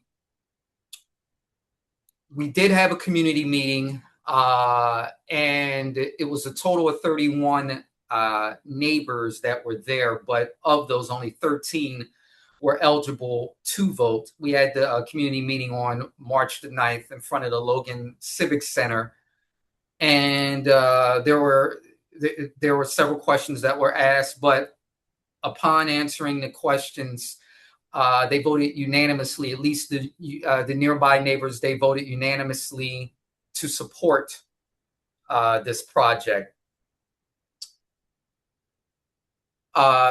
Tax clearance. Again, this property's been owned since 2003, so over 20 years. And I would like to call my client to adopt the testimony, if I may. Sure. Okay, Ms. Wiggins, could you raise your hand, please?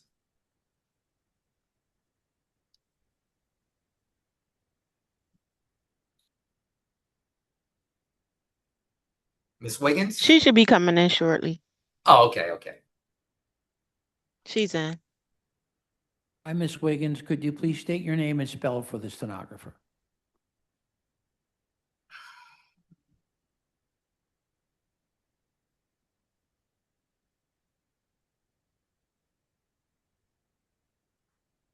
Miss Wiggins, can you unmute yourself, please? Eva Wiggins. Can you hear me? Hi, yes. Could you spell your name for the stenographer? Yes, EVAWIGGINS. And if possible, Ms. Wiggins, could you put your video on? And do you swear or affirm to tell the truth, the whole truth, and nothing but the truth? Yes. Thank you. Okay, so Ms. Wiggins, did you hear the testimony that I just gave to the zoning board? Yes. And do you agree or do you adopt this testimony as if you were called to testify about this project? Yes. Do you have anything to add? You don't necessarily have to, but if there was anything that you could say, that you wanted to say, is there anything that you would say? Or you're fine just standing on what it is that I've presented to the board? Just that I have grandchildren, and the block that I live on is very busy. It doesn't have speed bumps, and they fly up and down the street like it's a expressway. And having this deck gives me the opportunity to oversee like some of the other porches a little bit where they hang out at, and I'm able to keep my eyes on them, and that's a comfort to me. And and it helps keep them safe, from what it is that I see on a daily basis around here. And that's it. Okay. If there's any questions, we would open it up for any questions Sure. that I may ask. Ms. Wiggins, are your next door neighbors comfortable with this project? Yes, they are. All right. Questions from the board?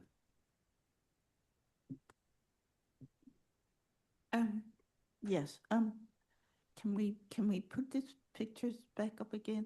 Okay, sure. I'm sorry. Let's do my screen share.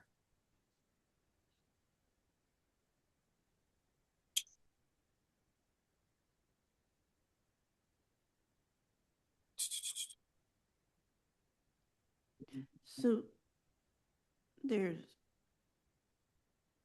there what is this is just a concrete like platform? Is that what I'm seeing, or? Yes, that's the exterior of it. And then the interior, this is what it looks like on the interior. So that's just on top of that? Yes. Okay. Mm-hmm. And to put that in, did you have to cover up any windows or anything? Is this does this encroach on the public footway? It's hard to tell what. Well, Miss Wiggins, I believe that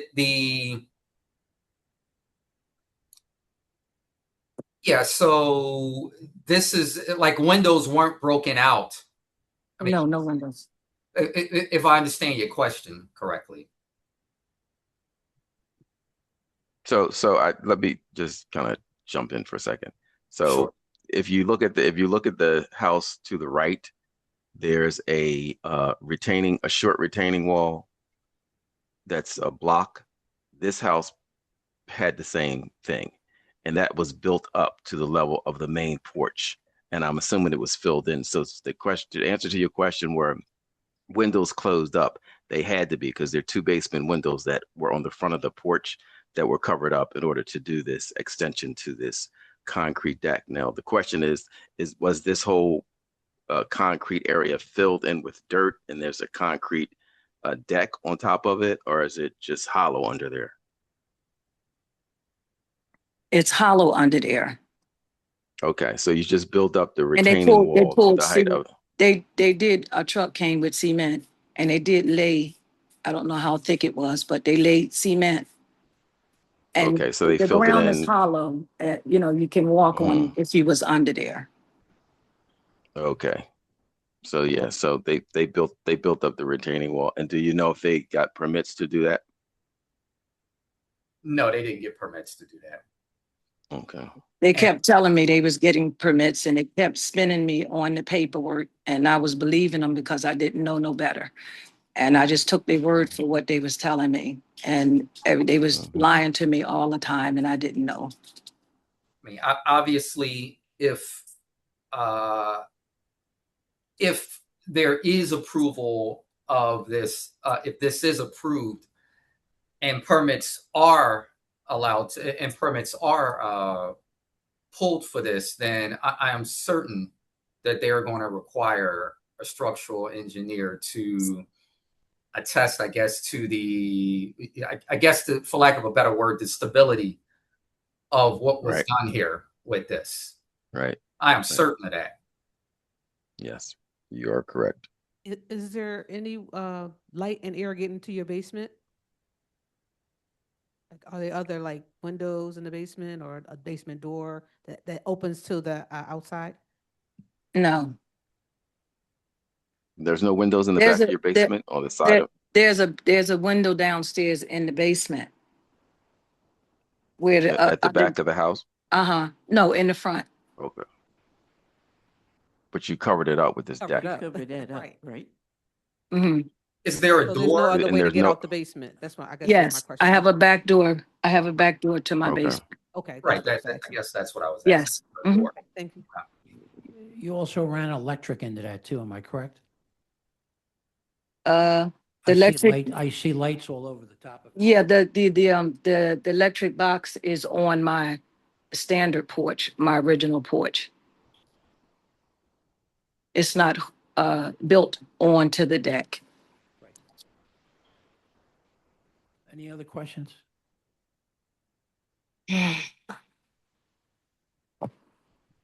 Questions or comments from our attorney? Um, so I am concerned this is a little bit in the right of way. Have you, I don't know, if a surveyor is the appropriate person, but have you had somebody look at that? Because typically if something's in the right of way like this, it requires a council ordinance. Is Yes. that really in the right of way if the steps are, if they're at the edge of the Stops steps? Oh, It looks like it Yeah, it extended a stops at little the steps. past. It stops at the steps. It's not like in the walkway or exceeding my steps. Maybe a couple inches.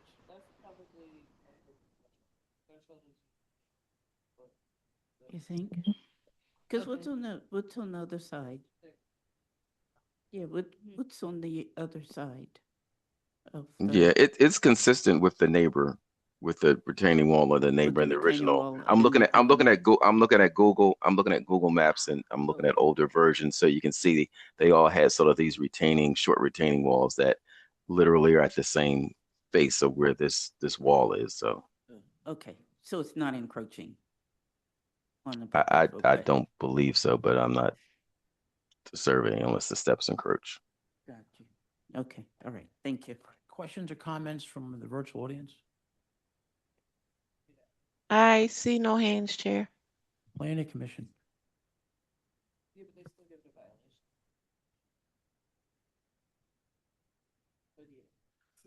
Michael Gall with the Philadelphia City Planning Commission. The comprehensive plan recommends no change in zoning at this location from the current RSA 5 residential single-family attached. There is no unique circumstance or condition of the property that would prevent it from being used in strict conformance with the zoning code. Therefore, the Planning Commission recommends the board deny the requested variance for walkout deck. So Jermaine, we're gonna stop and talk about this. We'll vote on this next week at 2:00. Okay, And thank you for your presentation. thank you. Number 3. Okay. Number 3, MI 2025-007-117 1650 to 60 Van Dyke Street. Daniel Treat is the lawyer. Darlene.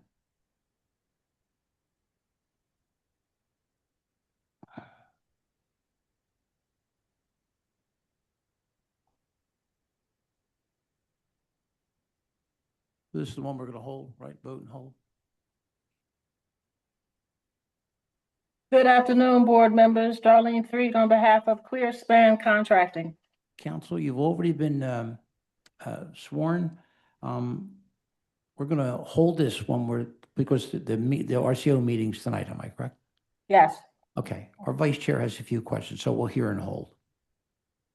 Good afternoon. Have you submitted your documents and exhibits 5 days in advance of this hearing? Yes, I have. And do you waive the reading of the refusals and stipulate to their accuracy? Yes. All right, thank you. You can share your screen and proceed.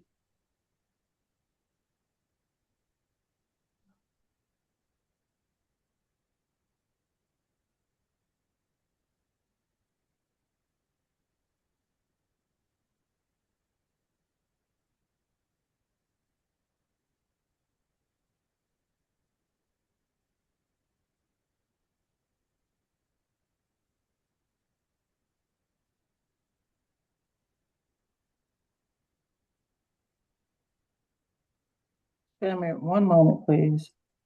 George, take your time.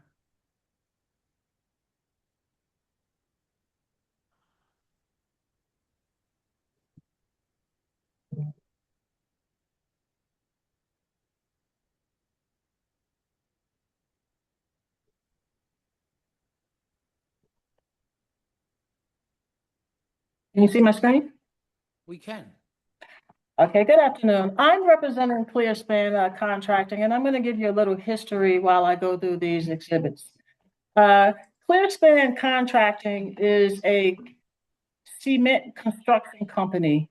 They are located currently at 2205 Wakeling Street, and they would like to move their entire businesses over to 1650 to 1660 Van Dyke Street.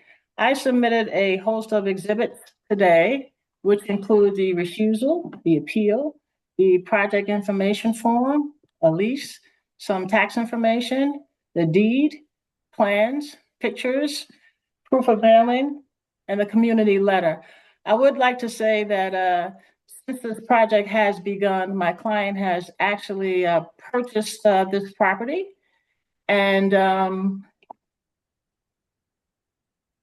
plans to move their entire organization over that way. So ClearSpan Contracting has been in business since 1990, and currently they operate on an acre of land at 2205 Wakeling Street. Currently, they have about 75 to 80 employees.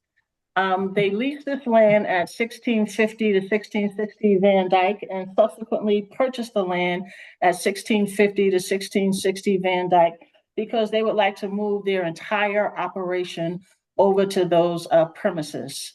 Now, I'm going to just go through the refusal very shortly because it's a little confusing.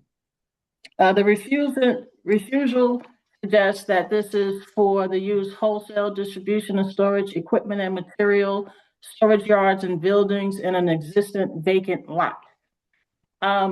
I'm going to show you a map of a bunch of addresses. Today, though, the only address that's before you is 1650 to 1660. What we would actually like to do is build a plant on this lot, but not a plant in the regular sense of a building with machines and stuff inside of it. What we would like to build on this lot is what we call a cement batch plant.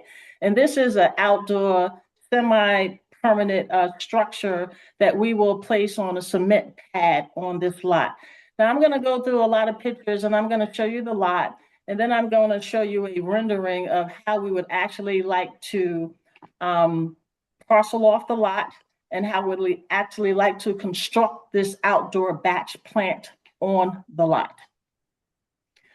So first, I'm just going to show you, of course, we filed the appeal to the board.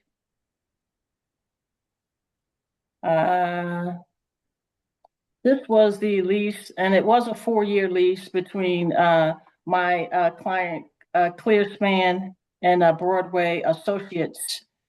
But again, we have subsequently purchased this property.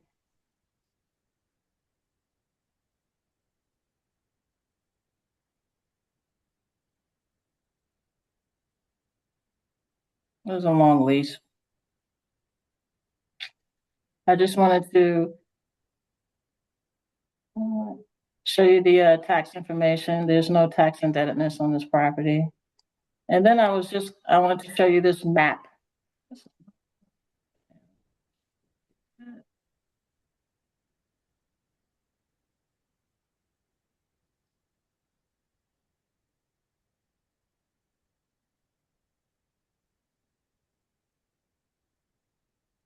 So this is really not the best picture, but I'm going to show you additional ones. This is the property in question here. There are a number of addresses here that I'm going to show you specifically a little later, but this is what the area looks like, and specifically,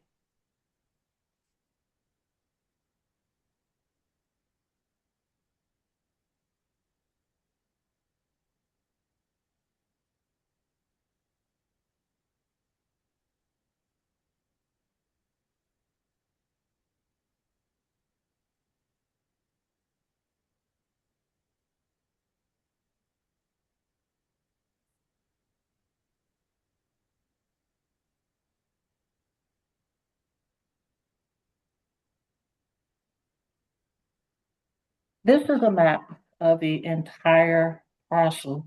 Now, these buildings are not the subject of zoning today. It's just this particular parcel, which is 1650 to 1660. This is really just an open space that used to be used by these buildings for parking, etc.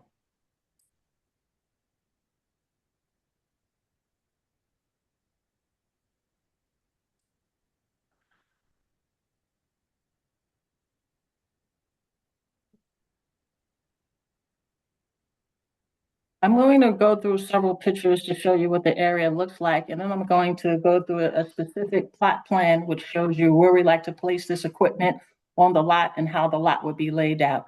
This right here is Van Dyke Street going towards Carsdale Street. It's pretty empty. On the left-hand side, the buildings that you're looking at are 1612 to 1644. They're not part of this application, but they are owned by my client.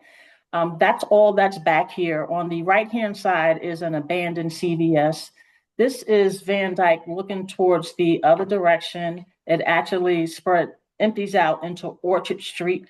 On the left-hand side, where you see the little awnings, is a sign company, which is the only other business back here.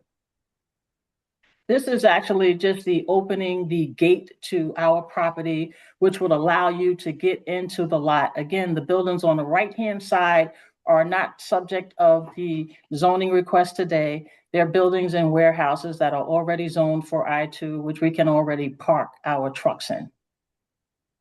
This is just a better look at the whole street from Van Dyke. I wanted to show you the posting, and I wanted to show you some of the blocking that we have, barriers on the fencing around the property. Just another look down Van Dyke Street, Van Dyke Street.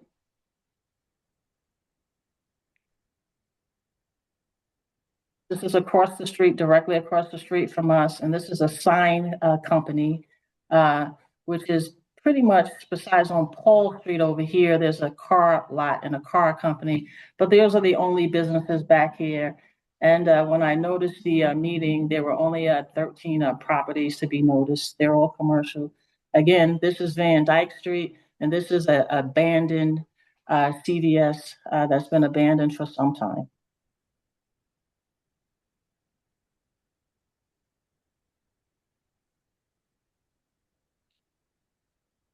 So here is our entire lot, which we would like to place the batch cement plant on that apparatus. And I just took a few pictures of the lot to show you the scale and how large it is. It's actually 44,400 square feet.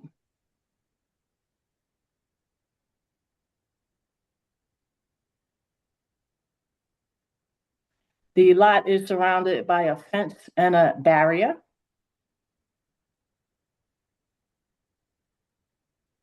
And earlier when I went out to the lot, it was still a little bit snow covered. But this is basically the lot and the surroundings. So now I really want to go to what I call the rendering, which would really explain what we would like to do here on these premises. Here is the entire site plan.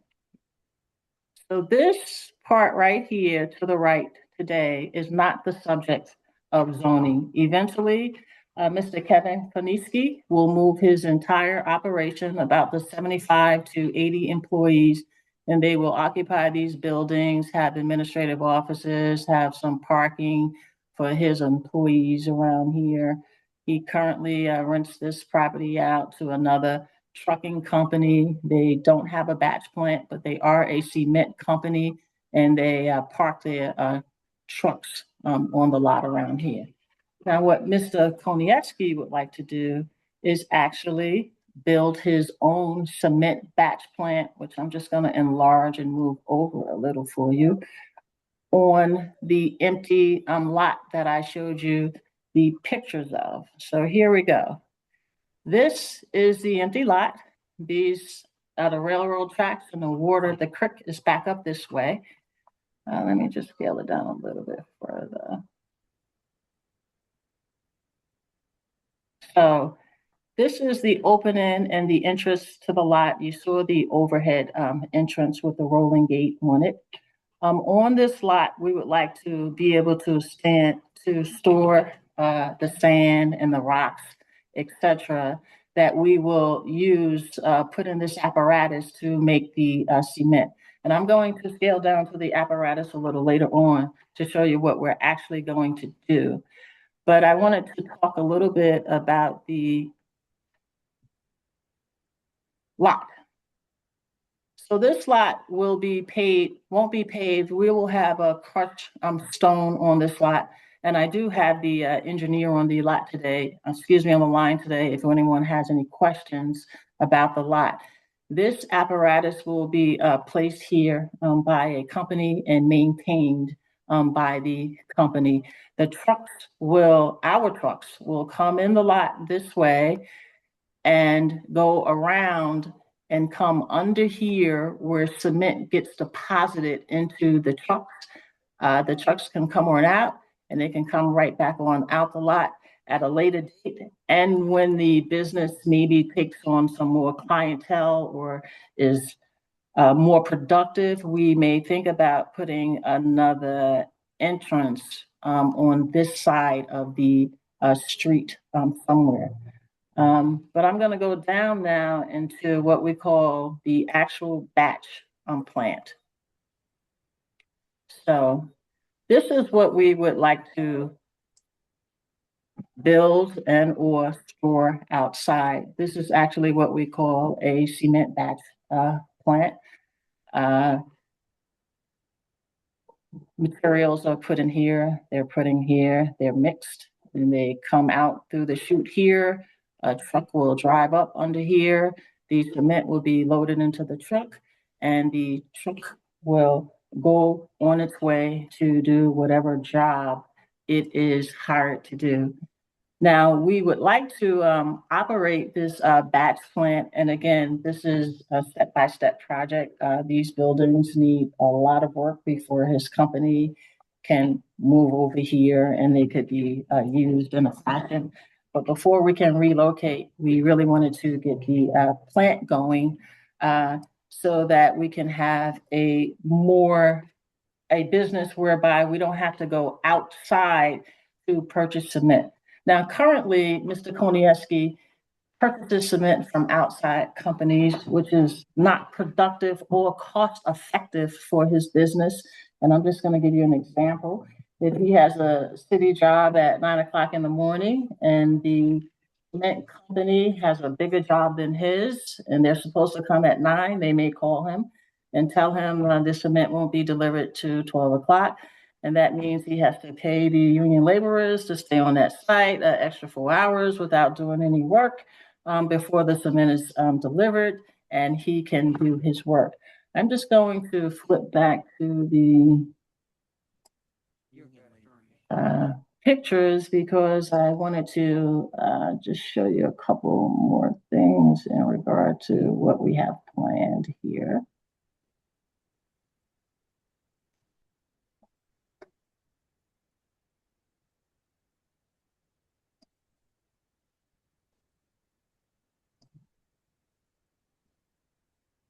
So there are a lot of concerns in regard to having this type of operation at this facility. One of the first concerns is the dumping. And in one or two of the pictures that I showed you previously, you can see there's a dumping problem in this area because there are not really many businesses.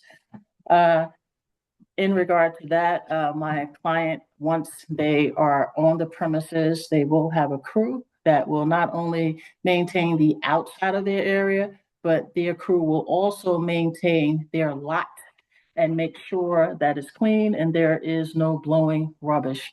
Additionally, there is fencing around the whole lot, which would lead to the creek, as well as a cement wall, which stops the blowing of rubbish. That's not it. And or trash. Additionally, there is security cameras located all around the perimeter of the buildings. The security cameras are actually connected to a telephone, and they actually send messages when something is happening in the area, whereby someone can come and check and see what's happening. There are also a security camera in the yard currently, just to monitor the conditions of the yard and what's going on at the site. In regard to the structure or the pavement or the surface of the yard, currently there is crushed stone on this yard. If I go back to the rendering, I can show you there's also currently a cement pad in this yard.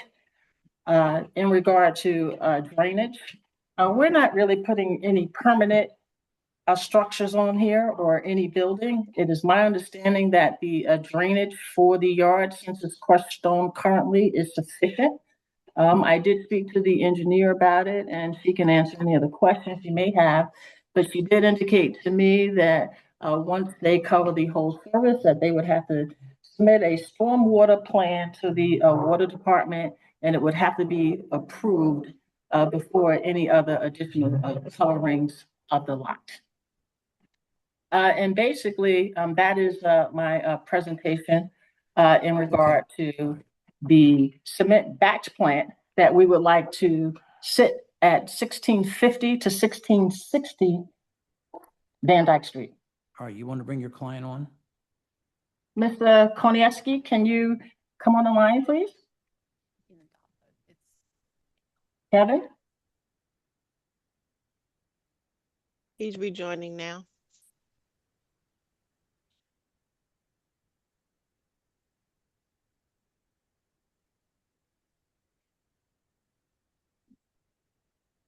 Give it to Ryan.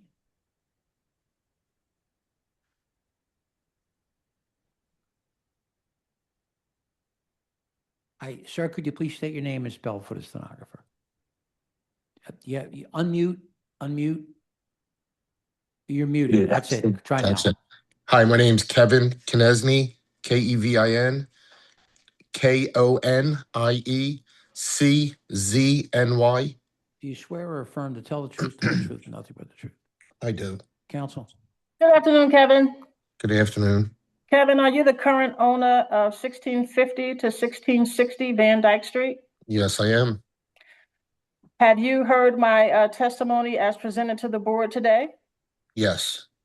And if you were to testify today, would you be able to adopt my testimony as true and correct, Kevin? Correct. Thank you. Questions from the board? Amigo, Yeah, go ahead. Well, hold on. Yeah. Our attorney would like a question. So Ms. Threet, unfortunately, I think this refusal is completely wrong. Oh, boy. Yes, so a storage use would be like keeping trucks there. This is production. This is considered an industrial use. And also I think the structure to hold the sand and perhaps the structures that want to be installed for the concrete production, those probably also need zoning permits as well. None of this was in materials that were submitted to L&I with the zoning permit application. So unfortunately, if the board did grant the variance here, all you'd be able to do with this property would be to store materials and vehicles and that sort of thing. You couldn't actually do production because that's a different use. You also, in order to set up all of this, that probably would need additional permits for structures too. Yeah. And that's what I was thinking, because outdoor structures like this, that's what they're considered. Like I've had. Can you speak up a little louder, please?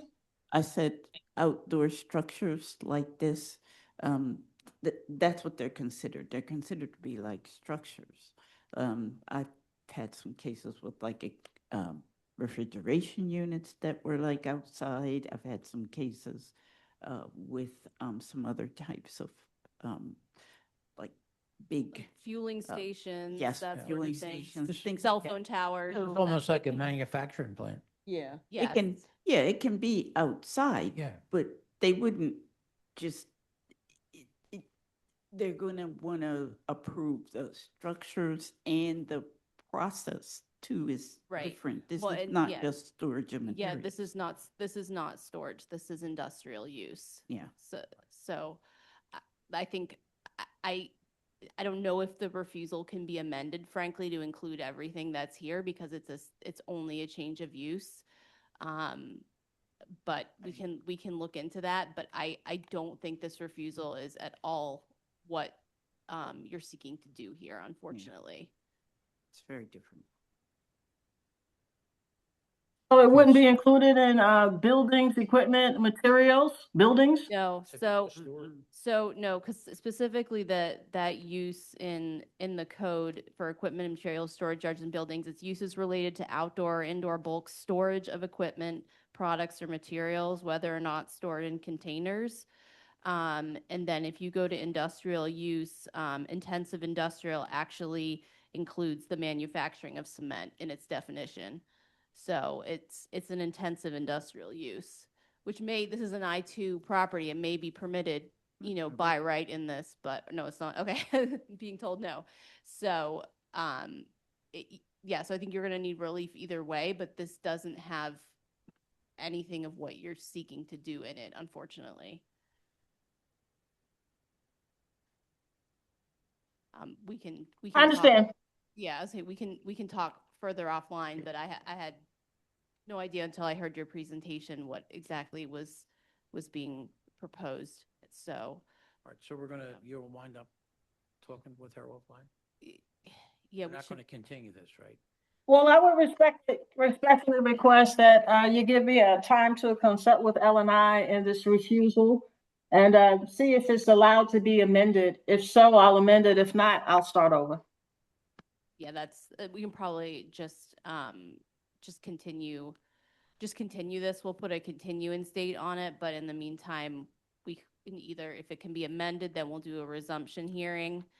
Actually, let's set a resumption date. And at that point, we can either resume it with an amended refusal or it'll be withdrawn and we'll need to do a new application. Resumptive date of 9/15/26 at 9:30 a.m. Commissioner, if I could, is it possible we could get a July date? Because it'll be a yes or no whether or not it could be. Council, this is what I would recommend you do. Call the office Mm-hmm. and tell them your situation. All right. Okay? Thank you very much. Thank you. Thank you. Thank you.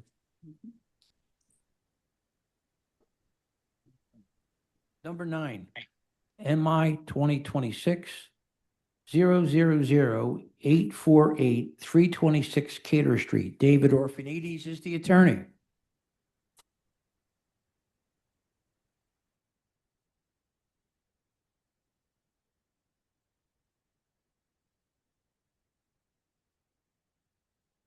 Support from Support from Queens Village Neighbors Association.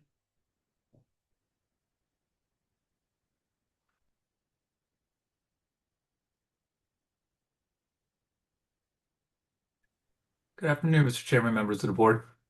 Could you please state your name and spell it for the stenographer? Certainly, my name is David Orphanides. The last name is spelled Orphanides.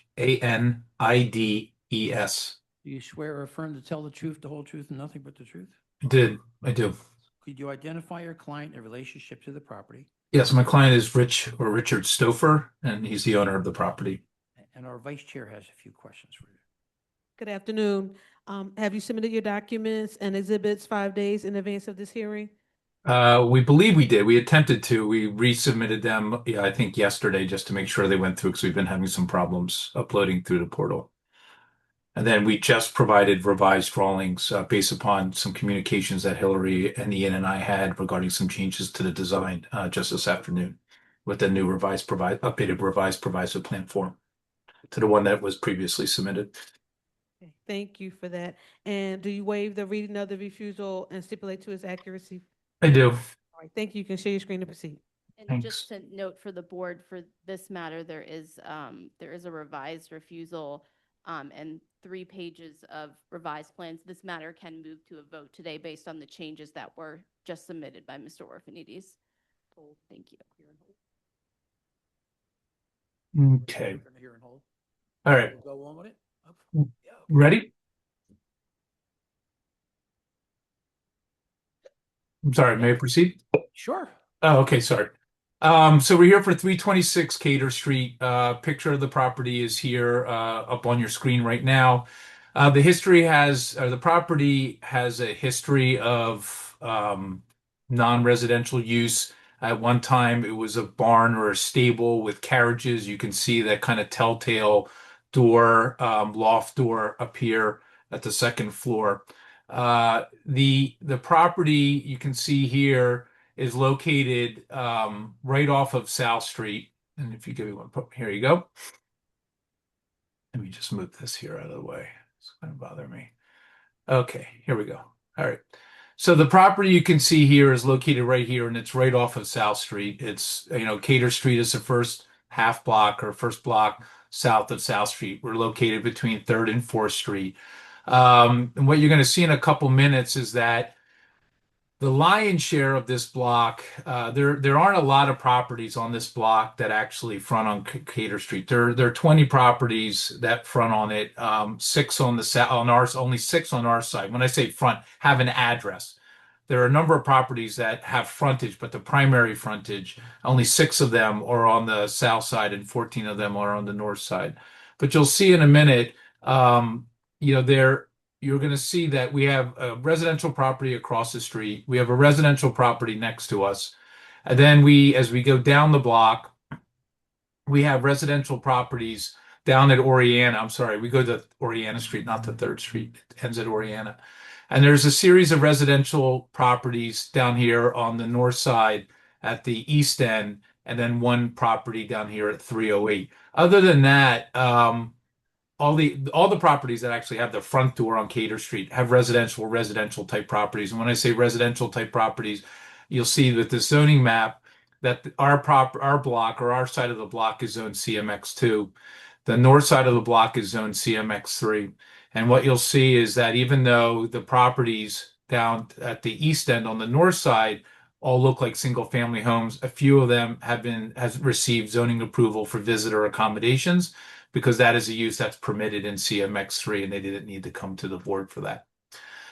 You can see here some photos, again, the property, the view to the east towards Oriana Street, the abutting residential property to the east of us. And then there's another view of that and a view down the alley. And then as you go down, this is the back of a gym, which I believe has been vacant for a little while. You can see that until you get to 308, which I said and that's single family use. A little further, you have this open area, which is used by the Jean Madeline Beauty School, which is on South Oriana Street between Cater Street and Bainbridge Street. And then you can see here on the north side, from heading westward from Oriana, again, those residential looking buildings. And I do have copies of all the zoning archives in a summary. I'm not going to go through them all again or go through them with you, but I did provide that documentation. And then as you kind of head down and hear those properties, you can see they look like single family dwellings. And then as you head back to the west, back towards our property, you have the rear of some mixed use or commercial properties that front on the south side of South Street. And then you actually have the back of the TLA Theater, which you can see right here, which you can see also covered in the glass mosaic work that we all know on South Street. And then here's a residential property, 329 Cater, that's 2 units across the street. And then at the end of the block, across the street, and then next to us, you have commercial mixed use properties, restaurants on the ground floor, commercial use on the ground floor with residential above. My client purchased, well, let me go back for a second. Historically, I'm going to show right here, historically, our property, 326 and 337 Bainbridge were one property. Interestingly enough, it's my client's father, who was an attorney that I was actually partners with in the early 2000s, handled the subdivision of this property to create the subject property, which his son then purchased a number of years later. So it's kind of, I thought that was a very interesting situation. We purchased it in 2013, and back in '86, his father was the attorney before this very zoning board, securing variances to subdivide the lot. But it is a deep lot, as you can see, and as you saw from the aerials, the building itself is a very deep building. You can see here. What you can also see, and you'll see on the plan, is there's not a lot of open area that's presently around our property or in any of the properties on this block. You can see our buildings here into the east towards the back, or to the west. There's a small open area that then kind of curves around with a tail to the south. We have a small rear yard, and you'll see on the site plan, it's about 3 feet 4 inches. 337 Bainbridge has a similarly shallow rear yard. And then the 324 and the property that's behind it at 335 have some open area, and then an open area behind or next to the gym. But other than that, there's very limited open area. My client bought the property, as I mentioned, in 2013. He's occupied it as his residence since then. There is a history in the zoning archives that I've provided single-family use on the property. But because the property is zone CMX2, as you know, CMX2 requires commercial or non-residential use for the first 30 feet of frontage.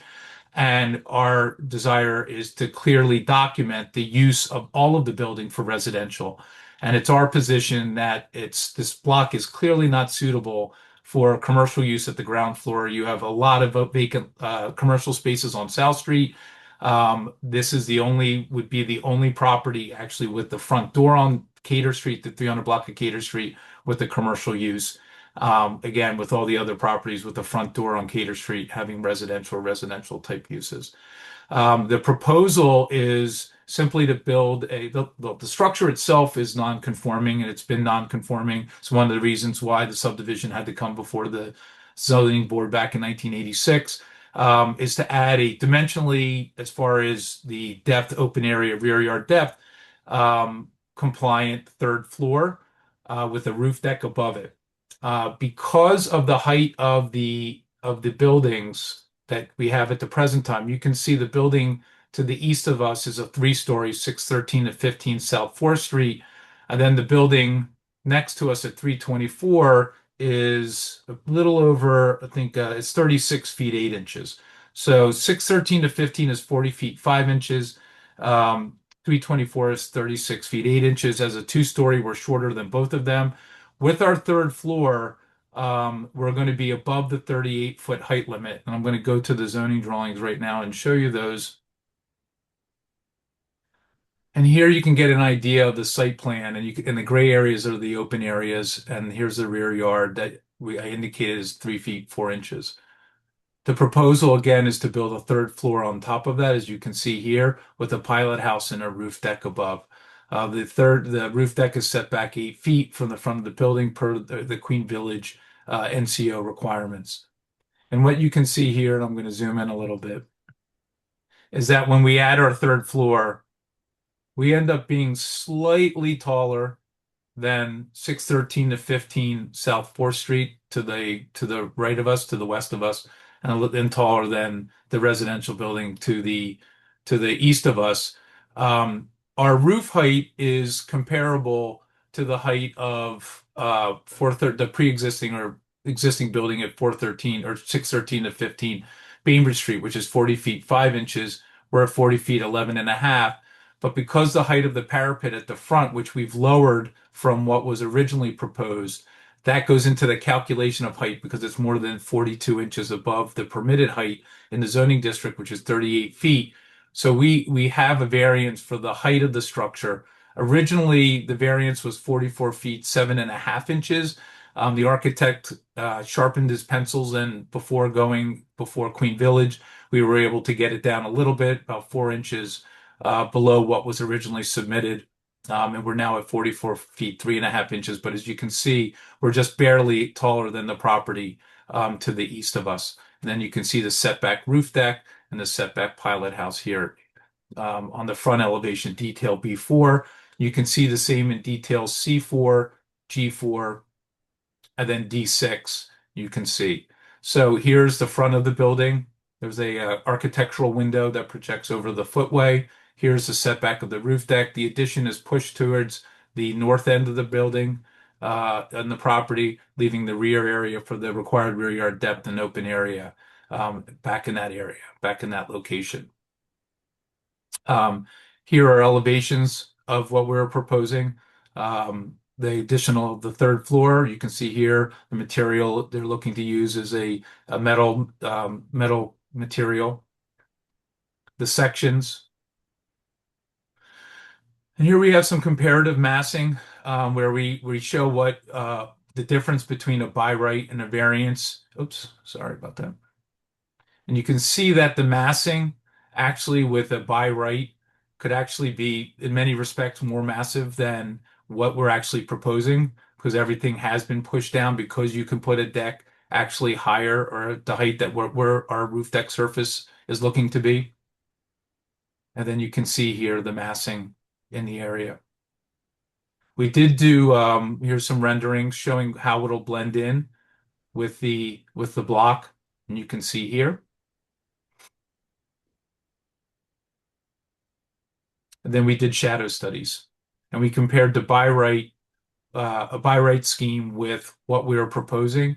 And you can see in the orange or the red that there's only some slight additional shadowing, and it's across the rooftops of the commercial mixed-use properties to the west of us, a little bit of the property to the east of us at different times of the year, but not substantially different. And we're not creating any additional shadow into those open areas and the windows that front them surrounding the property. Unfortunately, they're largely in shadow most of the time. The refusal, over here, the original notice, we had original notice of refusal, as Hillary mentioned. It did not have the height correct. It gave the height to the roof. And as mentioned, because the permitted height for parapets not to be counted in the calculation of height is 41.6 in a zoning district like CMX2, where the height limit is 38 feet. We had to have that corrected. And again, we showed that to the top of the parapet, it's actually 44 feet, 7.5 inches. But again, you can see that the roof height from where we were before and where we are now is comparable to what the roof height is, or what the height of the building to the west of us is at 613 to 15 Bainbridge Street. I did include in my materials a copy of the deed of my client where he purchased the property in 2013, our tax compliance certificate, a notice of the appeal of the notice poster that was posted at the property. You can see here, compliance with the requirements of the zoning code, and our notice that went out for the meeting that we had April 8th with Queen Village, as mentioned at the beginning. Queen Village is in support of the project. They did include a proviso at the end that there not be that short-term rentals be disapproved. I did want to point that out, but we did not apply for short-term rentals. This is my client. He and his family live here. It's their home, and they're doing this addition so that they can continue to live here. Council member Mark Squilla provided a letter of non-opposition yesterday. So, we believe that in terms of the refusal for use of the ground floor for residential or for non-residential use, which you can see is one of the only two refusals that were issued. We believe that it would be a hardship to utilize the ground floor for commercial use for pretty obvious reasons. It's not a block that's conducive to commercial uses. There are no commercial properties that actually have a front door on the 300 block of Gator Street between South 4th Street and South Oriana Street. And there's an abundance of vacant commercial storefronts on South Street as it presently stands, which is a more suitable commercial corridor, as we all know. In terms of the height, we believe that we have the taller building to the west of us. You have other tall buildings located in the area, including the gym, the former Pennsport gym, the TLA. We are in keeping with the heights of the buildings next to us and surrounding us in the nearby vicinity. We've lowered the height of the addition as much as possible, so it's a minimum variance necessary to add an additional story. It is dimensionally compliant other than the overall height because of the parapets. And that we've provided the shadow studies that show that as compared to the by right building, that it only provides a minimal or produces a minimal amount of additional shadowing than what would otherwise be produced by a by right building. And none of those buildings are conforming. And again, as I think I mentioned during their hearings yesterday, that provision of the zoning code regarding the zoning variance requirements regarding shadow and light applies to conforming properties, and the properties that surround us are clearly, because they occupy all or most of the lots and far more than they're permitted to occupy under the zoning code, are not conforming properties as far as the requirements, the dimensional requirements of the zoning code. So with that, I would have both the architect and the David Quadrini and my client Rich Stouffer promoted to panelists so I can have them adopt my Why statements. don't we start with your client? Sure. Rich Stouffer. Hello, Hi, Mr. Stouffer, could you please state your name and spell for the stenographer? my name is Richard Stouffer, RICHARDSTOUFFER. Do you swear or affirm to tell the truth, the whole truth, nothing but the truth? Counsel? I do. Rich, did you hear the statements that I made to the board? Yes, I did. And are they true and correct to the best of your knowledge? Yes, they are. And would you adopt them as your own? Yes, I would. Thank you. Will you bring your architect on, please? David Quadrini. David? I'm here. I think he responded. Hello, I'm here. Hi, sir, could you please state your name and spell for the stenographer? Yes, my name is David Quadrini. First name David, last name QUADRINI. Do you swear or affirm to tell the truth, the whole truth, nothing but the truth? I do. Counsel? David, did you hear the statements that I made to the board today? I did. And are they true and correct to the best of your knowledge? Yes. And would you adopt them as your own? Yes. Thank you. Questions from the board? I closed.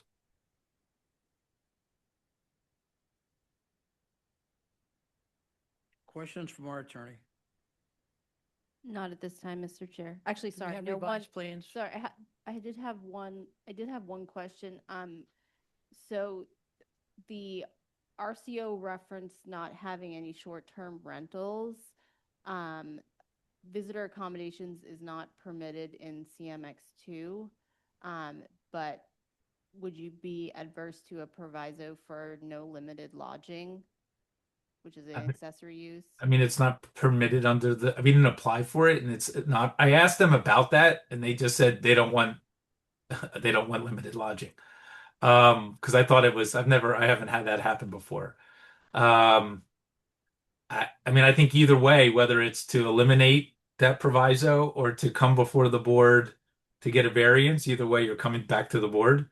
So if it's that, I mean, to me, I don't think it's necessary. I don't think it's maybe appropriate, but if you need it to make this happen, then we'll agree to it because either way, you got to come back to the board to have it. And they intend to live here. They don't tend to rent it out. So. Right. No, so limited lodging is specifically for owner occupied and it's an accessory use. It's not something you'd have to come to the zoning board for. That's true.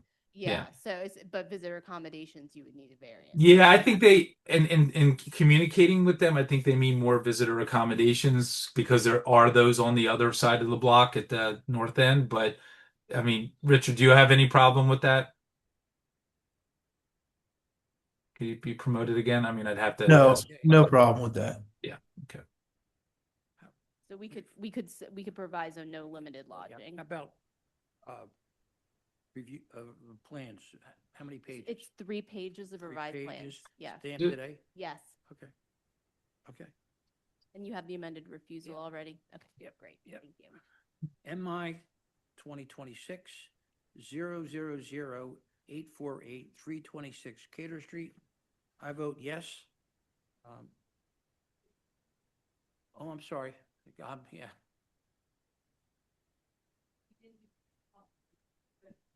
I thought I did put, we'll go. Questions from the audience? There are no hands. Okay.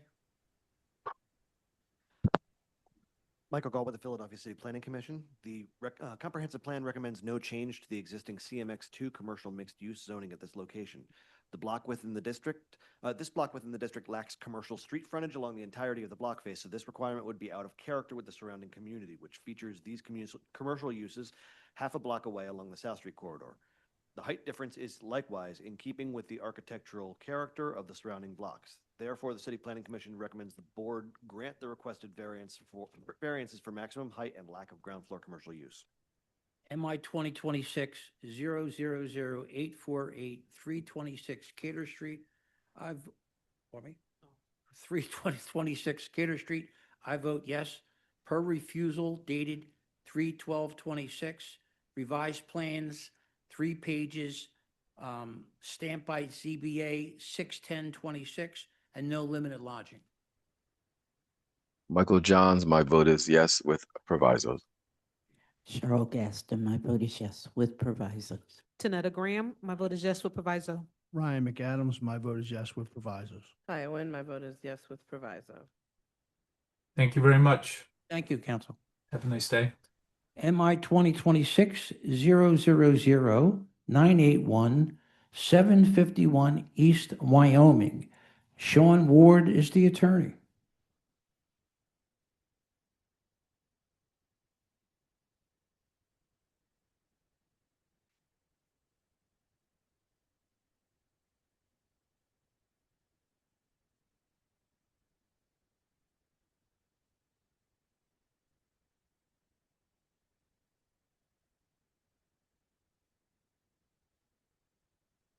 Do we see Mr. Ward? Yes, he's coming in now. I'm right here. I see you, Council. Could you please state your name and spell for the stenographer? Yes, thank you, Mr. Chairman. Sean, SHAWN, Ward, WARD, Esquire, attorney for applicant and owner. Do you swear or affirm to tell the truth, the whole truth, and nothing but the truth? I do. I see there's unanimous support from the 42nd Ward, but didn't you have a question or so? No, I did. Hi, Mr. Ward, good to see you. So I just. I'm sorry, who is it? This is Hillary. Hillary. Oh, Hillary. I'm here. Oh yeah, the camera's not on me right now. You can't see me. So with this one, I noted in the refusal, it talks about personal vehicle sales and rentals on a vacant lot. But in the materials that were submitted, there was an indication that parking was to be provided as well as a trailer to, I guess, have office space. The way this refusal is written, neither of those things are part of that. So I just wanted to make that clear up front, and that it will probably require additional, maybe even variances to have those, have those additional elements to the project. So I just want to make sure we're clear on that. Hillary, I thank you for your due diligence in examining applications and whatnot, because it does help us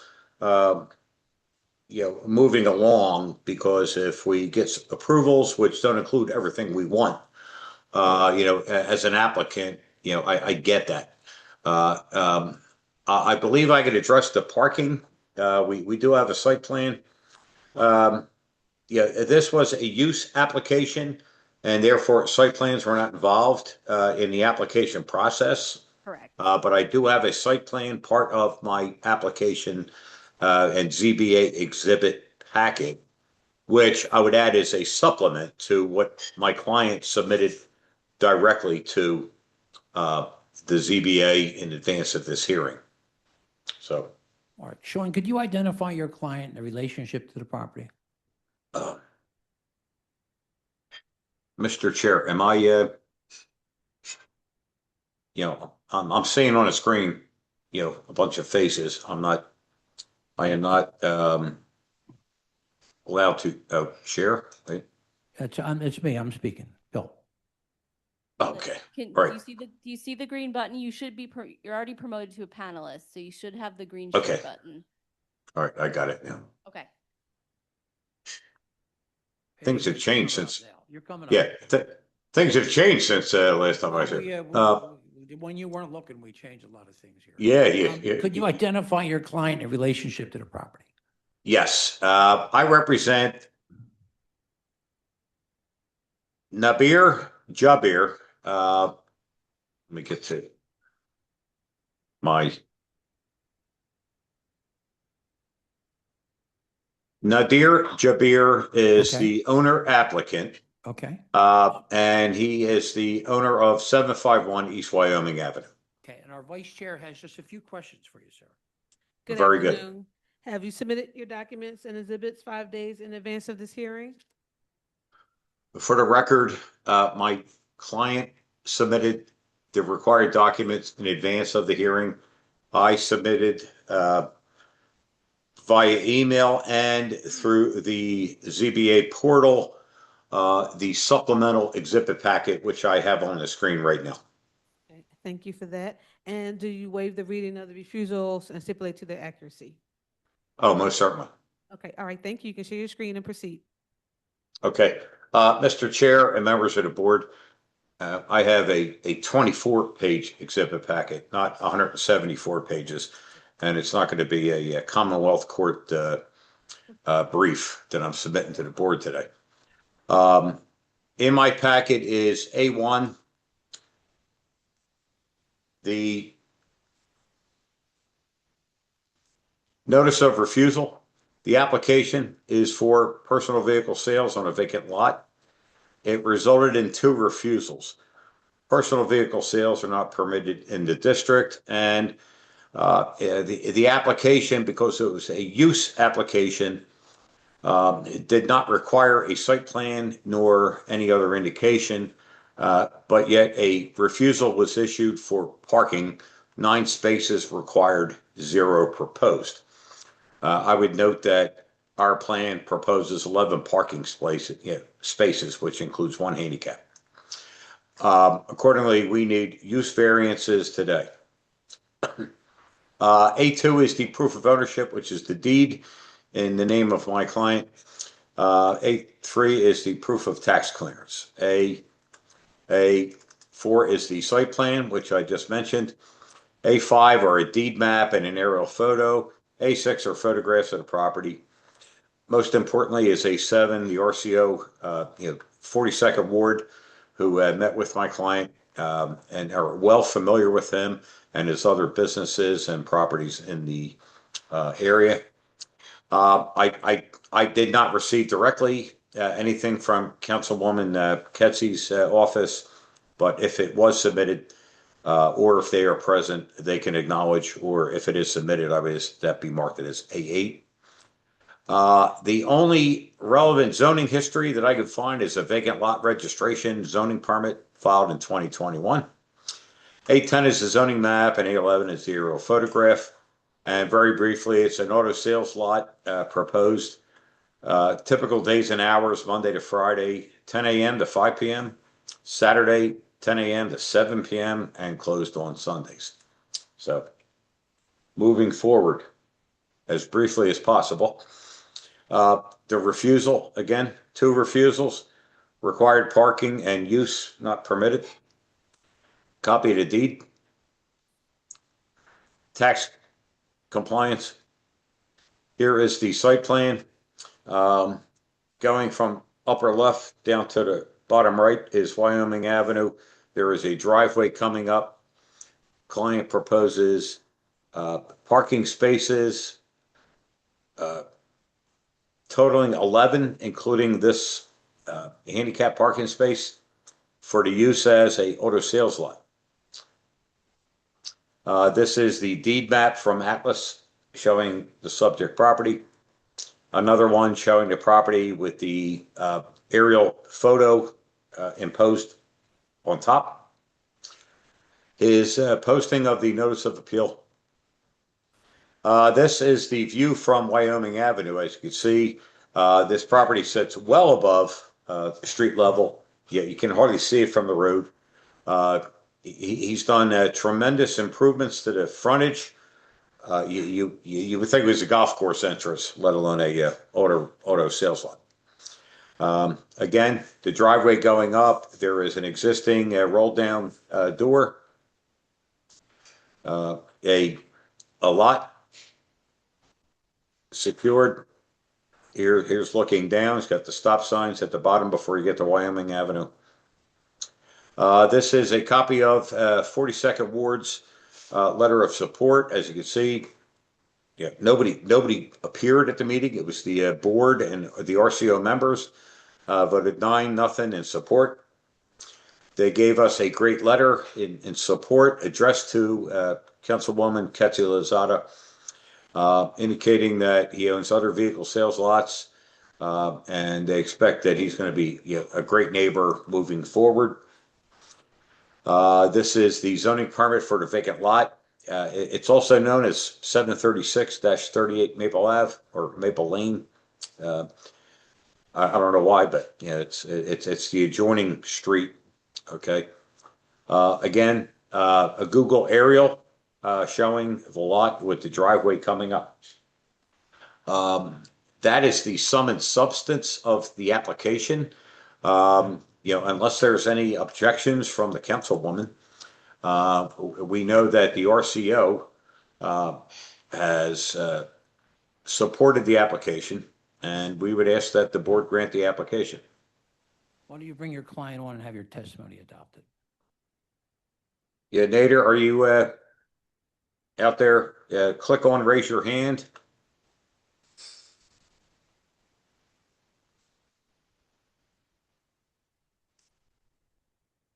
Mr. Chair, I have him on text message. He was logged in, but as an officer of the court, I've reviewed this application with him, my exhibit packet, in addition to that which he submitted directly.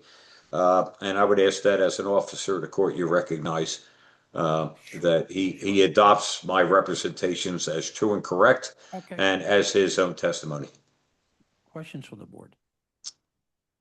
Yes, the residential properties that sit behind the property, are they in support of this? Michael? The ones they're directly attached from at the back of the property. All right, wait, let me. Wait. I'm trying to get to a better. Bear with me. Right, wait. Yeah, right. These ones? Those two right there. Yeah, in particular. Michael, we And have received no objection or any other comment from the folks behind us. And given the fact that this property sits above Wyoming Avenue, believe it or not, I did the property right next door here. We got approval for this addition. That's like an assisted living home that we got approved for this addition. But no, we have received no objections from anybody on the block or in the area, despite notification. So also, I think it's pretty nice that it sits back and has the green buffer, that separates the site and the Wyoming.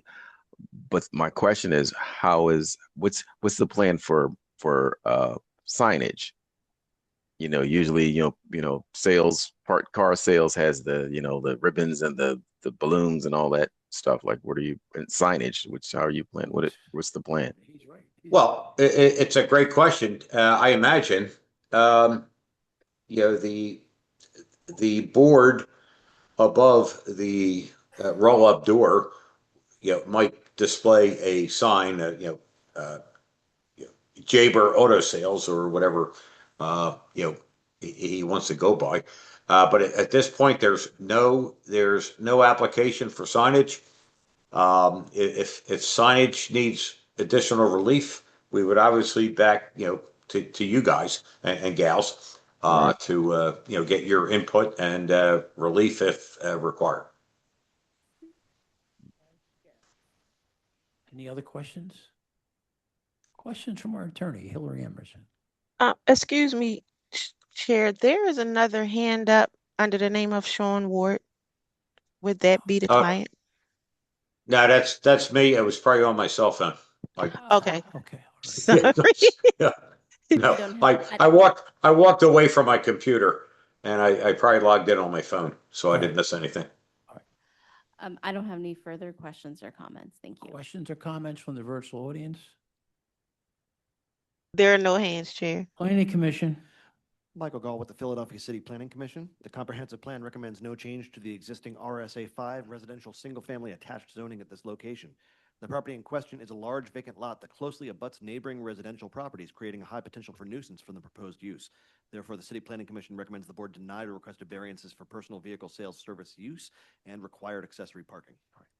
MI 2026 00981 751 East Wyoming Avenue. I vote yes. Michael Johns, my vote is a yes. Cheryl Gaston, my vote is yes. Tanetta Graham, my vote is yes. Ryan McAdams, my vote is yes. Iowan, my vote is yes. Sean, glad seeing you.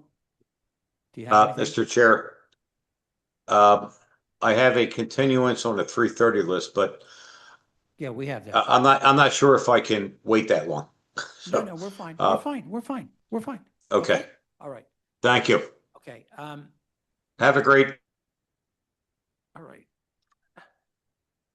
Alan, we're going to take a 5-minute break. Why don't you come up and get set up? We have 2 cases left, and it's you. Right? Okay.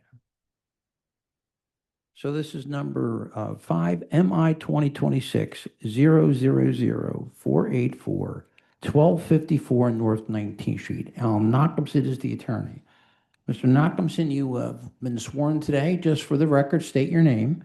Alan Nachumson. And could you identify your client in relationship to the property? Yes, my client is Envest 365 LLC, and to my left is Najee Good, one of its members.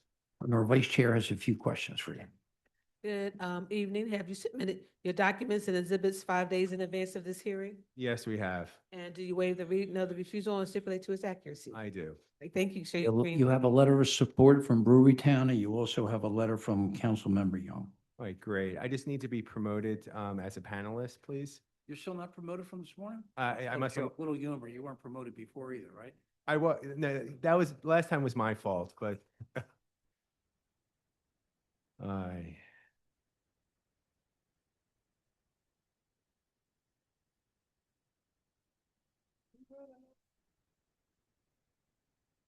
All right, so this is a story that you hear, this board hears sometimes. You have a developer who got approval in front of the ZBA, and they ran out of money.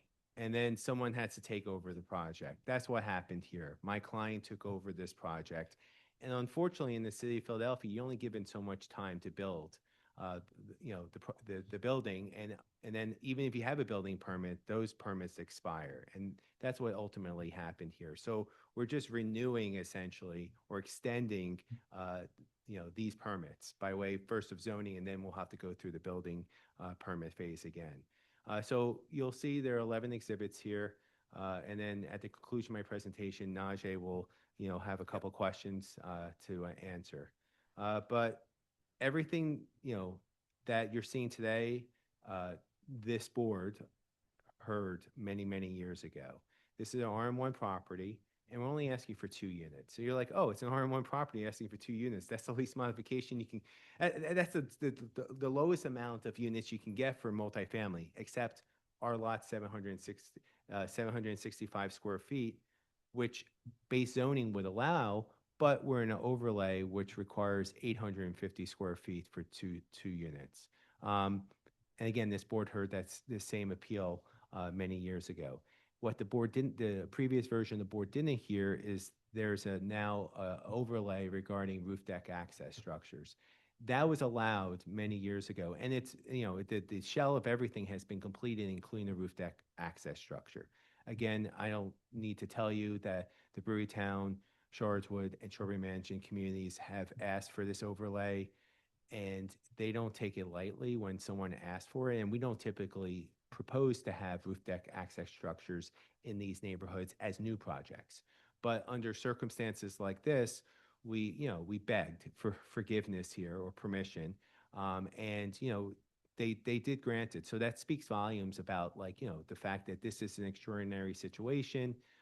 It's already been framed out, and this community, in spite of their overlay, overwhelmingly supported, you know, the roof deck access structure as well. And that's in the letter that's in front of the board. And then I don't have the letter from Councilmember Young, but I assume it's similar, you know, support or non-opposition. I did provide the zoning permit, you know, that was issued in October of 2020, as well as the notice of refusal, which again, you see is exactly the same thing in two-family structure. And the only difference is we don't have anything with the roof deck access structure. It's not out. To be sure, you heard me say that we have a letter from you. Yeah, that's what I'm saying. Oh, no, Okay, I don't have in my presentation Okay, materials. good. No, I Okay, heard nice. that you said it. I just don't know what he wrote in there. But the roof, and then you can see it's not out of character to have nearby roof deck access structures. And, you know, this is our property. And then we took a inventory of the neighborhood as a whole. Again, you know, they're very protective of the fact that they don't want any new ones. And I would say this is not a new one. This was something that was pre-approved, pre-overlay. And then again, we're an RM1 property, not out of character to have multifamily nearby. The only reason why we're here is we're within the overlay, which requires a little bit more lot square footage. And again, this has already been framed out. And then photographs of the property from the front of the property on North 19th Street. To the left, I mean, to the, you know, on West Thompson Street, there's a door for each unit. Proof of posting. North 19th Street to the right of their property, to the left of the property. West Thompson Street to the right of their property, to the left of the property, excuse me. Our plans and drawings, you know, our elevations. You know, our proposed building structure is only 28 feet, 9 inches, not very large or tall. There's two ways to get in. Here's the Thompson Street side that goes directly into unit number 1. You have, you know, again, living room, kitchen, bedroom, lower level. There is further living space in here and another bedroom. You know, I know the board's position on this. Again, this has already been built for the most part, the shell, and has been approved by the ZBA previously. Unit number 2 is on the upper level. So you go through the front door that's on facing North 19th Street. And then this is the second floor with an open floor plan, living room, bathroom. And then you have 3 bedrooms on the 3rd floor. And then there's the roof deck and the roof deck access structure.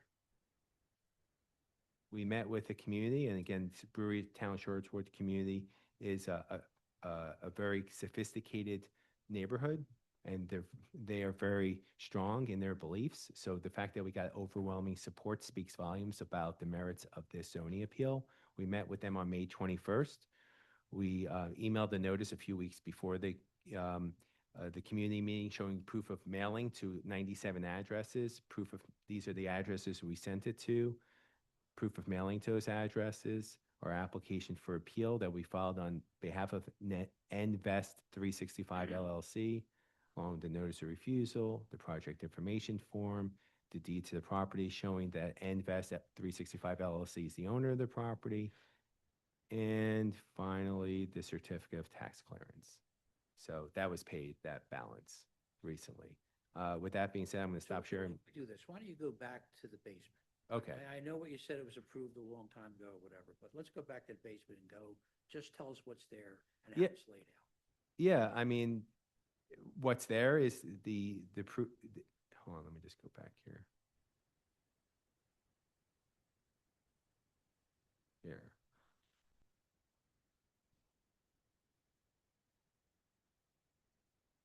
So the anticipation, again, my client purchased this property with these approved plans. Unfortunately, when he tried to revive the building permit, basically we were told that, you know, that the zoning lapsed on him and he had to start over again. So his intent, he didn't buy this with the idea that he needed to get another variance. So the numbers that he ran with the bank loan was to have this as a 2-bedroom unit. And the way it's configured is the way that he's showing right here. is to basically have you come into Thompson Street, you have an open floor plan of a kitchen and a dining room. You have one bedroom here, and then you have a bathroom here. And then the lower level, you have a living room, bedroom, laundry room, and another bathroom. Michael, you have questions about the basement?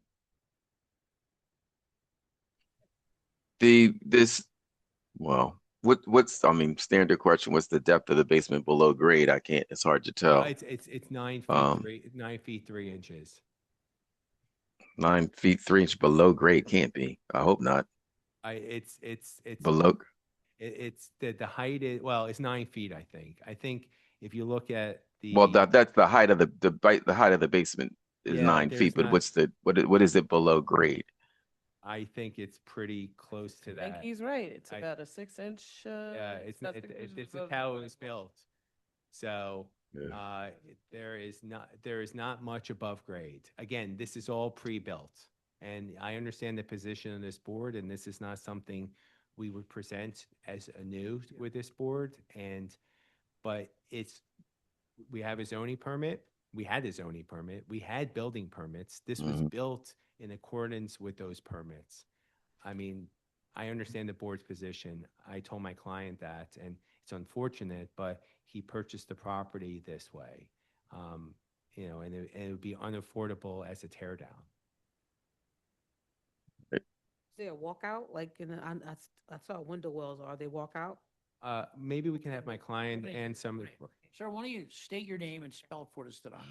Najee Good, Najee Goode.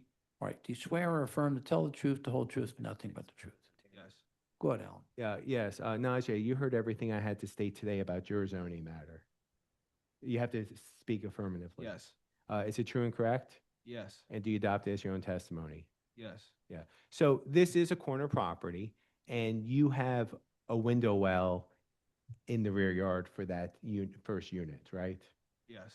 Okay. I think we don't have a walkout, and we don't have the width for a walkout. So There's no rear yard? There's There a is a rear, rear can you pull yard. up the plan one more time? Can you pull up the plan again? yeah.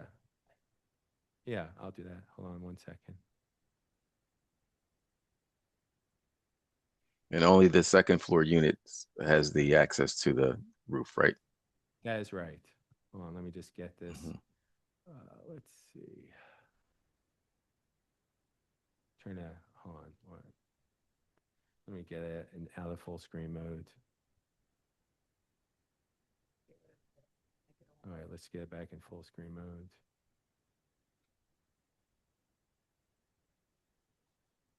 I'm having problems with my computer.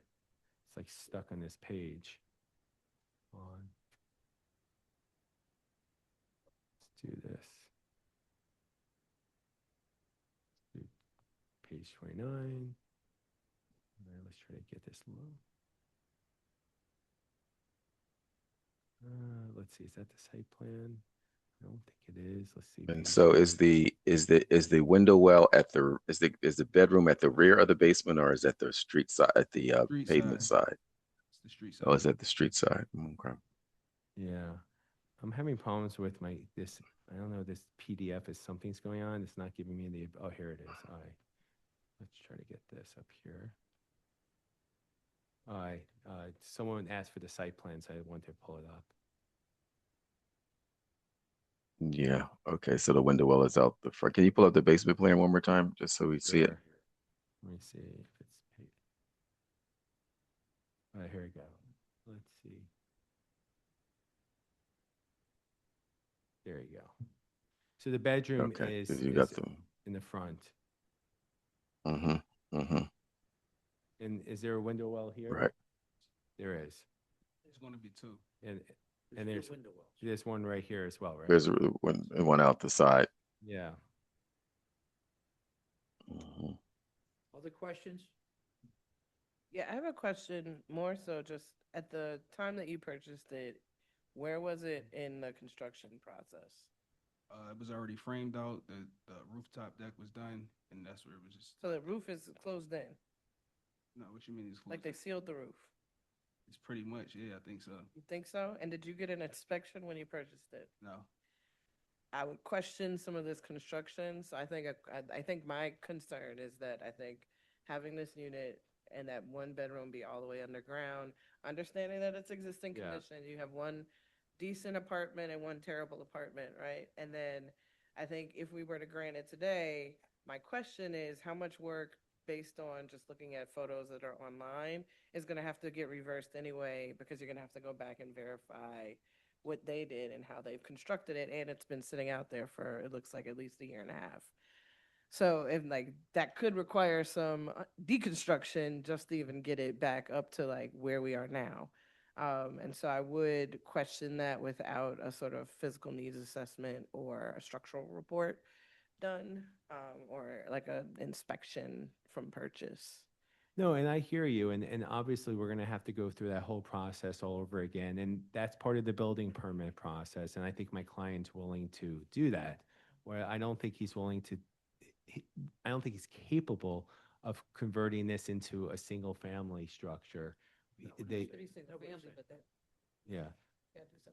No, and I think he will obviously make sure that, he's gonna have to pass inspection, with all this work. Of course. He understands that.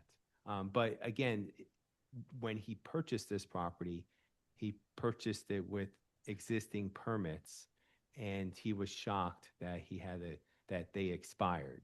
There was no indication online that they expired. And I would say, again, I haven't looked at this in a while, but I feel like basically you missed the window by a few months, you were told.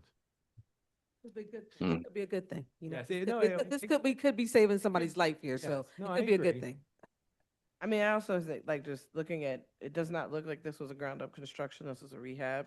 So I think there's like a lot of questions. I think I have to take, I think the refusal. Sure. No, I mean, actually, I have the old refusal in here. So let me take a look at it. But it looks oddly very similar to the structure that was there before. Yeah, in I'm having all fun. sorts of aspects. And there would be no need to stucco the first floor like that if you weren't covering up the pieces of what were there based on what the Yeah, I think it was an overbuilt. pieces of the old building are still here. No, you're right. Actually, if Yeah. you look at the application, it's a use application. So you're right. Yeah. Mm-hmm. So I think that's my only concern is that like if going down investigations, it's discovered that like more has to get undone, we're gonna have to spend the money anyway. Might as well just do it better. Well, I think what we could do is, again, my client at the building permit stage, if there needs to be modifications, not zoning related, I think he'll have no choice but to do that. Yes. Yeah.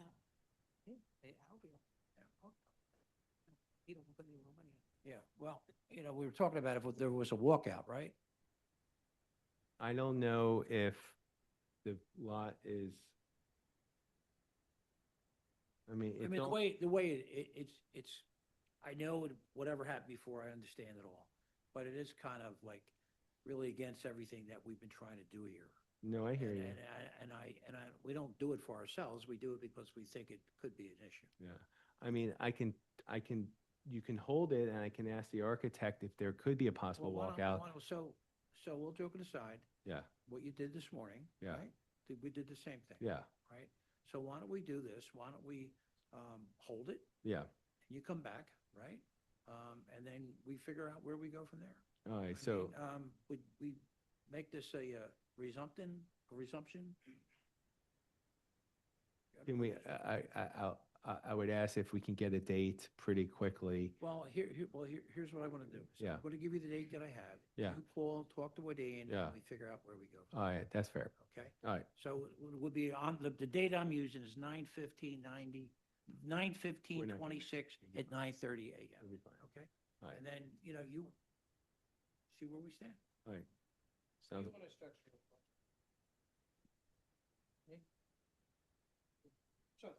yeah. All right, okay.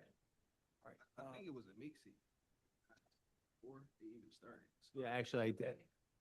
No, but I think well, what he's saying is, and that reminds me, the reason why we didn't handle this right away is that I think he had to show that it was a safe structure. It was already safe.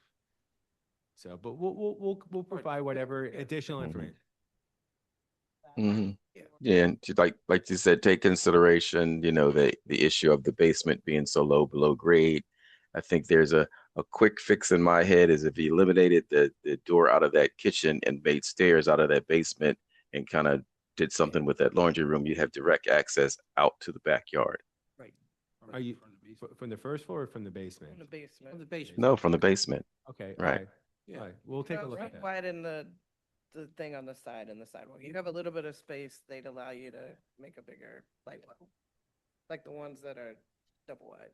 Okay. So you got not so crazy options. Okay. Yeah. Yeah. Okay. All right, well, we'll Thank you. Thank you, sir. we'll talk. Like that advice is free. All right. So, MI 2026-00822, 122 Hawthorne Avenue, Hawthorne Street. Al Nachumson is the attorney. Mr. Nachumson, you've been sworn. Just state your name for the record. Alan Nachumson. And could you identify your client, the relationship to this property? Yes, Kelly Burnett. All right, and our vice chair has a few questions. Good evening. Have you submitted your documents and exhibits 5 days in advance of this hearing? I have. And do you waive the reading of the refusals and stipulate to their accuracy? We do. Okay, all right. Thank you. You can share your screen and start. Oops, didn't mean to raise my hand. I hit the wrong button. Now, there was no agreement reached, right, with the, Yeah, I do have some issue. Mr. Goldberg from my office did the community meeting. I don't think the vote was an accurate assessment of what actually happened there, but we'll go through. Sure, it. why don't you go through it, right? Yeah, so this board has heard this matter before. This is based on hopefully a permanent variance, but there was a temporary variance for 5 years, which expires sometime this summer. So we're looking for it to be permanent.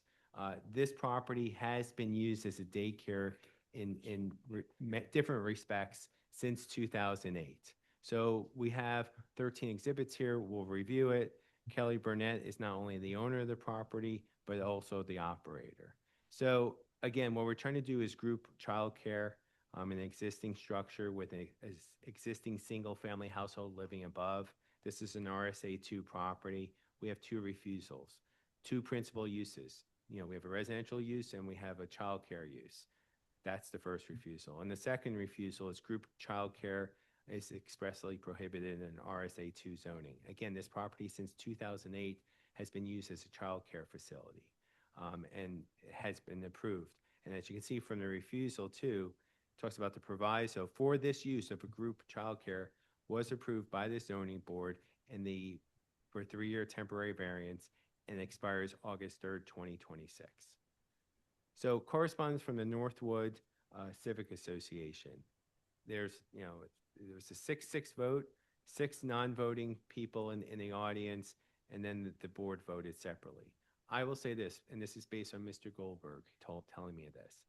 There were probably at least 4 members of the community who are also customers of my client. And they were told to leave and they were unable to vote because they were customers, but they live in the community. That's the whole point. The people who are using this facility are people within the community. And I think that is patently unfair and probably against the RCO rules and regulations of this city to not allow people who live in the community to vote, even if they're customers. I mean, I would say usually you would want the customers to vote. If they were a bad operator, you would definitely want to know that. These people were like, we live in this community, we love this facility. And, you know, again, my client, Miss Burnett, Burnett, who I would ask to actually be promoted as a panelist, because I'm just going to let her speak. Sure. She's a very accomplished business operator. Her facility is a Keystone 4-star facility and nationally accredited by NAFFC. I've been told that's like the highest accreditation you can get. Like there's not many facilities in Philadelphia that are like this. So to lose one of these facilities would be bad. not just for this community, but Philadelphia. Why don't we bring her on?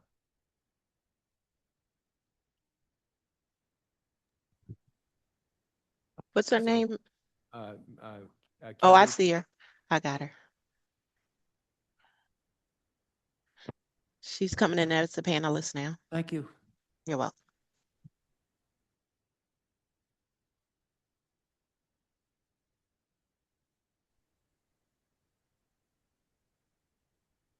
Good evening, everyone. Hi, good evening. Could you please state your name and spell for the stenographer? Sure, it is Kelly Burnett, Kelley, BUR as in Robert, N as in Nancy, E as in Edward, T as in Thomas, T as in Thomas. Do you swear or affirm to tell the truth, the whole truth, and nothing but the truth? Yes. Please proceed. all right. Counsel? Yeah, Kelly, can you just introduce yourself to the board as a professional, your accreditations, and then we'll walk through just who works there, how many kids you have, and hours of operation and things like that. Sure. Thank you for hearing me today. Again, my name is Kelly Burnett. I have been in business since 2008. Thankfully, I was granted a variance, and we have flourished since then. I am also a adjunct professor at Eastern Esperanza in Harcum. I'm currently in a doctorate program. What I do is I teach our new teachers that will be in early education. So that is preschool to 3. I love what I do. I love all the facets of early education. And I take my job seriously as an early educator. I am in a position to help strengthen families and to cultivate our youth into productive citizens. And that's what I do. We are a Star 4 facility. We have been for several years. We are an NAFCC nationally accredited facility. We have been for several years. I am on several boards across the city. I am on the board for advisory board for PACA. I'm on the advisory board for the Philly Pre-K Advisory Council. I'm also a part of the Family Child Care Advisory Board. So basically, this is what I eat and breathe every day. Gotcha. And then why don't you tell the board, and maybe we'll go to the floor plans, and that may make it easiest. So let's do that. How many people work at the facility? So currently, there's 4 of us. I'm in the process of hiring a 5th person. And because some things were brought up at the Civic Association, and we try to accommodate some of the things that have been said. And we're going to try to make that work. Because to me, it's a process. I teach children and to learn. And if I wasn't a good educator, I wouldn't try to learn as well. Okay. I just want to go to the floor plans. And by the way, behind the letter from the community, there's many letters from people within the community and her customers which speak highly of her. And there's also a petition, but I want to go to the floor plans to kind of walk you through those floor plans. And then we can go back to that petition. Trying to find it. Hold on a second. Where, computer's slow. Oh, I missed it.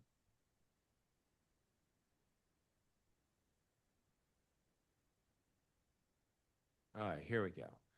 Okay, so you said you have 4 people working with you, and then you're going to add on a 5th, right? Yes. Okay. What are your hours of operation? Currently, our hours of operation are 5:30 a.m. to 5:30 p.m. And we do make variances for parents if something happens, if they have to work overtime, things like that. But I was done today by 5 o'clock. Okay, great. And you have you come in through the front door, right, to go into the facility, right? So we do have several doors in my home. You can come in through the front door, which is our sun porch, and that area has cubbies for our 0 to 3 students, as well as our school age students. But there is also another entrance coming through the basement, and that's where our preschool students have their cubbies. And then that's these separate steps that have exterior steps, not, so it goes directly in. It's not like someone's climbing into something. There's exterior steps, right? That is correct. I have 3 doors to my property. And so there's several ways of egress. Okay. So you have an infant and toddler room. How many infants and toddlers do you have at any one time? So we have regulations. And so right now we have 2 infants. Okay. All right. And then how many toddlers do you have currently? Currently, we have the 10 toddlers. Okay. Because you're limited to 12 under the Yes. zoning classification. You understand? Absolutely. Okay.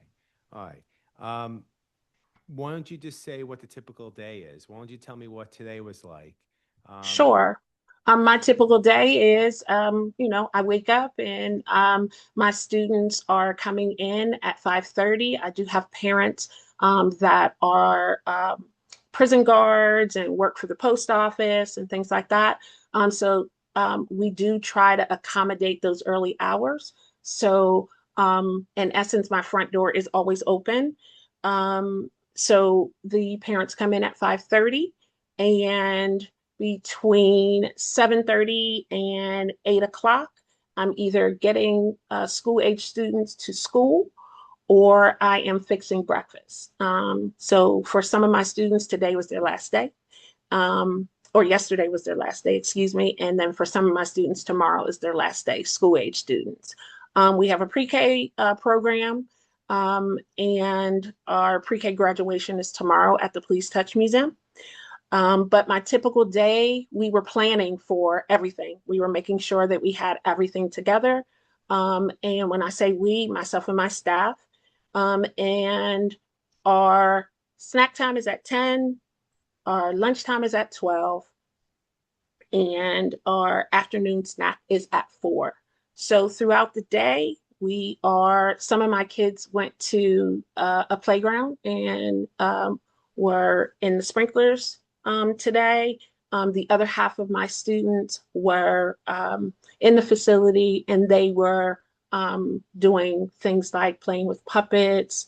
My staff was teaching them different elements of our lesson plan.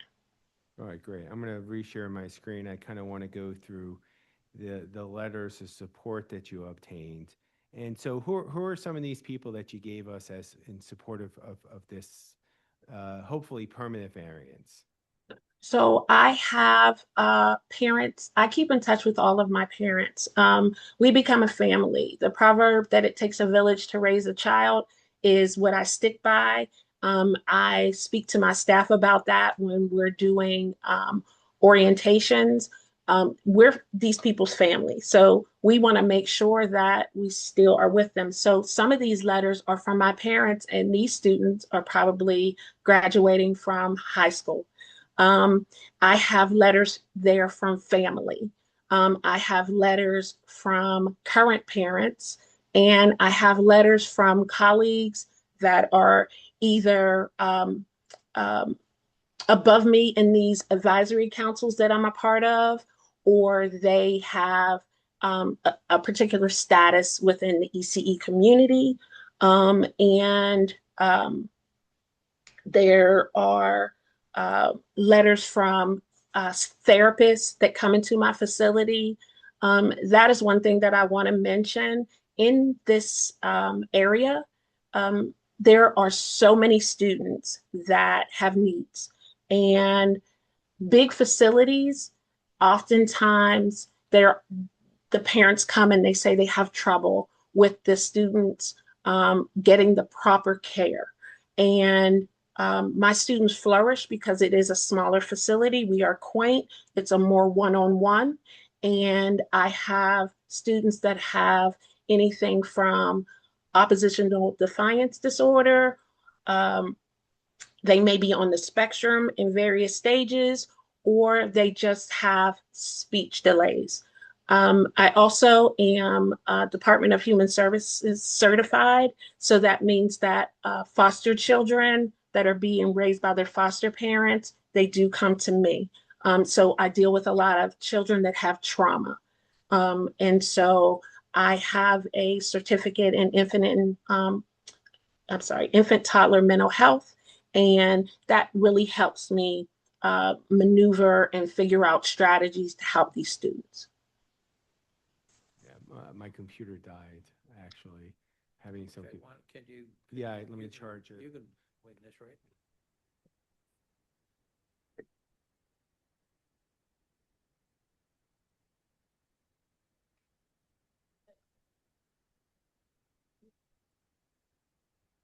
Extension cord. So just move, right? Move to another thing. Here we go. Look at this. Oh, look at this. Hopefully. But yeah, I mean, we have many letters of support from members of the community. This is a facility that has been approved previously by this. Why don't you show us some photos? Yeah, I'm going to show you some photos.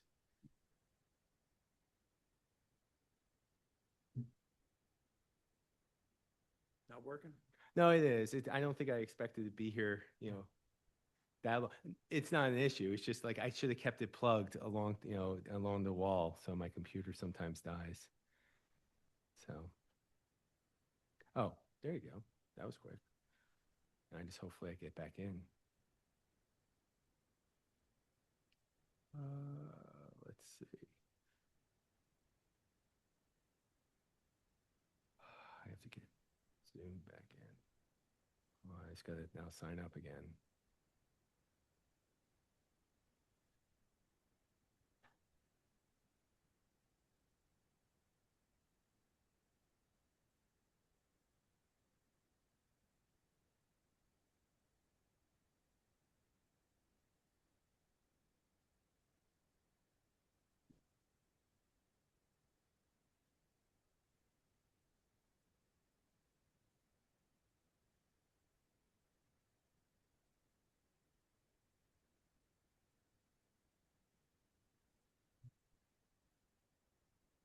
You've been invited as a panelist. Check your email.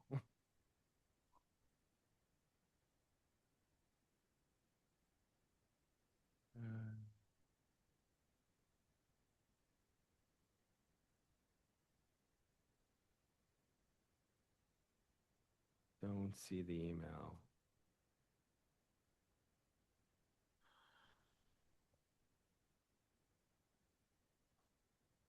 Not as a panelist. Oh wait, here we go. Host invited you. Here we go. Maybe because I wasn't. Let's join. Let's see.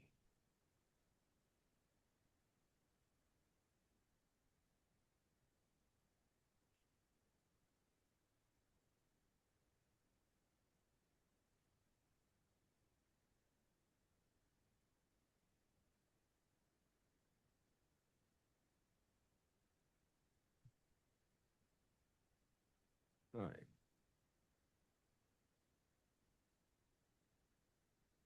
All right. Here we go. There we go. Sorry about There that. we go. Look at this. All right, so. Share screen. All right, so let me show you some pictures of the block.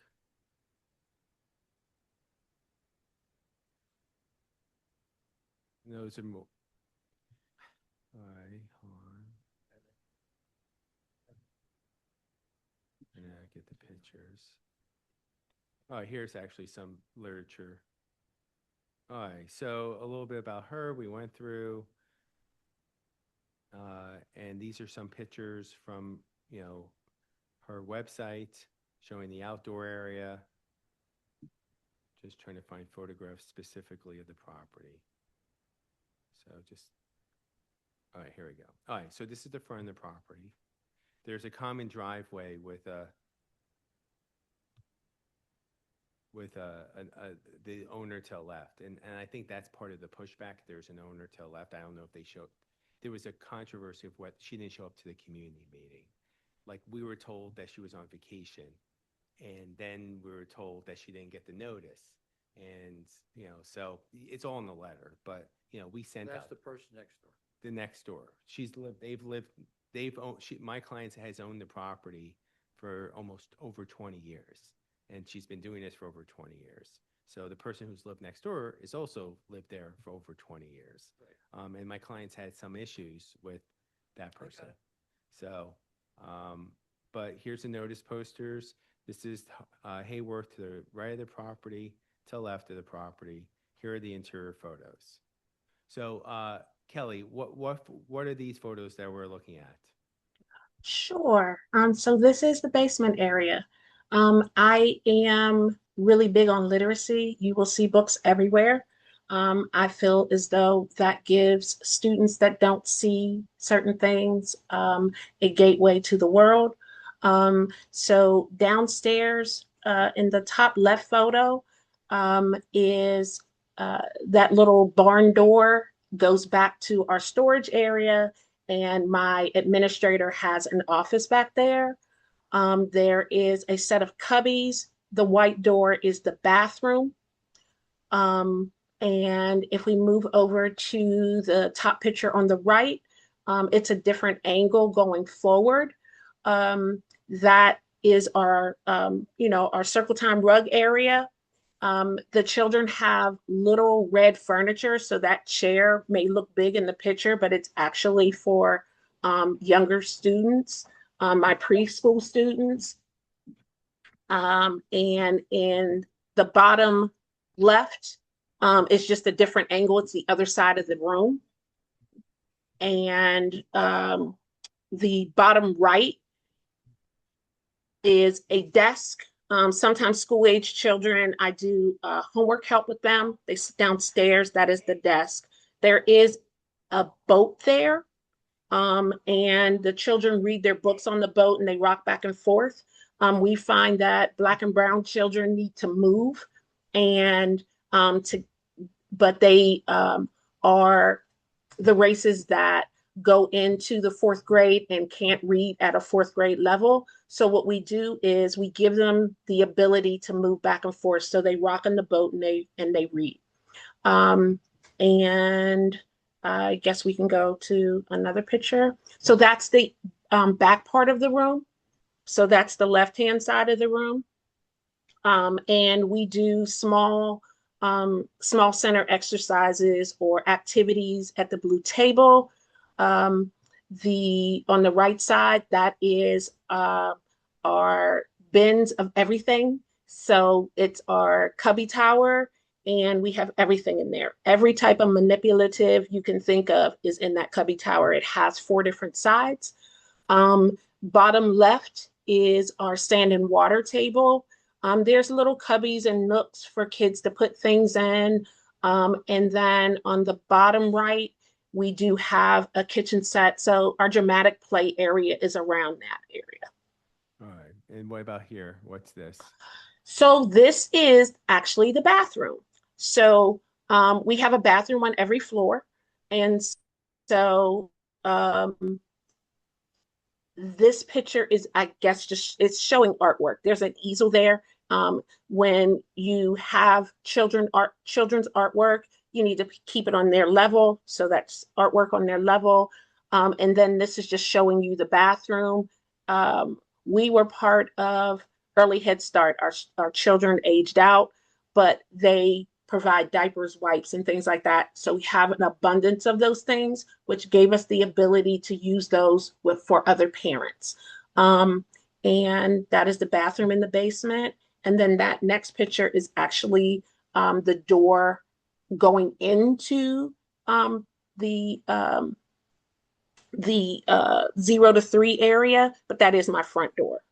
Okay. And then these are more pictures. So those are the cubbies for the school age children. That is the front porch area.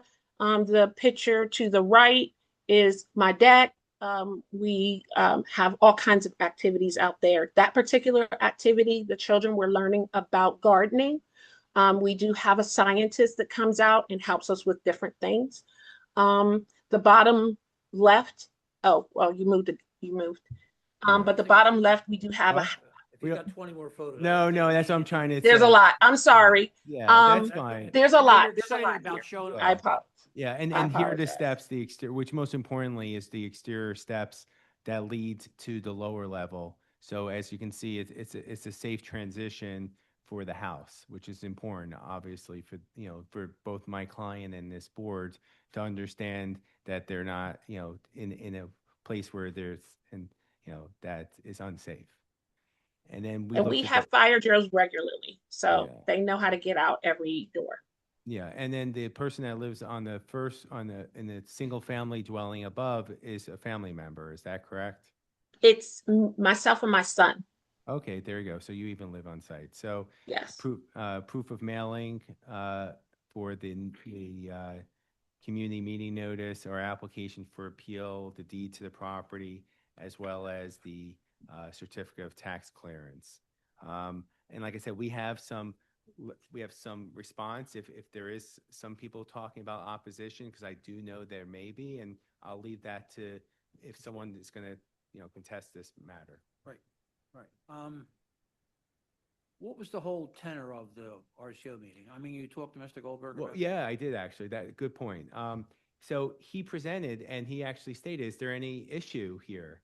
There were like 12 members of the community there and 5 board members, and no one said anything. So we were actually, he was actually surprised by, the vote and the fact that they were not in support, especially since there was a temporary variance many years ago. This property's been used since 2008 this way.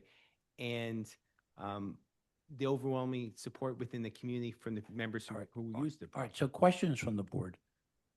So what is the issue with the neighbor? Maybe she can explain that. And Yeah. and has there been any kind of activity to kind of remedy that throughout the years? We have What- tried. Yeah, Kelly, it's better for you to say it than me. I know the general sense, but let Kelly speak to that. Ms. Graham, you wanted me to answer the question about? Or just give us an idea of why the neighbor does not want you to be able to have a permanent permission to have the daycare, and would rather you continue to have some temporary variances. So Accountability, it seems like. I can't definitively say that the issue is the child care facility. The neighbor has had issues with us since we moved in. So there's information in what the attorney presented. There have been several issues since the very beginning. And even in the letter that she presented, there's issues that have nothing to do with the child care facility itself. So I can only say that it's just me living there. I don't know. I honestly, I don't know. It's been since the For beginning. example, she said like the drop-off process. What is your drop-off process in terms of the cars moving to get the students dropped off, picked up? How is that, and does that like create any kind of obstruction for the neighbors, that are just going about their business? Okay, so we are between 2 schools, and thank you for asking the question. We are between 2 schools, an elementary school and a high school. Hayward Street is a thoroughway for between both of those schools. So there's going to be traffic in the morning, no matter whether I'm there or not. But the drop-off process, we do have a community officer, and I went through this with him before when we had the zoning hearing in 23. The process is our parents are to either pull into the driveway or find a parking space. We live on a two-side residency, but one-side parking, one-way street. There's not always parking. This is Philadelphia. People grow up stopping in the middle of the street. We ask our parents not to do so, but if we catch them doing it, and if there is not a supervision issue, we run out, get the child, and bring the child in. Our parents that are like clockwork, the children are ready. The process in the driveway, on average, we've been looking this week and last week, the process is between 2 and 3 minutes. And in regards to the driveway, we use the driveway, the neighbor uses the driveway. But in that letter, it seems like she doesn't use the driveway, and she uses the driveway as well. And so my parents know not to pull all the way in, so that if she does need to leave, she has access to the sidewalk with her walker. And when we were at the Civic Association hearing, the president mentioned that there had been no complaints.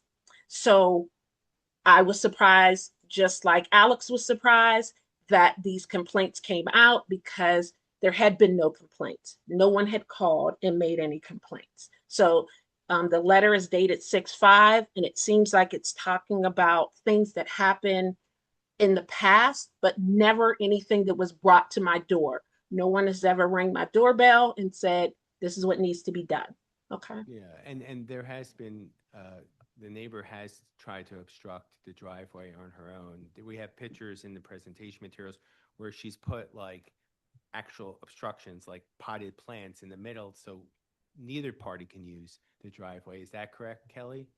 Absolutely. After hearing the decision of the last for the variance, she placed 3 large blue pots in the middle of the driveway. And I'm the type of neighbor that I just try to get along. And I do not complain. I don't call the Civic Association. I don't call the police. But the pot stayed there for weeks. And finally, I called the community officer, Tunkaren, and he came out and he just let her know that it's not fair. And then in the letter, it also says that she doesn't have access, but right now there is a large pot in the driveway.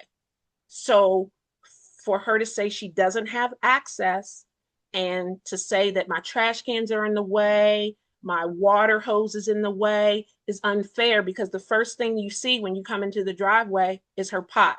So that would actually have to be moved for the access that she's talking about to get back to the garage. Yeah, So to say that I'm blocking anything is not fair. And there are pictures to show that my trash cans are to the side. The reason why my trash cans are there, if I may say so, there are certain regulations that we have to follow about secretion. And dealing with children, I have a lot of trash. And there's also a supervision issue. I cannot continuously have staff go to the back of my house when we can just open up the door and throw it out that way. If we have it in the back, I just was diagnosed with some back issues. So if it's me that's left with it, I'm not sure who's dragging the trash cans all the way from the back. Okay. Why don't we see? if Sorry, there's I anybody in the- apologize. All right, let's see if there's any, does anybody else have questions? Yeah, how many kids do you have on site at a time? 12. Up I to have 12 children at a time. My school age children don't come till school is over. And I have 2 pre-K programs. Those pre-K programs are 5.5 hours. So students are generally leaving by 2:30, 3 o'clock. Okay, so in terms of volume or like traffic, you've got a group that's coming in probably early morning and leaving in the afternoon, and then you have a group that's probably coming around the same time when school lets out and then leaving later in the evening. Is that- So when you're talking about the group that's coming later in the afternoon, they're just kids. So there's nobody pulling in the driveway for those kids until I the understand evening. that, but we're still Yes. talking about mid-block traffic of groups of it could be numbers of people walking up to the house, which on a residential block like that is atypical. So just, we've got these like two different kind of time windows, I guess, that you have people coming in. Okay. So we do live a block from a school. So there's kids walking at that time up and down the street that don't come to my facility. Right. Yeah, Anyway. and most of the kids that are coming to your facility are from those schools, right? Absolutely. And then what's the plan during out of school time? Like right now, the school district is closed. Are you running summer camp or out of school time camps? So many of my students have IEPs. They will be going to the extended school year. And then I have other students that are actually going to camps. So I will not have the school age children, but for the same amount of time that I have them now. Okay. And then do you currently have commercial trash pickup? We do not have commercial trash pickup. We just have city trash pickup. Okay. Questions or comments from our attorney? Not at this time, Mr. Chair. Questions or comments for the virtual audience? Yes, Chair, I have a hand up from Terry Heiser. And there's two hands up now, but I'll let Terry Heiser Okay. speak now.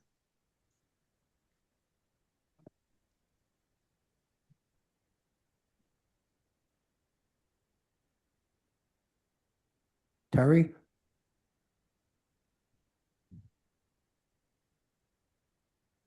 She should be joining now. Right.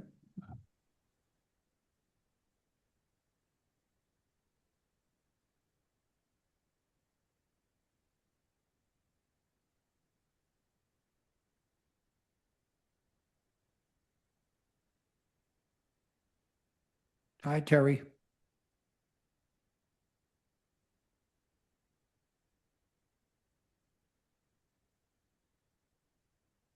Terry Heiser, can you unmute yourself?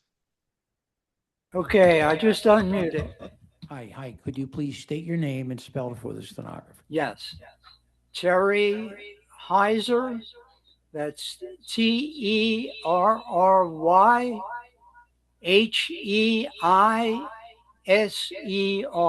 You swear or affirm to tell the truth, the whole truth, and nothing but the truth? I do. Mr. Heiser, are you a neighbor? I'm a resident of Northwood. Okay, all right, please proceed. Okay. I heard some things there that I'd like to correct, so to speak.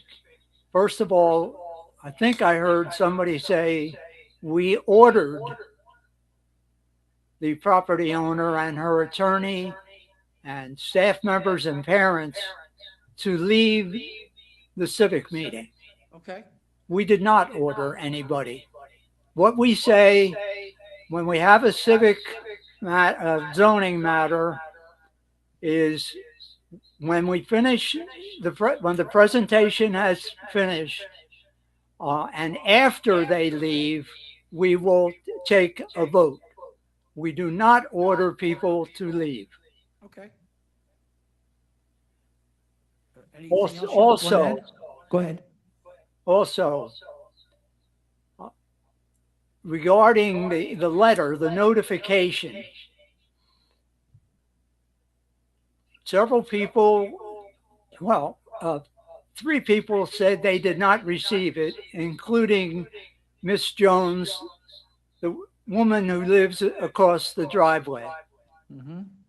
And another member on the block, another resident on that block, and actually 2 more. So there are 3 on that block who said that. Beyond that, the attendance at the meeting was surprisingly low. There were only 3 people who were on the list of near neighbors who were to receive the notification letter. Miss Jones did not receive it, Yep. She was on vacation. Okay. Okay. And And are you in for charge the- of are you in head of the RCO? I am the vice president. Okay. Okay. All right. So I mentioned the low attendance there. Only 3 of the 59 addresses were represented. Okay. There were none other than Miss Burnett on the 1200 block of Hayworth. Mm-hmm. The 3 who were represented were a block away. And in addition, the attorney did present in the presentation certificates of a bulk mailing. However, there was no evidence that the letters were delivered to everybody because Well, the mailing was first class only.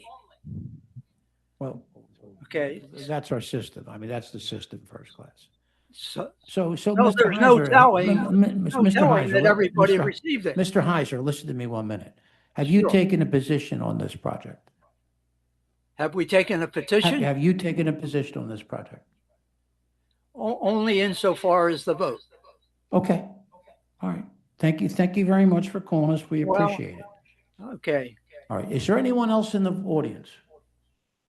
Yes, Chair, there are 5 hands up now. Okay. The next was Kiania Murph. Yep.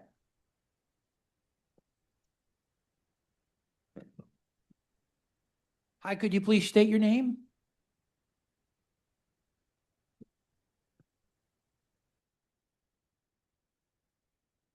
Hello, can you hear me? Yeah, I can. Could you please state your name and then spell it for the stenographer? Sure, it's Kiana Murph, Kionia, Murph, Murph. Do you swear or affirm to tell the truth, the whole truth, and nothing but the truth? Yes, I do. Kiana, are you a neighbor? No, I'm not. Or Kiana, do you support this project? Yes, I do. Okay, thank you very much for taking the time to call us. We appreciate it. Next hand, please.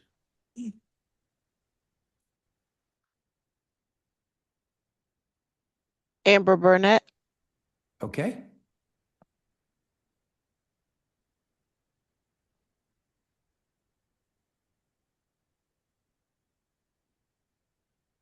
Hello, good afternoon, everyone. Hi, good afternoon. Could you please state your name and spell it for the stenographer? Sure, my name is Amber Burnett. It is AMBERBURNETT. Do you swear or affirm to tell the truth, the whole truth, and nothing but the truth? Yes, I do. Amber, are you a neighbor? I am not a neighbor. I used to be a resident at 1222 Hayworth Street. Okay, could you, are you in favor of this project or against? I am in favor of this project. Thank you so much for taking the time to call us. We appreciate it. Next hand, please. Next hand is Patricia, last name starting with a S. Okay. Hi, Patricia.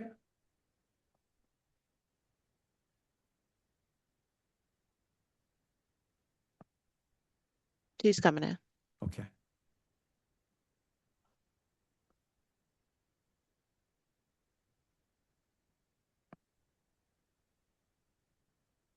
Can you hear me?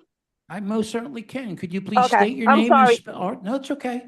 Please state your name and Patricia? spell. State your name. Hold up, listen to me. State your name and then spell it for the stenographer. Okay, it's Patricia Steers. It's spelled Patricia. Last name is Steers. Great. Do you swear or affirm to tell the truth, the whole truth, and nothing but the truth? Yes. Patricia, are you a neighbor? No. Patricia, are you in favor of this project or against? Yes, I am. You're in favor or against? Favor? In favor? I'm in favor of it. Okay, thank you so much for taking the time to call us. We appreciate it. Next hand, please. Jamisha Murray. Hi. Hi, could you please state your name and spell it for the stenographer? She's rejoining now. Okay.